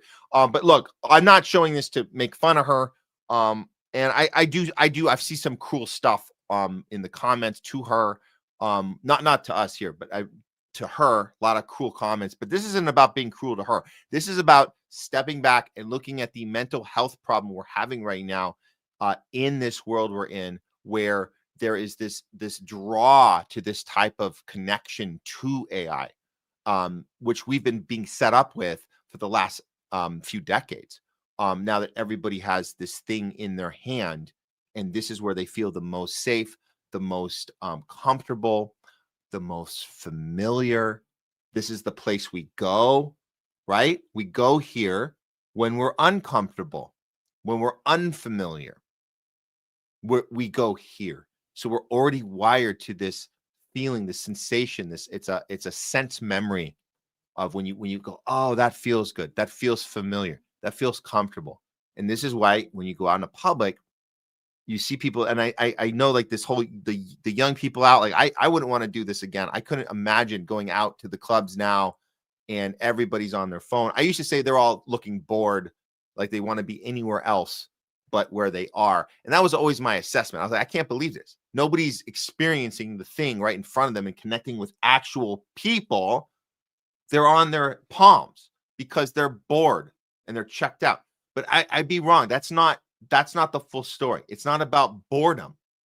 It's about, this is how we're been conditioned to deal with awkwardness, deal with a new sensation, deal with a new environment, deal with a new relationship. We can't deal with those things.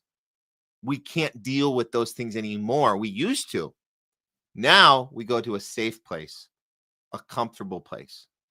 And so it's not boredom. It's, I need to feel that rush, that rush of familiarity, comfortableness. Yeah, all of that. That's what this is. That's what this is. So this is an extreme case of somebody who, again, doesn't have, for whatever reason, doesn't have the kids herself. This is how she connects. This is safe. This is familiar. And she's showing everybody else, hey, look, perfectly normal, perfectly happy. Stepping out of there, we'll end the segment with this this take, because this goes back to how I started. This goes beyond just, don't buy the fake kid, don't buy the fake app, don't what are the don'ts? Don't do the dead relative thing. Bring back my dead relative. So you can opt out of all these things. You don't have to buy a sex robot. You don't have to do these things, right? You can opt out. Okay. The things you can opt out on is the digital ID. We can try. We can put up a fight. We talk about avoiding the facial recognition thing as best we can. It's very hard, but this little video, this one's also going viral, and this girl is saying, all of this technology, everything we've been saying on this show, she's spelling it out for her generation, and this is effective. People are resonating with this. Check this out. So I just blew this shit the fuck up because I cannot sit around idly by while they are literally enslaving us before our eyes. The UN just had a meeting about pushing this carbon footprint bullshit, and tonight Apple the Apple from Black Eyed Peas performed tonight, and he's going to be one of the first celebrities pushing this agenda, just like they were pushing the vaccine. I'm telling you all now, this is the precursor to global slavery. Policing humans on their carbon footprint is the precursor to global slavery. Wake the fuck up, people. You all just got fucking vaccinated. People just fucking died off the face of the earth. People are having health issues. And now it's okay to speak out against the vaccine when a lot of us were getting fact-checked on social media. But now we can speak the truth. So guess what? They're going to do the same thing. It's the same pattern, same cycle over and over again, where they fucking police us. And then after like 10, 15 years, then all of a sudden it's okay. Then all of a sudden it's okay. But I'm not going to fucking stand here and let us get enslaved. So humans, wake the fuck up. Yeah, so that's the overall this is, and we talk about this all the time on the show, guys. This is what it's about. It's never too soon. I've said that a few times. That's what she's saying. It's never too soon. We don't wait 10 or 15 years to call out pharma. We don't wait 10 or 15 years to call out another illegal war or occupation. We don't wait 10 or 15 years to say, my family members have been hurt by this thing. What do we do? Help. We don't wait 10 or 15 years to say that AI has infected us and it's taken us over. And we are deferring to AI to call the shots now on human behavior. We see AI taking all these jobs. We see Elon gloating about, hey, you guys aren't going to be needed for anything, so we can all sit around and be rich. Well, no, we can't. Only a few of us can. The rest of us are going to be useless. The useless class. They talk about that. The WEF talks about the useless class. So all these things are true. The best thing we can say is the advice she gave, when we say it all the time, is call it out in advance. We're not trying to make fun of people. And I think that's also key here. We're talking about people that fell for the vax, fell for these other things, falling for this, all of these gadgets and these apps, and sign me up for digital ID and sign me up. I want to be a guinea pig. I want to be in the trials. Put a chip in me. Sign me up. We're not coming at those people. We're calling it out now. We're not going to say wait and see. We're not going to say wait and see with the next jibbity jab they come out. We're not. We're gonna say now it's not okay. Right now it's not okay. We have critical thinking skills. We know what's coming later. So now is the time to speak up and have a problem. We're not gonna wait another 10 or 15 years. I don't know if we have the time. Okay, that's about it for that one.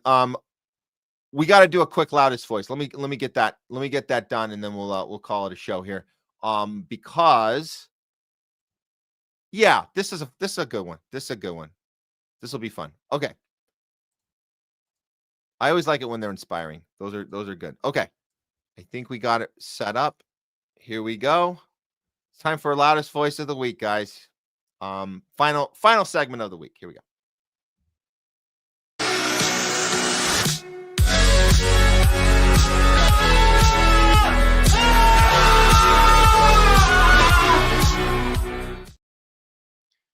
It's the loudest voice of the week. Today we noticed that Max Blumenthal was at it again. He definitely gets noticed by us here doing this particular segment because he's very loud and very direct when he calls out power. And this is no different.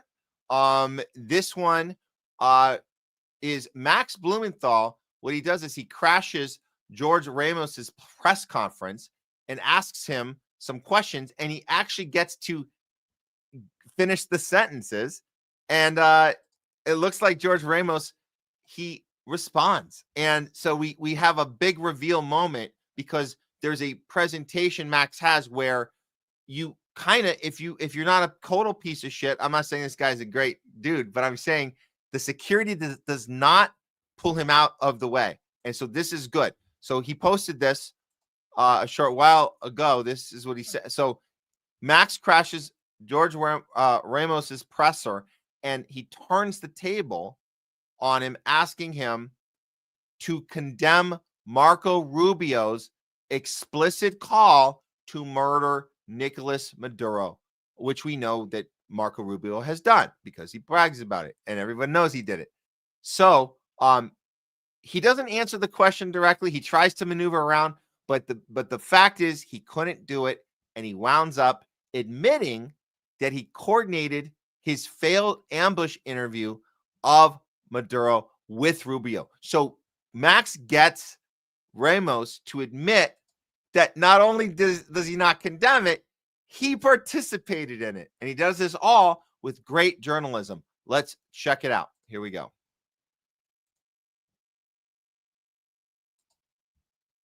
Cell phones, and just last night at 1 a.m. They gave me back my cell phone, but my cell phone has no contact. Mr. Ramos, let me finish a couple of questions in English. Any plans to confront Marco Rubio about his threat to kill Nicolas Maduro by posting pictures of him and Gaddafi? Any plans to confront Marco Rubio about his threats of military invasion, or to confront Donald Trump about the sanctions on Venezuela? What I can tell you is that many people here in the United States supporting what we were doing, and that Marco Rubio, Vice President Pence, and many others were supporting what we were doing over there. So you were acting on their behalf and you're accepting their support. No Absolutely plans to not. confront Marco Rubio on calling for the murder of Nicolas Maduro. I have been. It's interesting what you're saying, because I have been a journalist for more than 30 years, an independent journalist.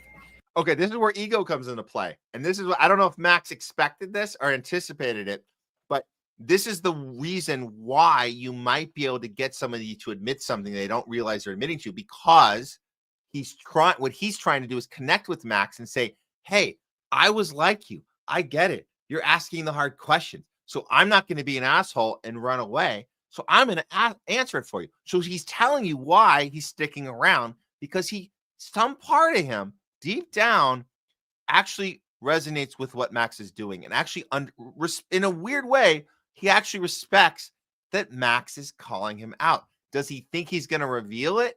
I don't think he thinks that, but this is where ego gets into play, right? Like the Ted Bundys who want to go to court and say, I don't need a lawyer. I'm going to represent myself because I'm that good. That's where the ego comes into play and works against you at the end of the day, because you talk too much. And sometimes the talking is the thing that's going to incriminate you. Your own talking. You're going to actually do it to yourself. Here we go. And everybody who knows me knows what happened with Donald Trump. Do you remember what happened with Donald Trump? Yes, the questions were great. If I had done that at a press conference, though, I'd probably be speaking out of turn. So it is very clear that I had no plans to confront Marco Rubio about calling for killing Nicolas Maduro, an elected leader. I'll do all the questions that need to be made. Will you ask Marco Rubio why he called for the murder of Nicolas Maduro? I'll ask yes or no? No, I'll ask all the politicians the tough questions. You will ask the tough questions that don't incriminate you. So that one doesn't count. That one I won't be asking. But any other time I can, kind of do the right thing. It'll only be when I'm not protecting myself. So I'm going to pick and choose when I do that thing. The thing that Max Blumenthal does all the time, every time. There's not an incident where Max Blumenthal doesn't behave this way. It's called principle. It's called consistency. It's not that hard. Once you apply it, it's pretty easy to do. You don't have to pick and choose. You just do it.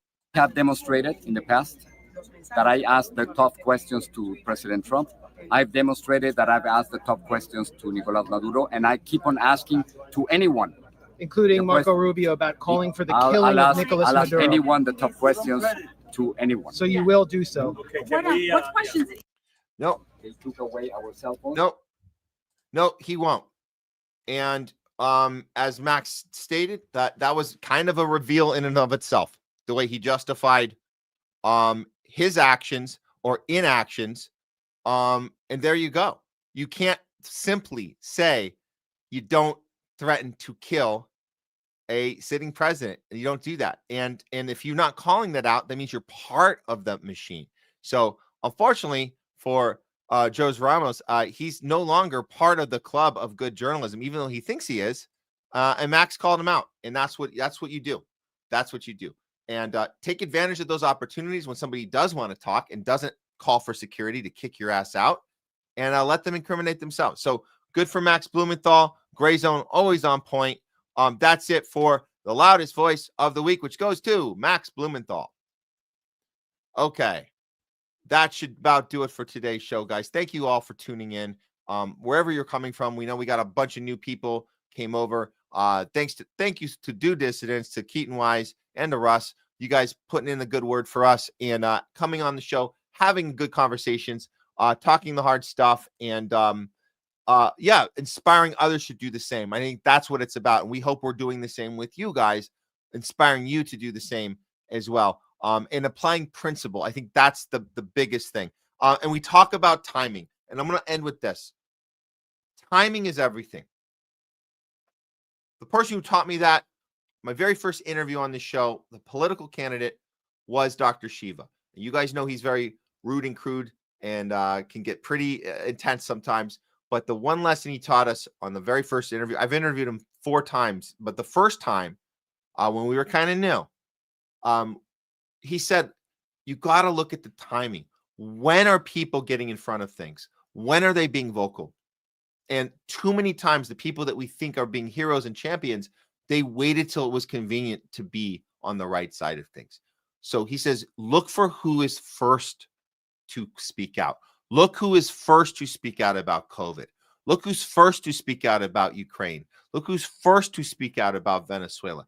Look who's first to speak out about the digital ID situation and the capture of our bank currency and the policing of U.S. cities and ICE and the military industrial complex. Not to mention if you go back to the war on terror, the first to call out Homeland Security and the Patriot Act, not somebody who caught up later. The first to call out the Iraq war was bullshit. The first, not when it was convenient. So that we're going to apply that moving forward. We all need to be first. It's never too soon to ask a question. It's never too soon, especially right now. Especially right now. So we will hold the people in power accountable, and we're not going to be deterred when people tell us it's too soon. Let the investigation happen. Let the people do their job. Let who do the job? Let the IDF investigate themselves. Let the LAPD investigate themselves. Let the Trump administration investigate themselves. No.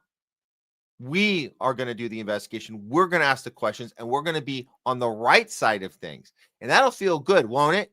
To know that you said something sooner than later, that you warned people, don't sign up for that thing. Don't take that next jab. Champion people who are victims of that system, regardless of if you like them or not, or if you voted for them or not, or if they were somebody you watched their show or didn't watch their show, or they said something that you didn't like before. You still should stand up and do the right thing. If Charlie Kirk was killed by Israel, I don't care that you didn't like Charlie Kirk. You stand up and say, that doesn't look right. I'm going to look into that. I'm going to find out what really happened to this guy, because that's the most important part of it, is when we apply principles, when it's inconvenient to do so. It's inconvenient to apply principles to someone you don't like and see if they were set up in a massive operation to take them down. If you don't like the person, do it, because that's when it's principle based. If you're only doing it when it's people you like a lot, whether it's, JFK, Martin Luther King, if you were a proud lefty growing up, you're like, I'm on the side of the people that I like, and I want to know how they died. No, you need to be about this also on the other side as well. And then it's principle. It's not just convenience. It's actual principle. So we'll leave it at that. Speaking of principle, what a great transition to our outro. And I will throw up some of your guys' comments. I'll try my best at the end, but we have one old school. This is a blast from the past. This is one of the older clips that we're showing to you guys. It's very relevant right now in this discussion. When I saw it come up on my feed, I never had seen this exchange before. but apparently 20 years ago, sometime around there, Helen Thomas, you guys remember Helen Thomas? She had a interview with Joy Behar, where Joy Behar, The View, that Joy Behar, I don't think the show was around 20 years ago. I don't remember. Or maybe this was 25 years ago. I don't know the exact date on this, but it's grainy. So you'll see this. Joy Behar, her job was to get Helen Thomas to cave on Palestine and Israel. And Helen Thomas wasn't having it. And you can see what happens when somebody with courage, and I watching this now, it's so relevant right now. It's so insanely relevant right now. We need people to be like this, like Helen Thomas was in this particular interview with Joy Behar. Watch it in its entirety. It's worth it every second. And we'll run it out, and I'll see you guys next time. Don't forget to like, subscribe to the channel so you get the notices. Check to make sure you're still subscribed, because sometimes they unsubscribe you. We're not the ones doing it. Google's doing it. I don't know if Rumble's doing that, but I know Google is doing that with YouTube. So check your subscription. Make sure you stay with us, and we will see you guys next week, Tuesday and Thursday. We'll be back with more Homeless Left, non-tribal approach to news. Remember, always go out to the world with principle, with courage, and conviction. All three are important. That's it for this week. I'm out. We'll see you guys next time on the Homeless Left, non-tribal approach to news. Power to the people, and free Palestine. We're out. Freedom. It's called freedom of speech, and I use it every day. And you pay the price. You pay the price. Okay, and you did pay the price. Okay, so like those Israel remarks that you made, and I want people to see what it is we're talking about. So let's watch. Any comments on Israel? We're asking everybody today. Any comments Tell them to get the hell out of Palestine. Ooh. Any better comments? Remember, these people are occupied, and it's their land. It's not German, it's not Poland. So where should they go? What should they do? They go home. Where's the home? Poland. So the Jews, Germany. You think Jews go back to Poland and Germany? And America and everywhere else. So when you look at that, when I watched that and when I saw it in the first place, I thought to myself that is an insensitive remark, that Poland and Germany are the exact places that the Jews were put into concentration camps, and that at the very, very least... We fought World War II. I had two brothers, many relatives. Right. There hasn't been the persecution since World War II. You don't take other people's land. But but you see the insensitivity of the remark that... No, I didn't realize it would ring that many bells, because they've been free ever since. I know, but Germany and Poland, you didn't pick, Alaska. You picked Germany and Poland. I should have said Russia, too. Well, Russia had its share of anti-Semitic pogroms also, but... They also had 25 million who died in World War II. That's true. But I'm trying to... More than that. Yeah, so, I mean, Germany, Poland, Dachau, Auschwitz, we're talking about... And the United States. And the United States what? I said he said, where should they go? I mean, they didn't have to go anywhere, really, because they weren't being persecuted anymore, but they were taking other people's land. You're talking about the Israelis? Of course. Do you consider yourself anti-Semitic? Hell no. You do not? I'm a Semite. You're a Semite yourself? Of Arab background. Oh, I know, you're Lebanese background, right? But you're not Jewish. Well, what does that mean? Well, no, you say I'm just trying to clarify. They're not Semites. I mean, most of them are from Europe. The Jews? Yes. Well, okay, but I'm trying to see, if you had a chance to redo the comment, what would you say now? Why do they have to go anywhere?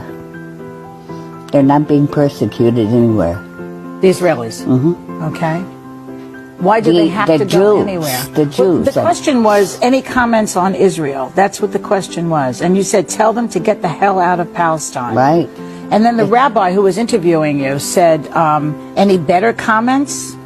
And you said, remember, these people are occupied and it's their land, not Germany's, not Poland. So where should they go, he said. What should they do? And you said, Why go home. Why do they have to go anywhere? They aren't being persecuted. They don't have the right to take other people's land. Under international law, occupied land should not be annexed. But then maybe you should have said, I'm not putting words in your mouth, but maybe you should have said, well, the Israelis should stay in Israel, but you said they should go back to Poland and Germany. That's what got you in trouble, Helen. He said, where should they go? Yeah. Well, maybe it did get me in trouble. Everything is distorted, but I don't care, You don't care at this point? No, at hell, no. Okay. All right. Well, you got a lot of criticism for it. How did you deal with all of that criticism? We have organized lobbyists in favor of Israel. You can't open your mouth. I can call the President of the United States anything in the book. But if you say one thing about Israel and you're off limits. Well, that's what happened to you. I mean, The Society of Professional Journalists retired the Helen Thomas Lifetime Achievement Award. They said no individual worthy of such honor should have to face this controversy. No honoree should have to decide if the possible backlash is worth being recognized for his or her contribution to journalism. Are you offended by that? By what? The fact that they will not give this award to anybody in your name? Well, I mean, that's their decision, but I think it's stupid. It has nothing to do with my views about Israel. My achievements in journalism are a little separate. So you have no regrets about what you said, even though I have regrets that everybody's misinterpreted it. And distorted it. And you have the Ari Fleischer and Abe Foxman distorting everything. So I certainly knew that, and I should have kept my mouth shut, probably. But you still don't feel that it was insensitive in any way? No. I'm sensitive about the Palestinians being pushed around, knocked on the door at 3 o'clock in the morning. Get out of this house in 24 hours. 3 generations in refugee camps. Okay. Pushed from their homes. I see. But you see the other side of it. The other side of it is that the Jews are sensitive because of the history that they have in the 20th century. Everybody's sensitive when they're being pushed out of their homes. Well, but the 20th century was particularly cruel to the Jewish population. Yes, it was. In Europe, in Germany, my family went through World War II.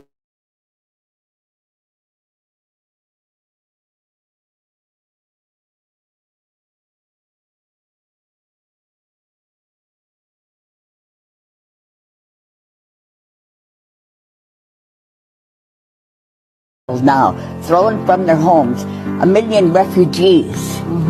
Is that sensitive? Everybody's got sensitivity points here.